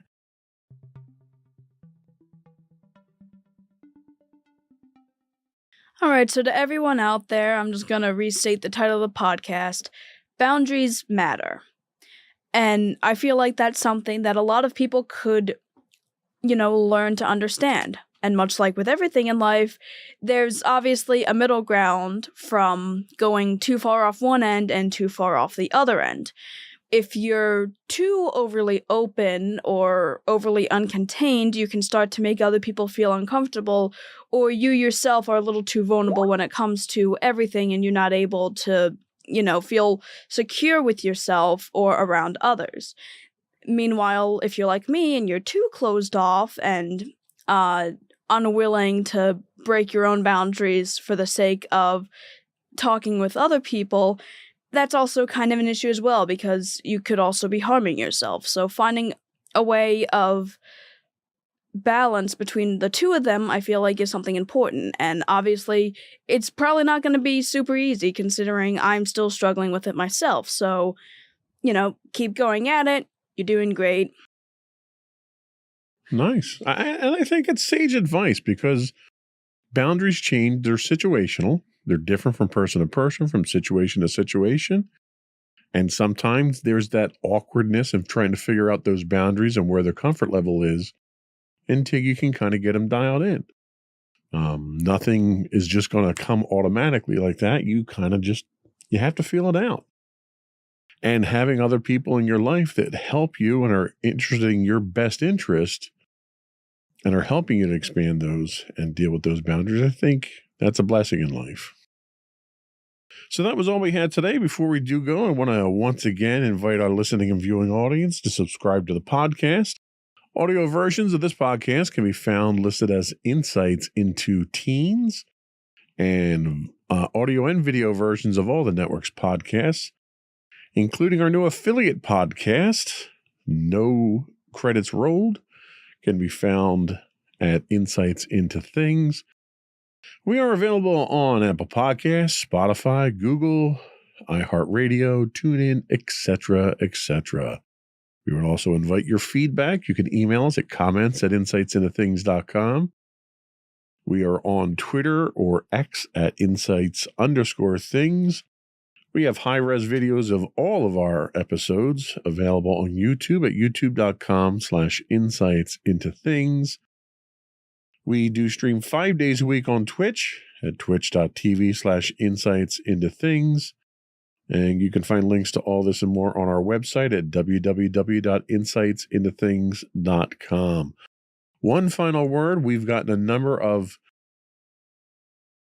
folks reaching out to us about appearing on the podcast. We are working through those requests now to try to schedule interviews and get them on the calendar now that we're back to recording, and hopefully we'll stick to recording consistently with all the podcasts moving forward. So I appreciate everyone's feedback. We will be reaching out shortly to set things up, and hopefully we have some exciting podcasts coming in the near future. But that's it for today. Another one in the books. Bye, everyone. Bye.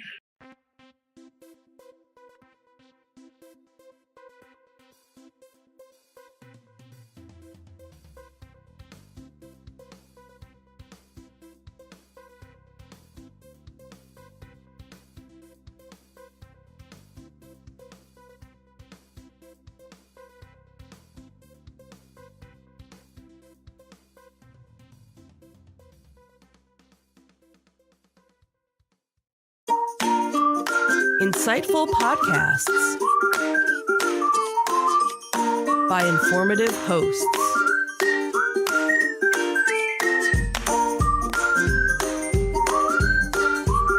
Insights into Things, a podcast network.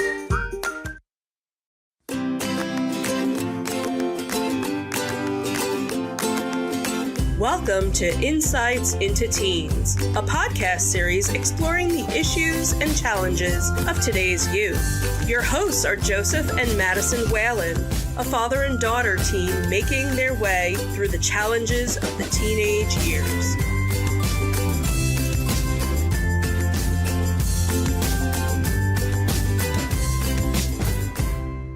Welcome to Insights into Teens. This is episode 189, Technology Addiction. I'm your host, Joseph Whalen, and my creative and insightful co-host, Madison Whalen. Hi, everyone. How you doing today, Maddie? I'm doing all right. How about you? Doing as well as it can be with another 80-degree day out there. Fair enough. We have a little bit of background noise today. We actually cranked up the air today in the studio here, so for those of you listening live, I apologize for that. We'll filter that out in post. We can fix anything in post, right? Usually. So how you been? It's been a couple of weeks since we did a podcast. What's going on? Anything new? I'm not really sure. Just trying to get through life and so forth. Wow, that's deep. Okay, didn't mean it to be like that. I'm just going, I guess. So today we're going to talk about technology addiction, which I consider myself a subject matter expert on, just putting that out there to begin with. Mm-hmm. I've been addicted to technology for quite some time now. As you can see. Well, yeah. So technology addiction parallels drug addiction in terms of its impact on the brain.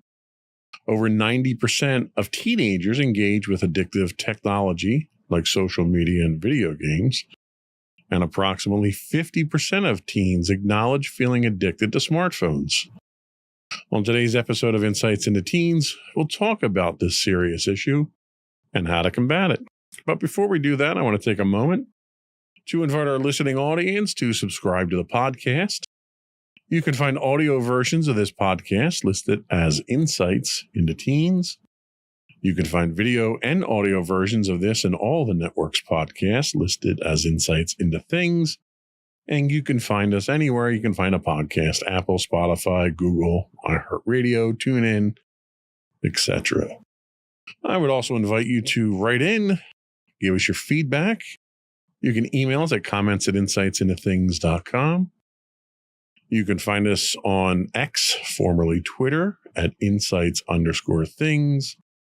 Or you can get links to all that and more on our official website at www.insightsintothings.com. Are we ready? Sure. Here we go.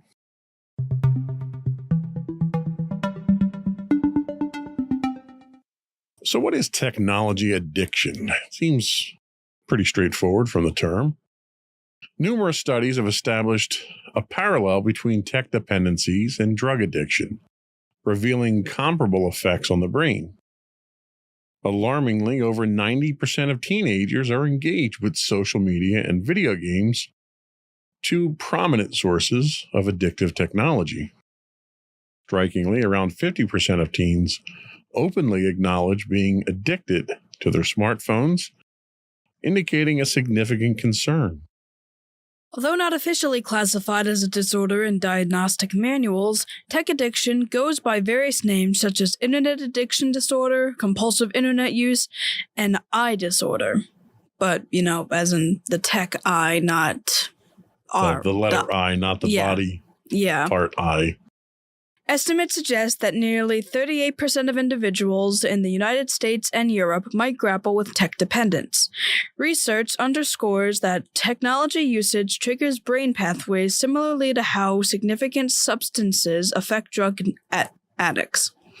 Notably, activities like gaming and social media release endorphins and dopamine, driving cravings for more stimulation. The continuous overstimulation also induces a fight-or-flight response, disrupting biological and hormonal symptoms and potentially leading to mood and mental health disorders. In a pivotal move, the World Health Organization recognized gaming disorder as a mental health condition in 2018. The consequences of technology on mental health extend beyond addiction to encompass issues like teen depression and anxiety. Intriguingly, adults with a history of substance abuse are prone to technology addiction, highlighting a link between various forms of addictive behaviors. Research indicates that teenagers exhibiting internet addiction are more susceptible to substance abuse and eating disorders. This highlights the interconnectedness of different addictive behaviors and substances, emphasizing that the propensity for addiction transcends specific contexts. Safeguarding teenagers from the pitfalls of technology addiction requires a comprehensive approach that acknowledges its neurological underpinnings, mental health implications, and its potential to intersect with other forms of addiction. Raising awareness about tech addiction, fostering healthy technological habits, and encouraging open discussions around digital well-being can contribute to a more balanced and sustainable relationship between teenagers and technology. So how much time do you typically spend? I know you're not a social media person, but how much time do you typically spend on social platforms or playing video games each day? Well, typically, I guess like maybe 7 hours watching videos and then like 2 to 3 hours for video games. Now, do you feel anxious or uncomfortable if you're unable to access your smartphone or the internet? Well, I guess it depends on the situation. If I'm like alone in my room, I'm not like that anxious because like, I'm alone in my room. I'm comfortable there. I don't really need to be I don't need to be on my phone constantly in my room. It's just, regardless, I can find ways of, keeping calm. But like if I'm in like a major social situation where like there's a lot of people around me, like maybe I'm riding the bus or something, I don't really like not having to listen to music. Like there's some instances I'd be fine with it, but if it's like a really crowded area and I can't really listen to it, my anxiety kind of goes through the roof. Now, is that a coping mechanism for other sources of anxiety for being in crowded areas and stuff like that? Or is it more like a comfort blanket to you? I think I kind of use any form of technology as a way to get back into a comfort level, because usually even when I go to like school and so forth, like I have heightened anxiety for a variety of reasons. And I think I like associate technology as a way to like get away from the world and kind of like either go into another reality or just focus on something else so that I don't have to focus on whatever was making me anxious. That's interesting. So your use of technology is more an isolating move than it is as a social outreach type thing. Would you agree with that? Yeah, and like there are a few times that I use it to like talk to friends and so forth, but for the most part, I kind of use it to get away from people is probably the best explanation I can give. So then I guess this next question I want to ask is kind of answered already, but have you noticed changes in your mood or behavior that correlate with your use of technology? And it sounds like for you, it's a positive thing for you to help you cope with other anxieties. Is there any other mood altering or behavior altering effects that you've seen from technology? I mean, if I see something that could bring up like some sort of like news thing or something that mentions something that happened in like a news article or something, that typically like can bring my mood down, because instead of focusing on a different reality or focusing on like someone else, like a commentary sort of thing or something, I am now back in reality and like I'm hearing something that's happening in the world around me and it's like, oh, I don't like that. Interesting. Well, I joked at the top of the show that I'm a subject matter expert on this, and I really am. I mean, I'll be the first one to admit that I have an addiction to technology. You kind of can tell that, especially on like long trips, by the amount of technology that I pack up and take with me. But it's a serious thing. And the studies that we talked about here kind of parallel how the addiction to technology is indicative of addictive behavior in general. And I have an addictive personality. Obviously, you look at me on the screen, I have eating issues. I have weight issues from eating. So I'm addicted to food as much as I'm addicted to technology. So there's definitely a parallel, and there's credence to that. Do you think that the way that you use technology, that you're addicted to technology or not? I guess it kind of depends. Like there's certain things, like, I guess the best example I can give right now is kind of video games, where, well, it's different when it comes to different forms of technology. Because, like, with video games, I can get sucked into it and stay in there for, like, hours. But then it's like when I have free time and, like, the thought of playing a video game pops up, I'm like, I don't really want to do that right now. But then when it comes to, like, watching YouTube videos, I kind of, like, almost absently do it. And, like, I do think I'm at least addicted to that, because it's like I always have to find my phone because it's like I want to watch something and it doesn't even really matter what it is half the time. Well, I mean, to kind of go down that path, you don't watch a lot of television. I mean, you've got a TV in your room. You don't watch it very often. Most of your media consumption is on your phone. Is that correct? Yeah. So in that case, I think it's probably a different use case scenario for you, where I think what they're largely talking about here are people that are addicted to social media, that have to get in there and see what their friends are doing and see what the updates are and reach out to them through that. Or, they're tied to a video game playing online with their friends for hours. It sounds like that's not the case with you. Is that correct? Yeah, not really. Because, again, when it comes to, like, social media, like, sure, there are certain YouTubers I watch that, like, if they have a new video, I'll watch it. But half the time, it's like, the thing is, I actually watch videos on both my tablet and my phone. And for some reason, my tablet now, like, I'm not able to, like, randomize. Like, the videos don't randomize for me, and I have to actually search stuff up. And it's like, it's weird not having it randomized, because, like, I can still have it on my phone. So I've been using my phone for that sort of thing, unless I have a specific thing I search up. And, like, I feel like that's the randomization I get out of it. But it's not really like a checking up so much, unless it's for, like, specific people I watch. It's really just like okay, let's see if there's anything interesting. It sounds almost like you use your phone, you use your YouTube connection like most people watch television. So I don't think it would kind of fall into the same criteria that we're talking about with the technology addictions that we have here, which for your part is a good thing. I guess so, yeah. It's one less anxiety causing thing for you to worry about, because it sounds like it's an escape for you. It sounds like it's a healthy thing the way you use it. That's good. You got one up on me there. I mean, I don't do, like, my thing is I don't do social media. Most of the time. For the most part. I'm on LinkedIn and stuff like that. I very rarely touch Twitter or X anymore. And I hate logging into Facebook. Occasionally somebody will share something with me, a picture or something, and I have to log in, but that's like once every 3 months for me. My use of technology is kind of like, I don't know, it's weird. It's like I wrap myself in it.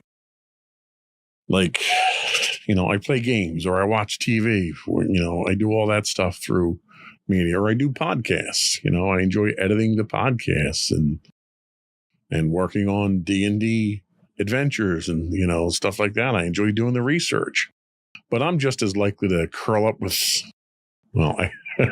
I'd say I'm just as likely to curl up with a book, but even the book's on technology too. So yeah, I use a Kindle reader for my books, but I enjoy reading stuff like that. I enjoy reading about history and technology. And so I don't know, it's an addiction, but I don't think it's as detrimental to me as a substance abuse addiction would be, which I guess is good.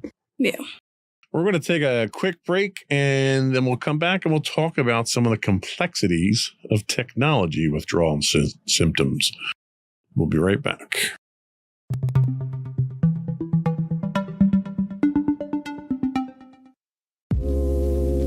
Are you tired of your favorite gaming podcast finishing with a play? Oh, no! Well, check out No Credits Rolled, where we play the games but rarely finish them. How's it going, folks? I'm Sam Whalen, your friendly host at No Credits Rolled, the ultimate gaming podcast, where we dish out the latest scoops and reviews on all your beloved video games. Hey, listen. Not only that, but we spice things up with some guest interviews and even give you, yes, you, a chance to have your say. Tune in every other week for a fresh dose of No Credits Rolled, available on all major podcast platforms, and hit us up on social media at No Credits Rolled. So why wait? Let's dive into the gaming world together, where finishing games is optional, but the fun is guaranteed.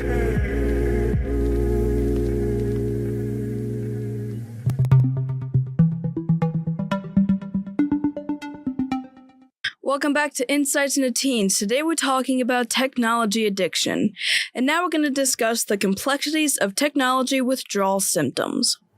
The phenomenon of tech dependence among teenagers has given rise to a range of concerning symptoms, with emotional manifestations akin to those observed in substance abuse and drug withdrawal.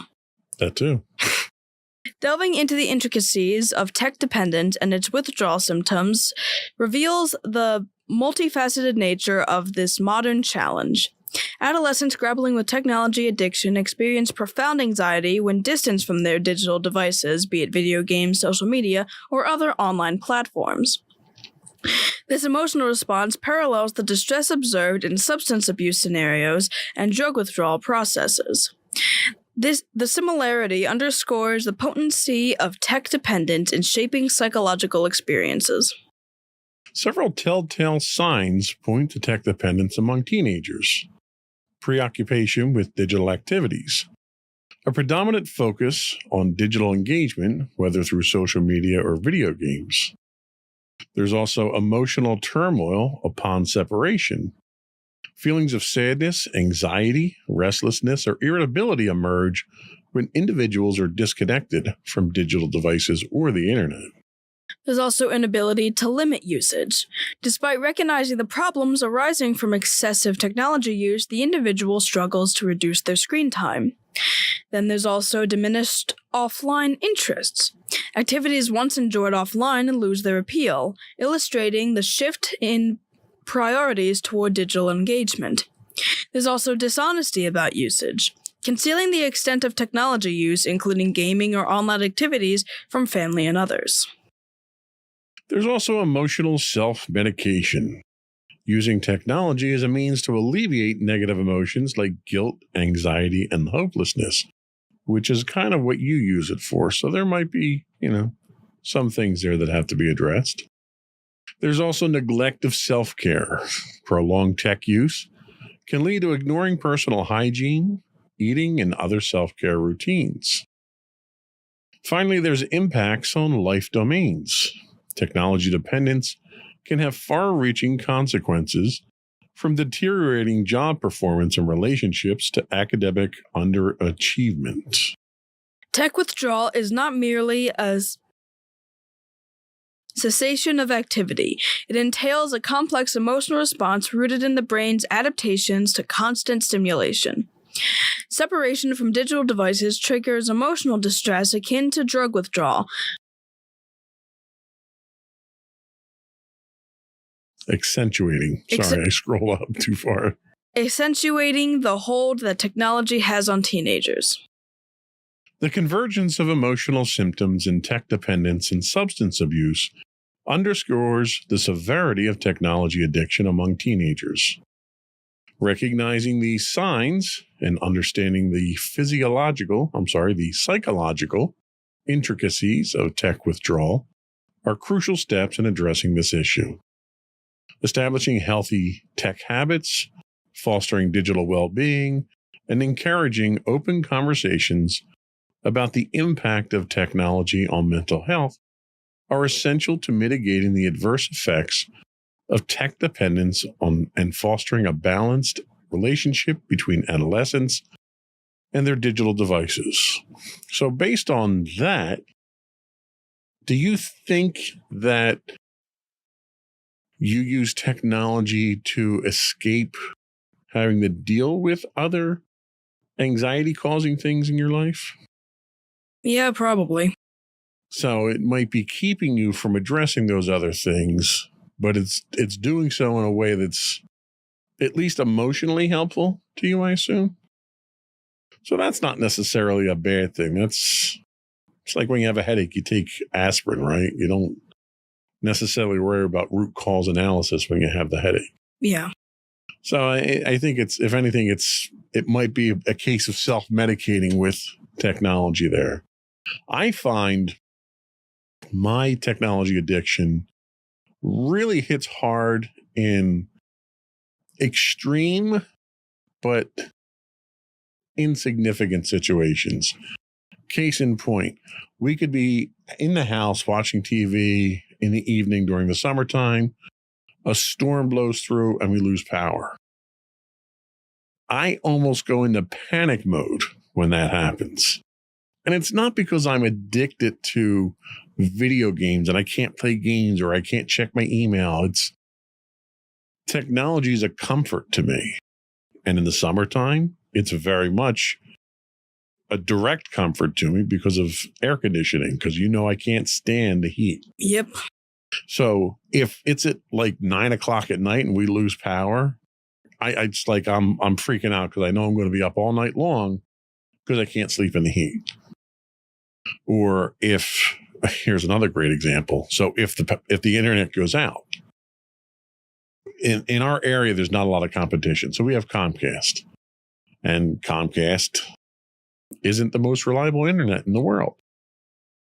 They go down from time to time. And when they go down and I don't have my connectivity, it drives me insane to the point that we went out and got a backup internet with T-Mobile's home internet. So now if Comcast goes down, at least we still have an internet connection. So that's probably a prime way to highlight my internet or my technology addiction. This episode's really more for my benefit, I think, than it is for you. Fair enough.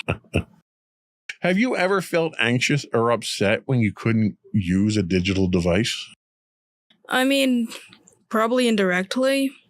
It's more in the sense of I use that technology typically when I'm home and I'm away from everybody and I'm, in a period of I'm just going to rest right now because I just had a really stressful day and I really don't want to be around anybody or do something that isn't this right now. So it's almost like that's how you recharge your battery. You separate yourself from the world, from all the troubles, all the stuff that annoyed you today. You go off, you take your phone, and whether it's listening to music or watching videos or whatever it is,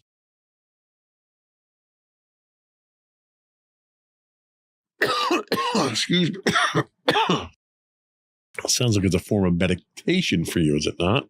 Pretty much, yeah, that's what it is. Do you find that ultimately it helps you in the long run get through difficult times? I mean, yeah, it's like if I was like emotionally distressed during the day, I'm usually able to kind of get over it through that in a way that I wouldn't be able to if I wasn't allowed to step away from everything. Okay.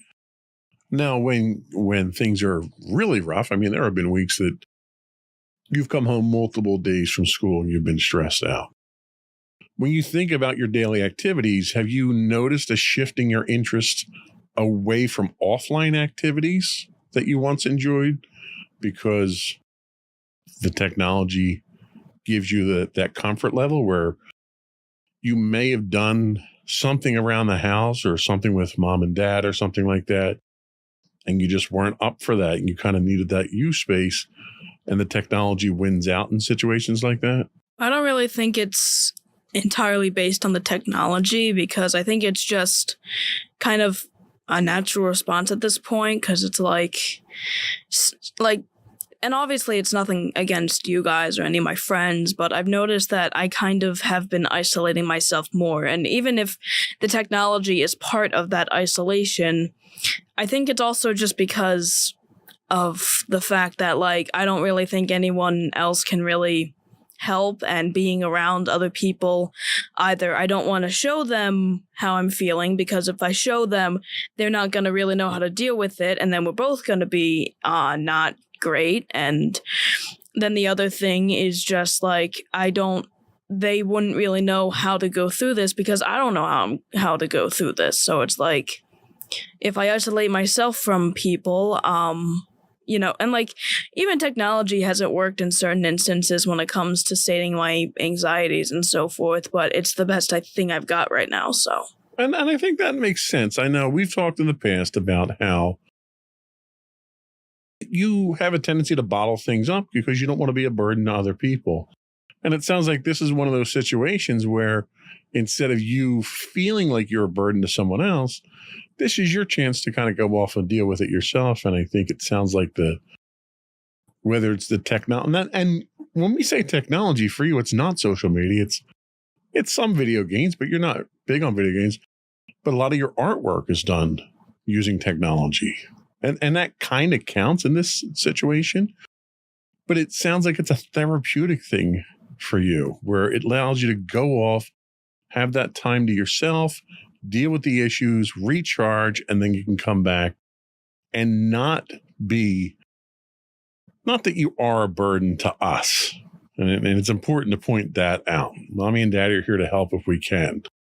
I understand how you don't want to burden us with these problems because you are trying to deal with them yourself. And that in and of itself is admirable. But it sounds like this is a good way to help you through that, where I hate the idea that you have a problem with it, or that you're upset about something and you go off on your own. And I hate the idea of you having to deal with it on your own. And it sounds like you don't. It sounds like this just happens to be something that you use to help out with those things. And that's a good thing. I mean, I think you're constructively using the technology in a way that most kids your age aren't doing it. Most kids your age, the technology tends to be a source of the problem, not a source of a solution for it or a coping mechanism. So I think that's a good thing. Have you ever found yourself using technology to deal with negative feelings or to escape from stressful situations as a means of avoidance? Or is it just a means of getting some level of distance from a problem so that you can then handle it better? It's kind of both. Sometimes I want to ignore what goes on because, like, it's still going to be there when I get back and I still don't know how to handle it. And then other times it's usually just a way to, like, step back and have some time to, like, just think for myself. Now, have you ever actually used technology in a way to address any of these issues? Whether it's research or reaching out to someone else, or maybe commuting with an online community for help, or anything like that, or any self-help stuff that you may be using the technology for, where it's actually helping you to solve the problems? Or is it really just a coping mechanism and a dealing with it type thing? Really just a coping mechanism. Like, I am kind of seeing counselors, so, but I'm not really the one that typically messages them. I usually tell Mommy to, like, say, like, hey, I want to meet with them at blah, blah, blah, blah, blah. And usually she does the whole thing with that. For the most part, I don't really do any of the research or anything like that. Okay. Well, and the reason I ask is there's a lot of resources out there, and we talk about a lot of them here, where when we go and do research for the shows, we find these resources online that, if nothing else, they might offer you some advice, some clarity. I know one of the troubles that we all run into when we have these kinds of anxiety-ridden days is, one, labeling the problems, identifying the problems, labeling them, and then dealing with them. And there's ways that technology can actually help you with that with some of the online communities. So that might be a worthwhile direction to go at some point in time too, just to do your own research and do a little bit of reading on it and educate yourself on some of these things too. to take what you're doing already as a constructive use of technology to the next step. Let's take our last break. And when we come back, we'll talk about depression and technology dependence and much more. We got a lot more to talk about. We'll be right back.